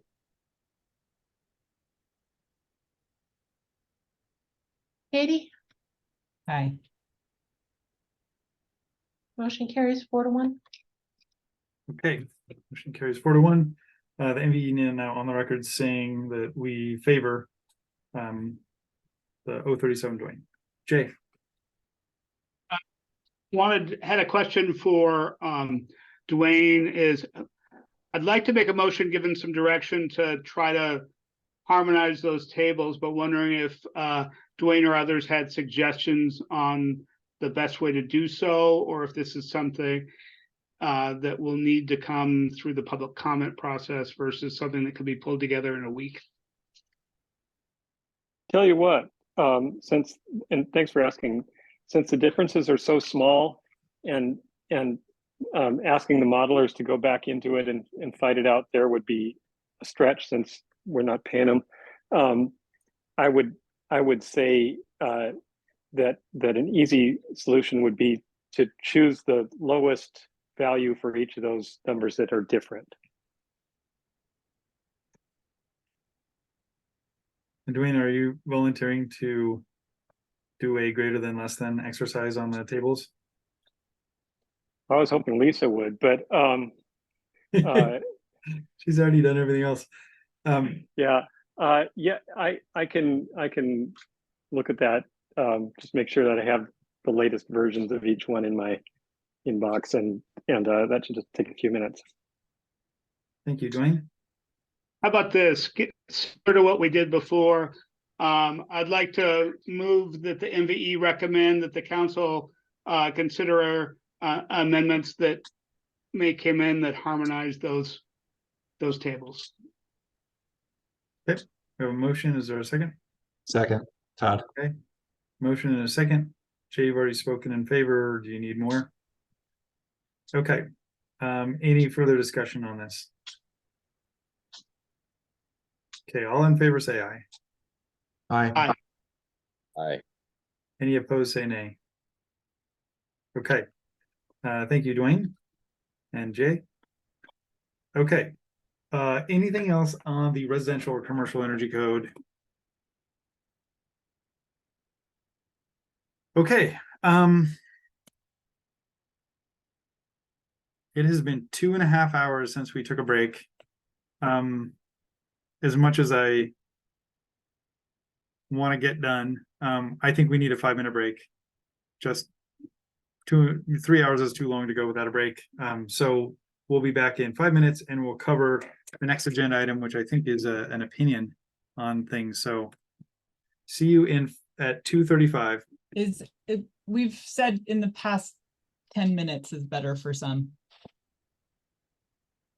Yes, I know we only have a half 30 minutes left, and all right, 5 minutes it is. I'm just trying to make sure we don't have to extend the meeting. I'm sorry about that. We'll see you in 5 minutes.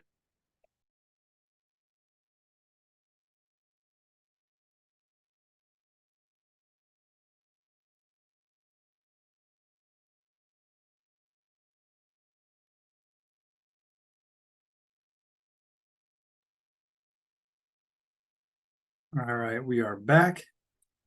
The next agenda item, I believe, is yes, an opinion. And this is City of Bellevue. Do we have anybody from City of Bellevue on the call? Yeah, Nate Tilson here, City of Bellevue. I'm the one who wrote the question for the interp. Thank you, Nate. Sorry you had to wait all this time. That's okay. It was interesting. Good. Okay. So do you want to briefly introduce why the question is being submitted, etc.? Yeah, ultimately this came down to a question about townhouses and single family homes and a difference in opinion on my staff, whether if a building is constructed in such a way that it kicks it out of the IRC, does that inherently kick it into the commercial energy code? There's been a little bit of restructuring under the definition of residential building. It's got like 4 items. One is single family homes and townhouses, but then there's a separate section on, buildings more than 3 stories. So it was a little unclear if a 4-story IBC townhouse fell under the residential energy code or the commercial energy code. And then did it matter if there are 3 townhouses because they have firewalls every 2 units, or does it matter if there are 2 townhouses when fundamentally energy code wise, I would assume it would be the same. So that's inherently what I'm trying to ask here. Or a 4-story single family home, like that's not an IRC building, but it seems to me it makes more sense to be a residential energy code building. So inherently that's it, if that makes sense. Yep, that makes sense. And when you said the definition, you're talking about the definition within the residential energy code, which was changed. Right. It seemed like it was clarified to create 4 separate bullet points instead of one like kind of paragraph. So. Yep. Okay. And the answer, so staff drafts an answer, which is up above, which suggests that a 4-story would in fact be still under the residential energy code. And then of course that means that the answer number 2 is that it didn't really change. So okay, do you have anything else to say, Nate, while you're here? I don't. I read the draft, and that's the way I've read it, but I know that's the opposite of what I did. Reach out to, WSU Energy Code, and they gave me kind of a, well, it depends answer, and they were under the impression that, like, the person I talked to at least was like, well, it matters how many stories below grade it is too, and I'm like, well, that's not in the definition anywhere. So I think just having it clarified in an opinion would make it easier going forward. Thank you. Are there MVE or public thoughts on the opinion? I think it's pretty clear. If you want to scroll down to the definitions, I think it's pretty clear from the definitions in the residential energy code. And there are some things that happen where a building is under the residential code, but or under the commercial code. Sometimes the building codes are different than the energy codes with regards to the words residential and commercial. So it is sometimes confusing when a building is commercial under the building code, but residential under the energy code. And I think that's what this is trying to address. Go ahead, Mike.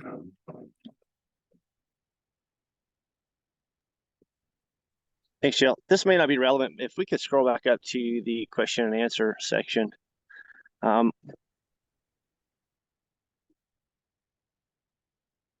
Last cycle we did, since Nate, you can correct me if I'm wrong, you are indicating that this is specific to the townhouse unit and not the townhouse. Townhouse is now defined in the building code. Of course, again, this is residential, but if we want to kind of correlate a little bit, in the building code and residential code, a townhouse unit is the single unit, the single family dwelling unit, where a townhouse is now specified as the 3-unit building. So it may not be relevant here, but I just wanted to point that out if we want to kind of be consistent in our terminology, where the townhouse is 3 units in a building, where a townhouse unit is the individual unit itself. Thanks. Can you repeat that, Micah? A townhouse is the individual unit, but what is the 3-building complex? So under the new definition in the residential code and the building code, a townhouse is defined as a building with 3 townhouse units. Okay. Where a townhouse unit is the individual unit. And I think in this instance, you are specifically talking about the individual townhouse unit as the single family or 1-family dwelling unit. Okay. Not the 3 separate units. Again, maybe not relevant, but just wanted to point out that inconsistency. So the answer might want to say 1 and 2 family homes and townhouse units. Just to clarify though, does that change like how the residential energy code or commercial energy code was applied? Like townhouse is a defined term in the building codes, and so that's why I used it in this, even though I was trying to be as clear as possible. But if there's some clarification, I'd be happy to amend it or work with whatever makes sense. No, I think that if you scroll down, I think like I said, I'm not sure what's wrong. Yeah, down here, I think it just says multiple single family dwellings, parenthetically townhouses. I know the building and residential codes like to use the term single family, but it'd be clear if it used attached. Is that not defined in, am I forgetting if that's defined in the IRC or IBC? It's not relevant here, but I understand, Micah, what you're saying. If we could say that it's an attached dwelling unit or whatever it's going to be, Right, a townhouse unit is just a single family unit, or the 1-family unit. Right, but you know what I'm saying, again, right? We're cleaning this up in both in our zoning codes, getting rid of the term single family, and it's very clear now attached or detached units, right? Building code's not there yet, obviously. Right, but I still think that attached units can be different than a townhouse unit, even though they're very similar. Again, it may not be relevant here. I don't want to throw a monkey wrench in this and drag it out. You guys have been here long enough. If you guys see it as fit now, that's fine. I just didn't want somebody to come in and say, hey, does this apply to the townhouse building or the townhouse unit? It's probably clear enough. I think the opinion is correct. So I that's the important part here. But yeah, I don't know that we need to change the answer.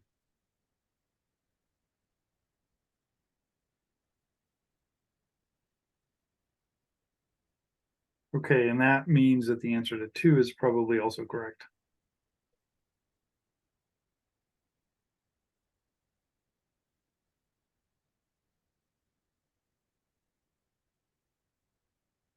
Okay, anybody else have comments on the answers?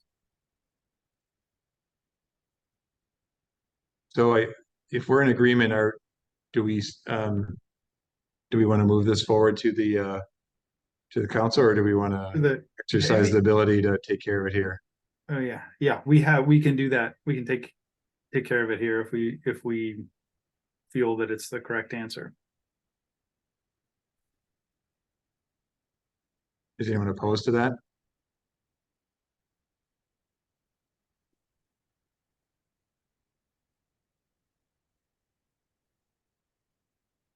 Chair, I defer to you, obviously. Right. Anybody want to make a motion?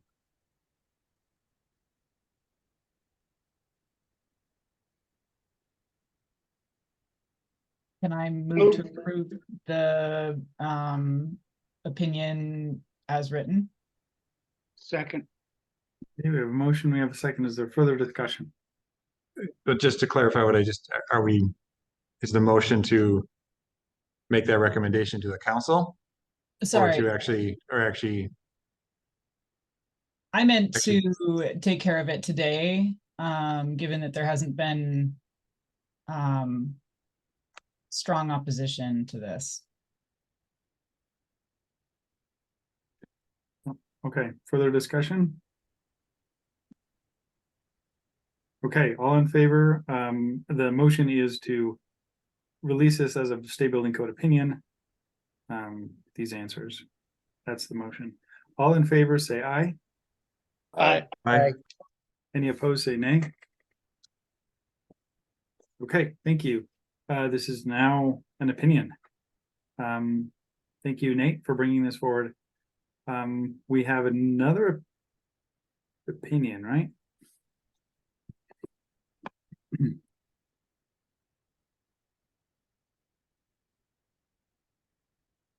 And this is just staff bringing this forward based on a number of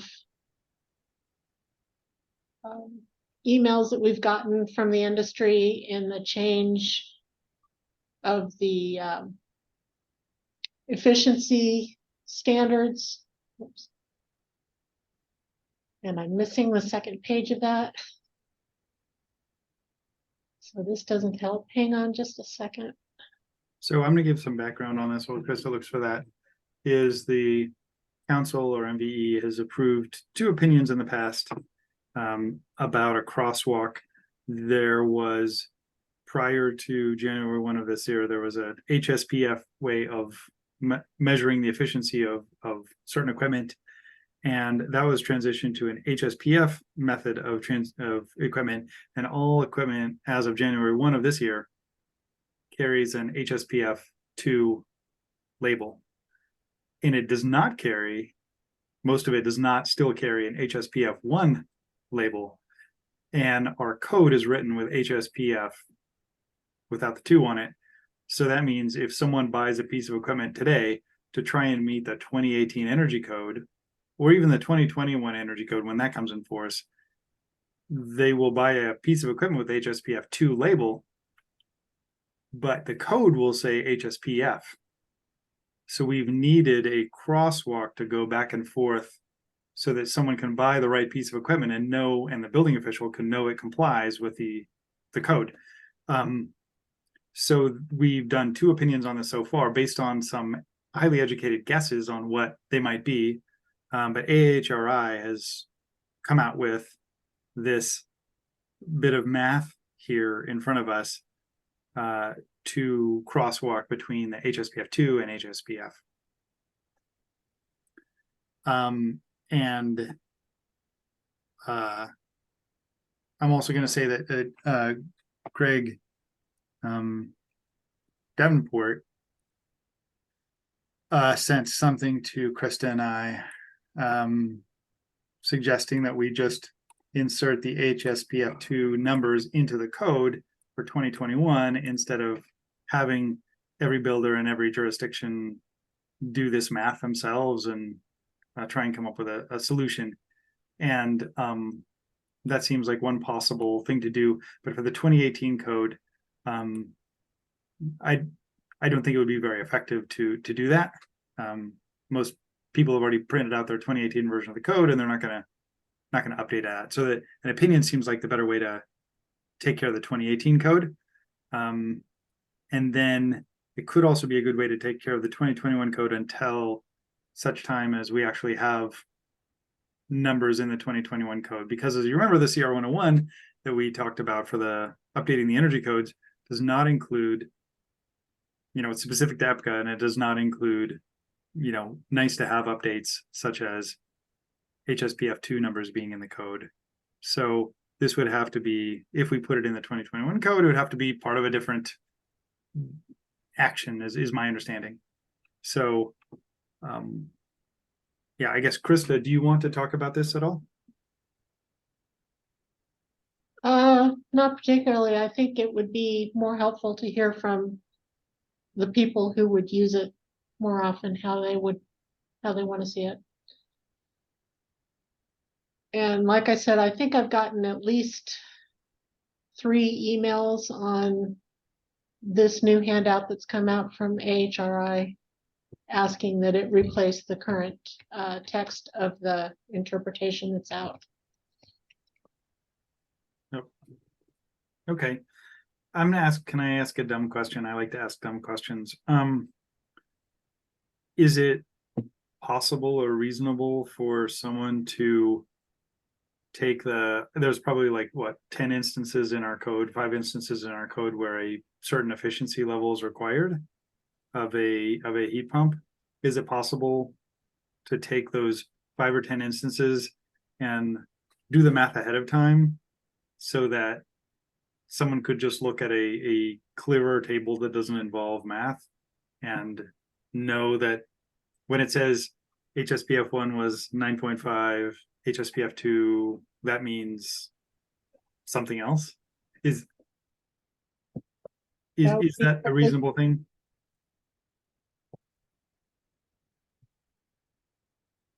I don't see why we couldn't do that. Seems like that would be a great service to lots of Washingtonians that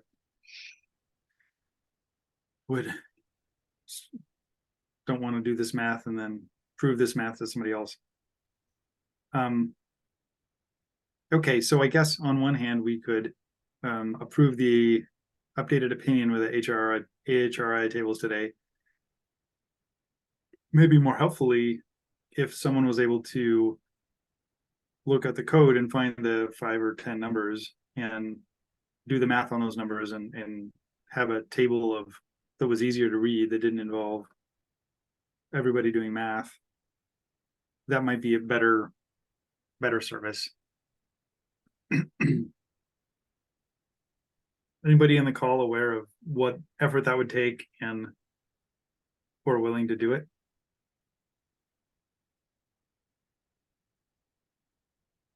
Kel, just to be clear, you're not opposed to releasing this table as is. You're just thinking of ways to improve it over. Okay. Yeah, when we've done opinions before, we said this is effective until AHRI or DOE comes out with an actual crosswalk. Right. And this is that thing. Yep. So I like it, but I don't know. I feel like if I was a builder, I would want something more clear. And since we only call out the efficiency numbers a few times, it seems like someone could come up with that. We could do that as a separate opinion or something else. But if it was able to be part of this opinion, that would be amazing, because then it would save a lot of people a lot of math. Bill, would you want that for both the 2018 and the 2021, or just the 2021? Well, I'm going to turn it back on you, Krista, which is if the 2021, let's say the 2021 went into effect on October 28th, which is the current, whatever, that's the current date. Would we be able to get the HSPF2 numbers in the code by that date? No, not unless we did it as just not rulemaking, but like an informational note within the code itself, but not part of the WAC. Okay, yeah, I think Kind it of should like be, how Seattle does their interpretive statements within the codes. yeah. I don't particularly like going that route, but Yeah, I think making sure it's part of whatever 2021 code is finally published would be important. So I guess I'm fine with this opinion today, and I think it should apply to 2021 because I don't know that it will be in the 2021 code whenever it goes into force. And I would just rather not have to do another emergency rule to do that. I don't know. Maybe it doesn't save any time, but I think the 2021, if it applied to the 2021 code, that would, it wouldn't hurt and it might be helpful.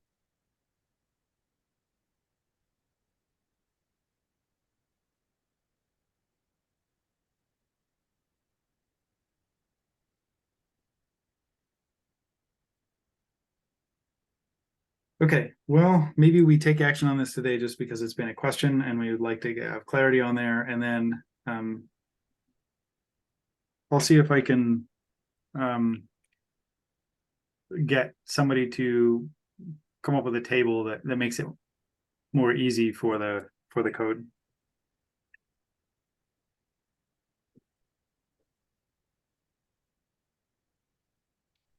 Okay, so the opinion, do you want to go up to the opinion part of the opinion and people can read that? So this would supersede two prior opinions that had a provisional crosswalk.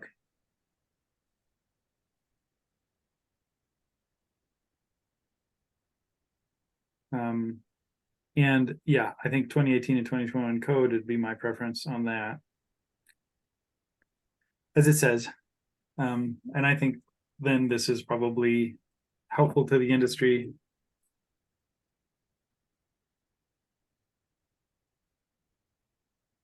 Okay, any discussion on this, or does somebody want to make a motion?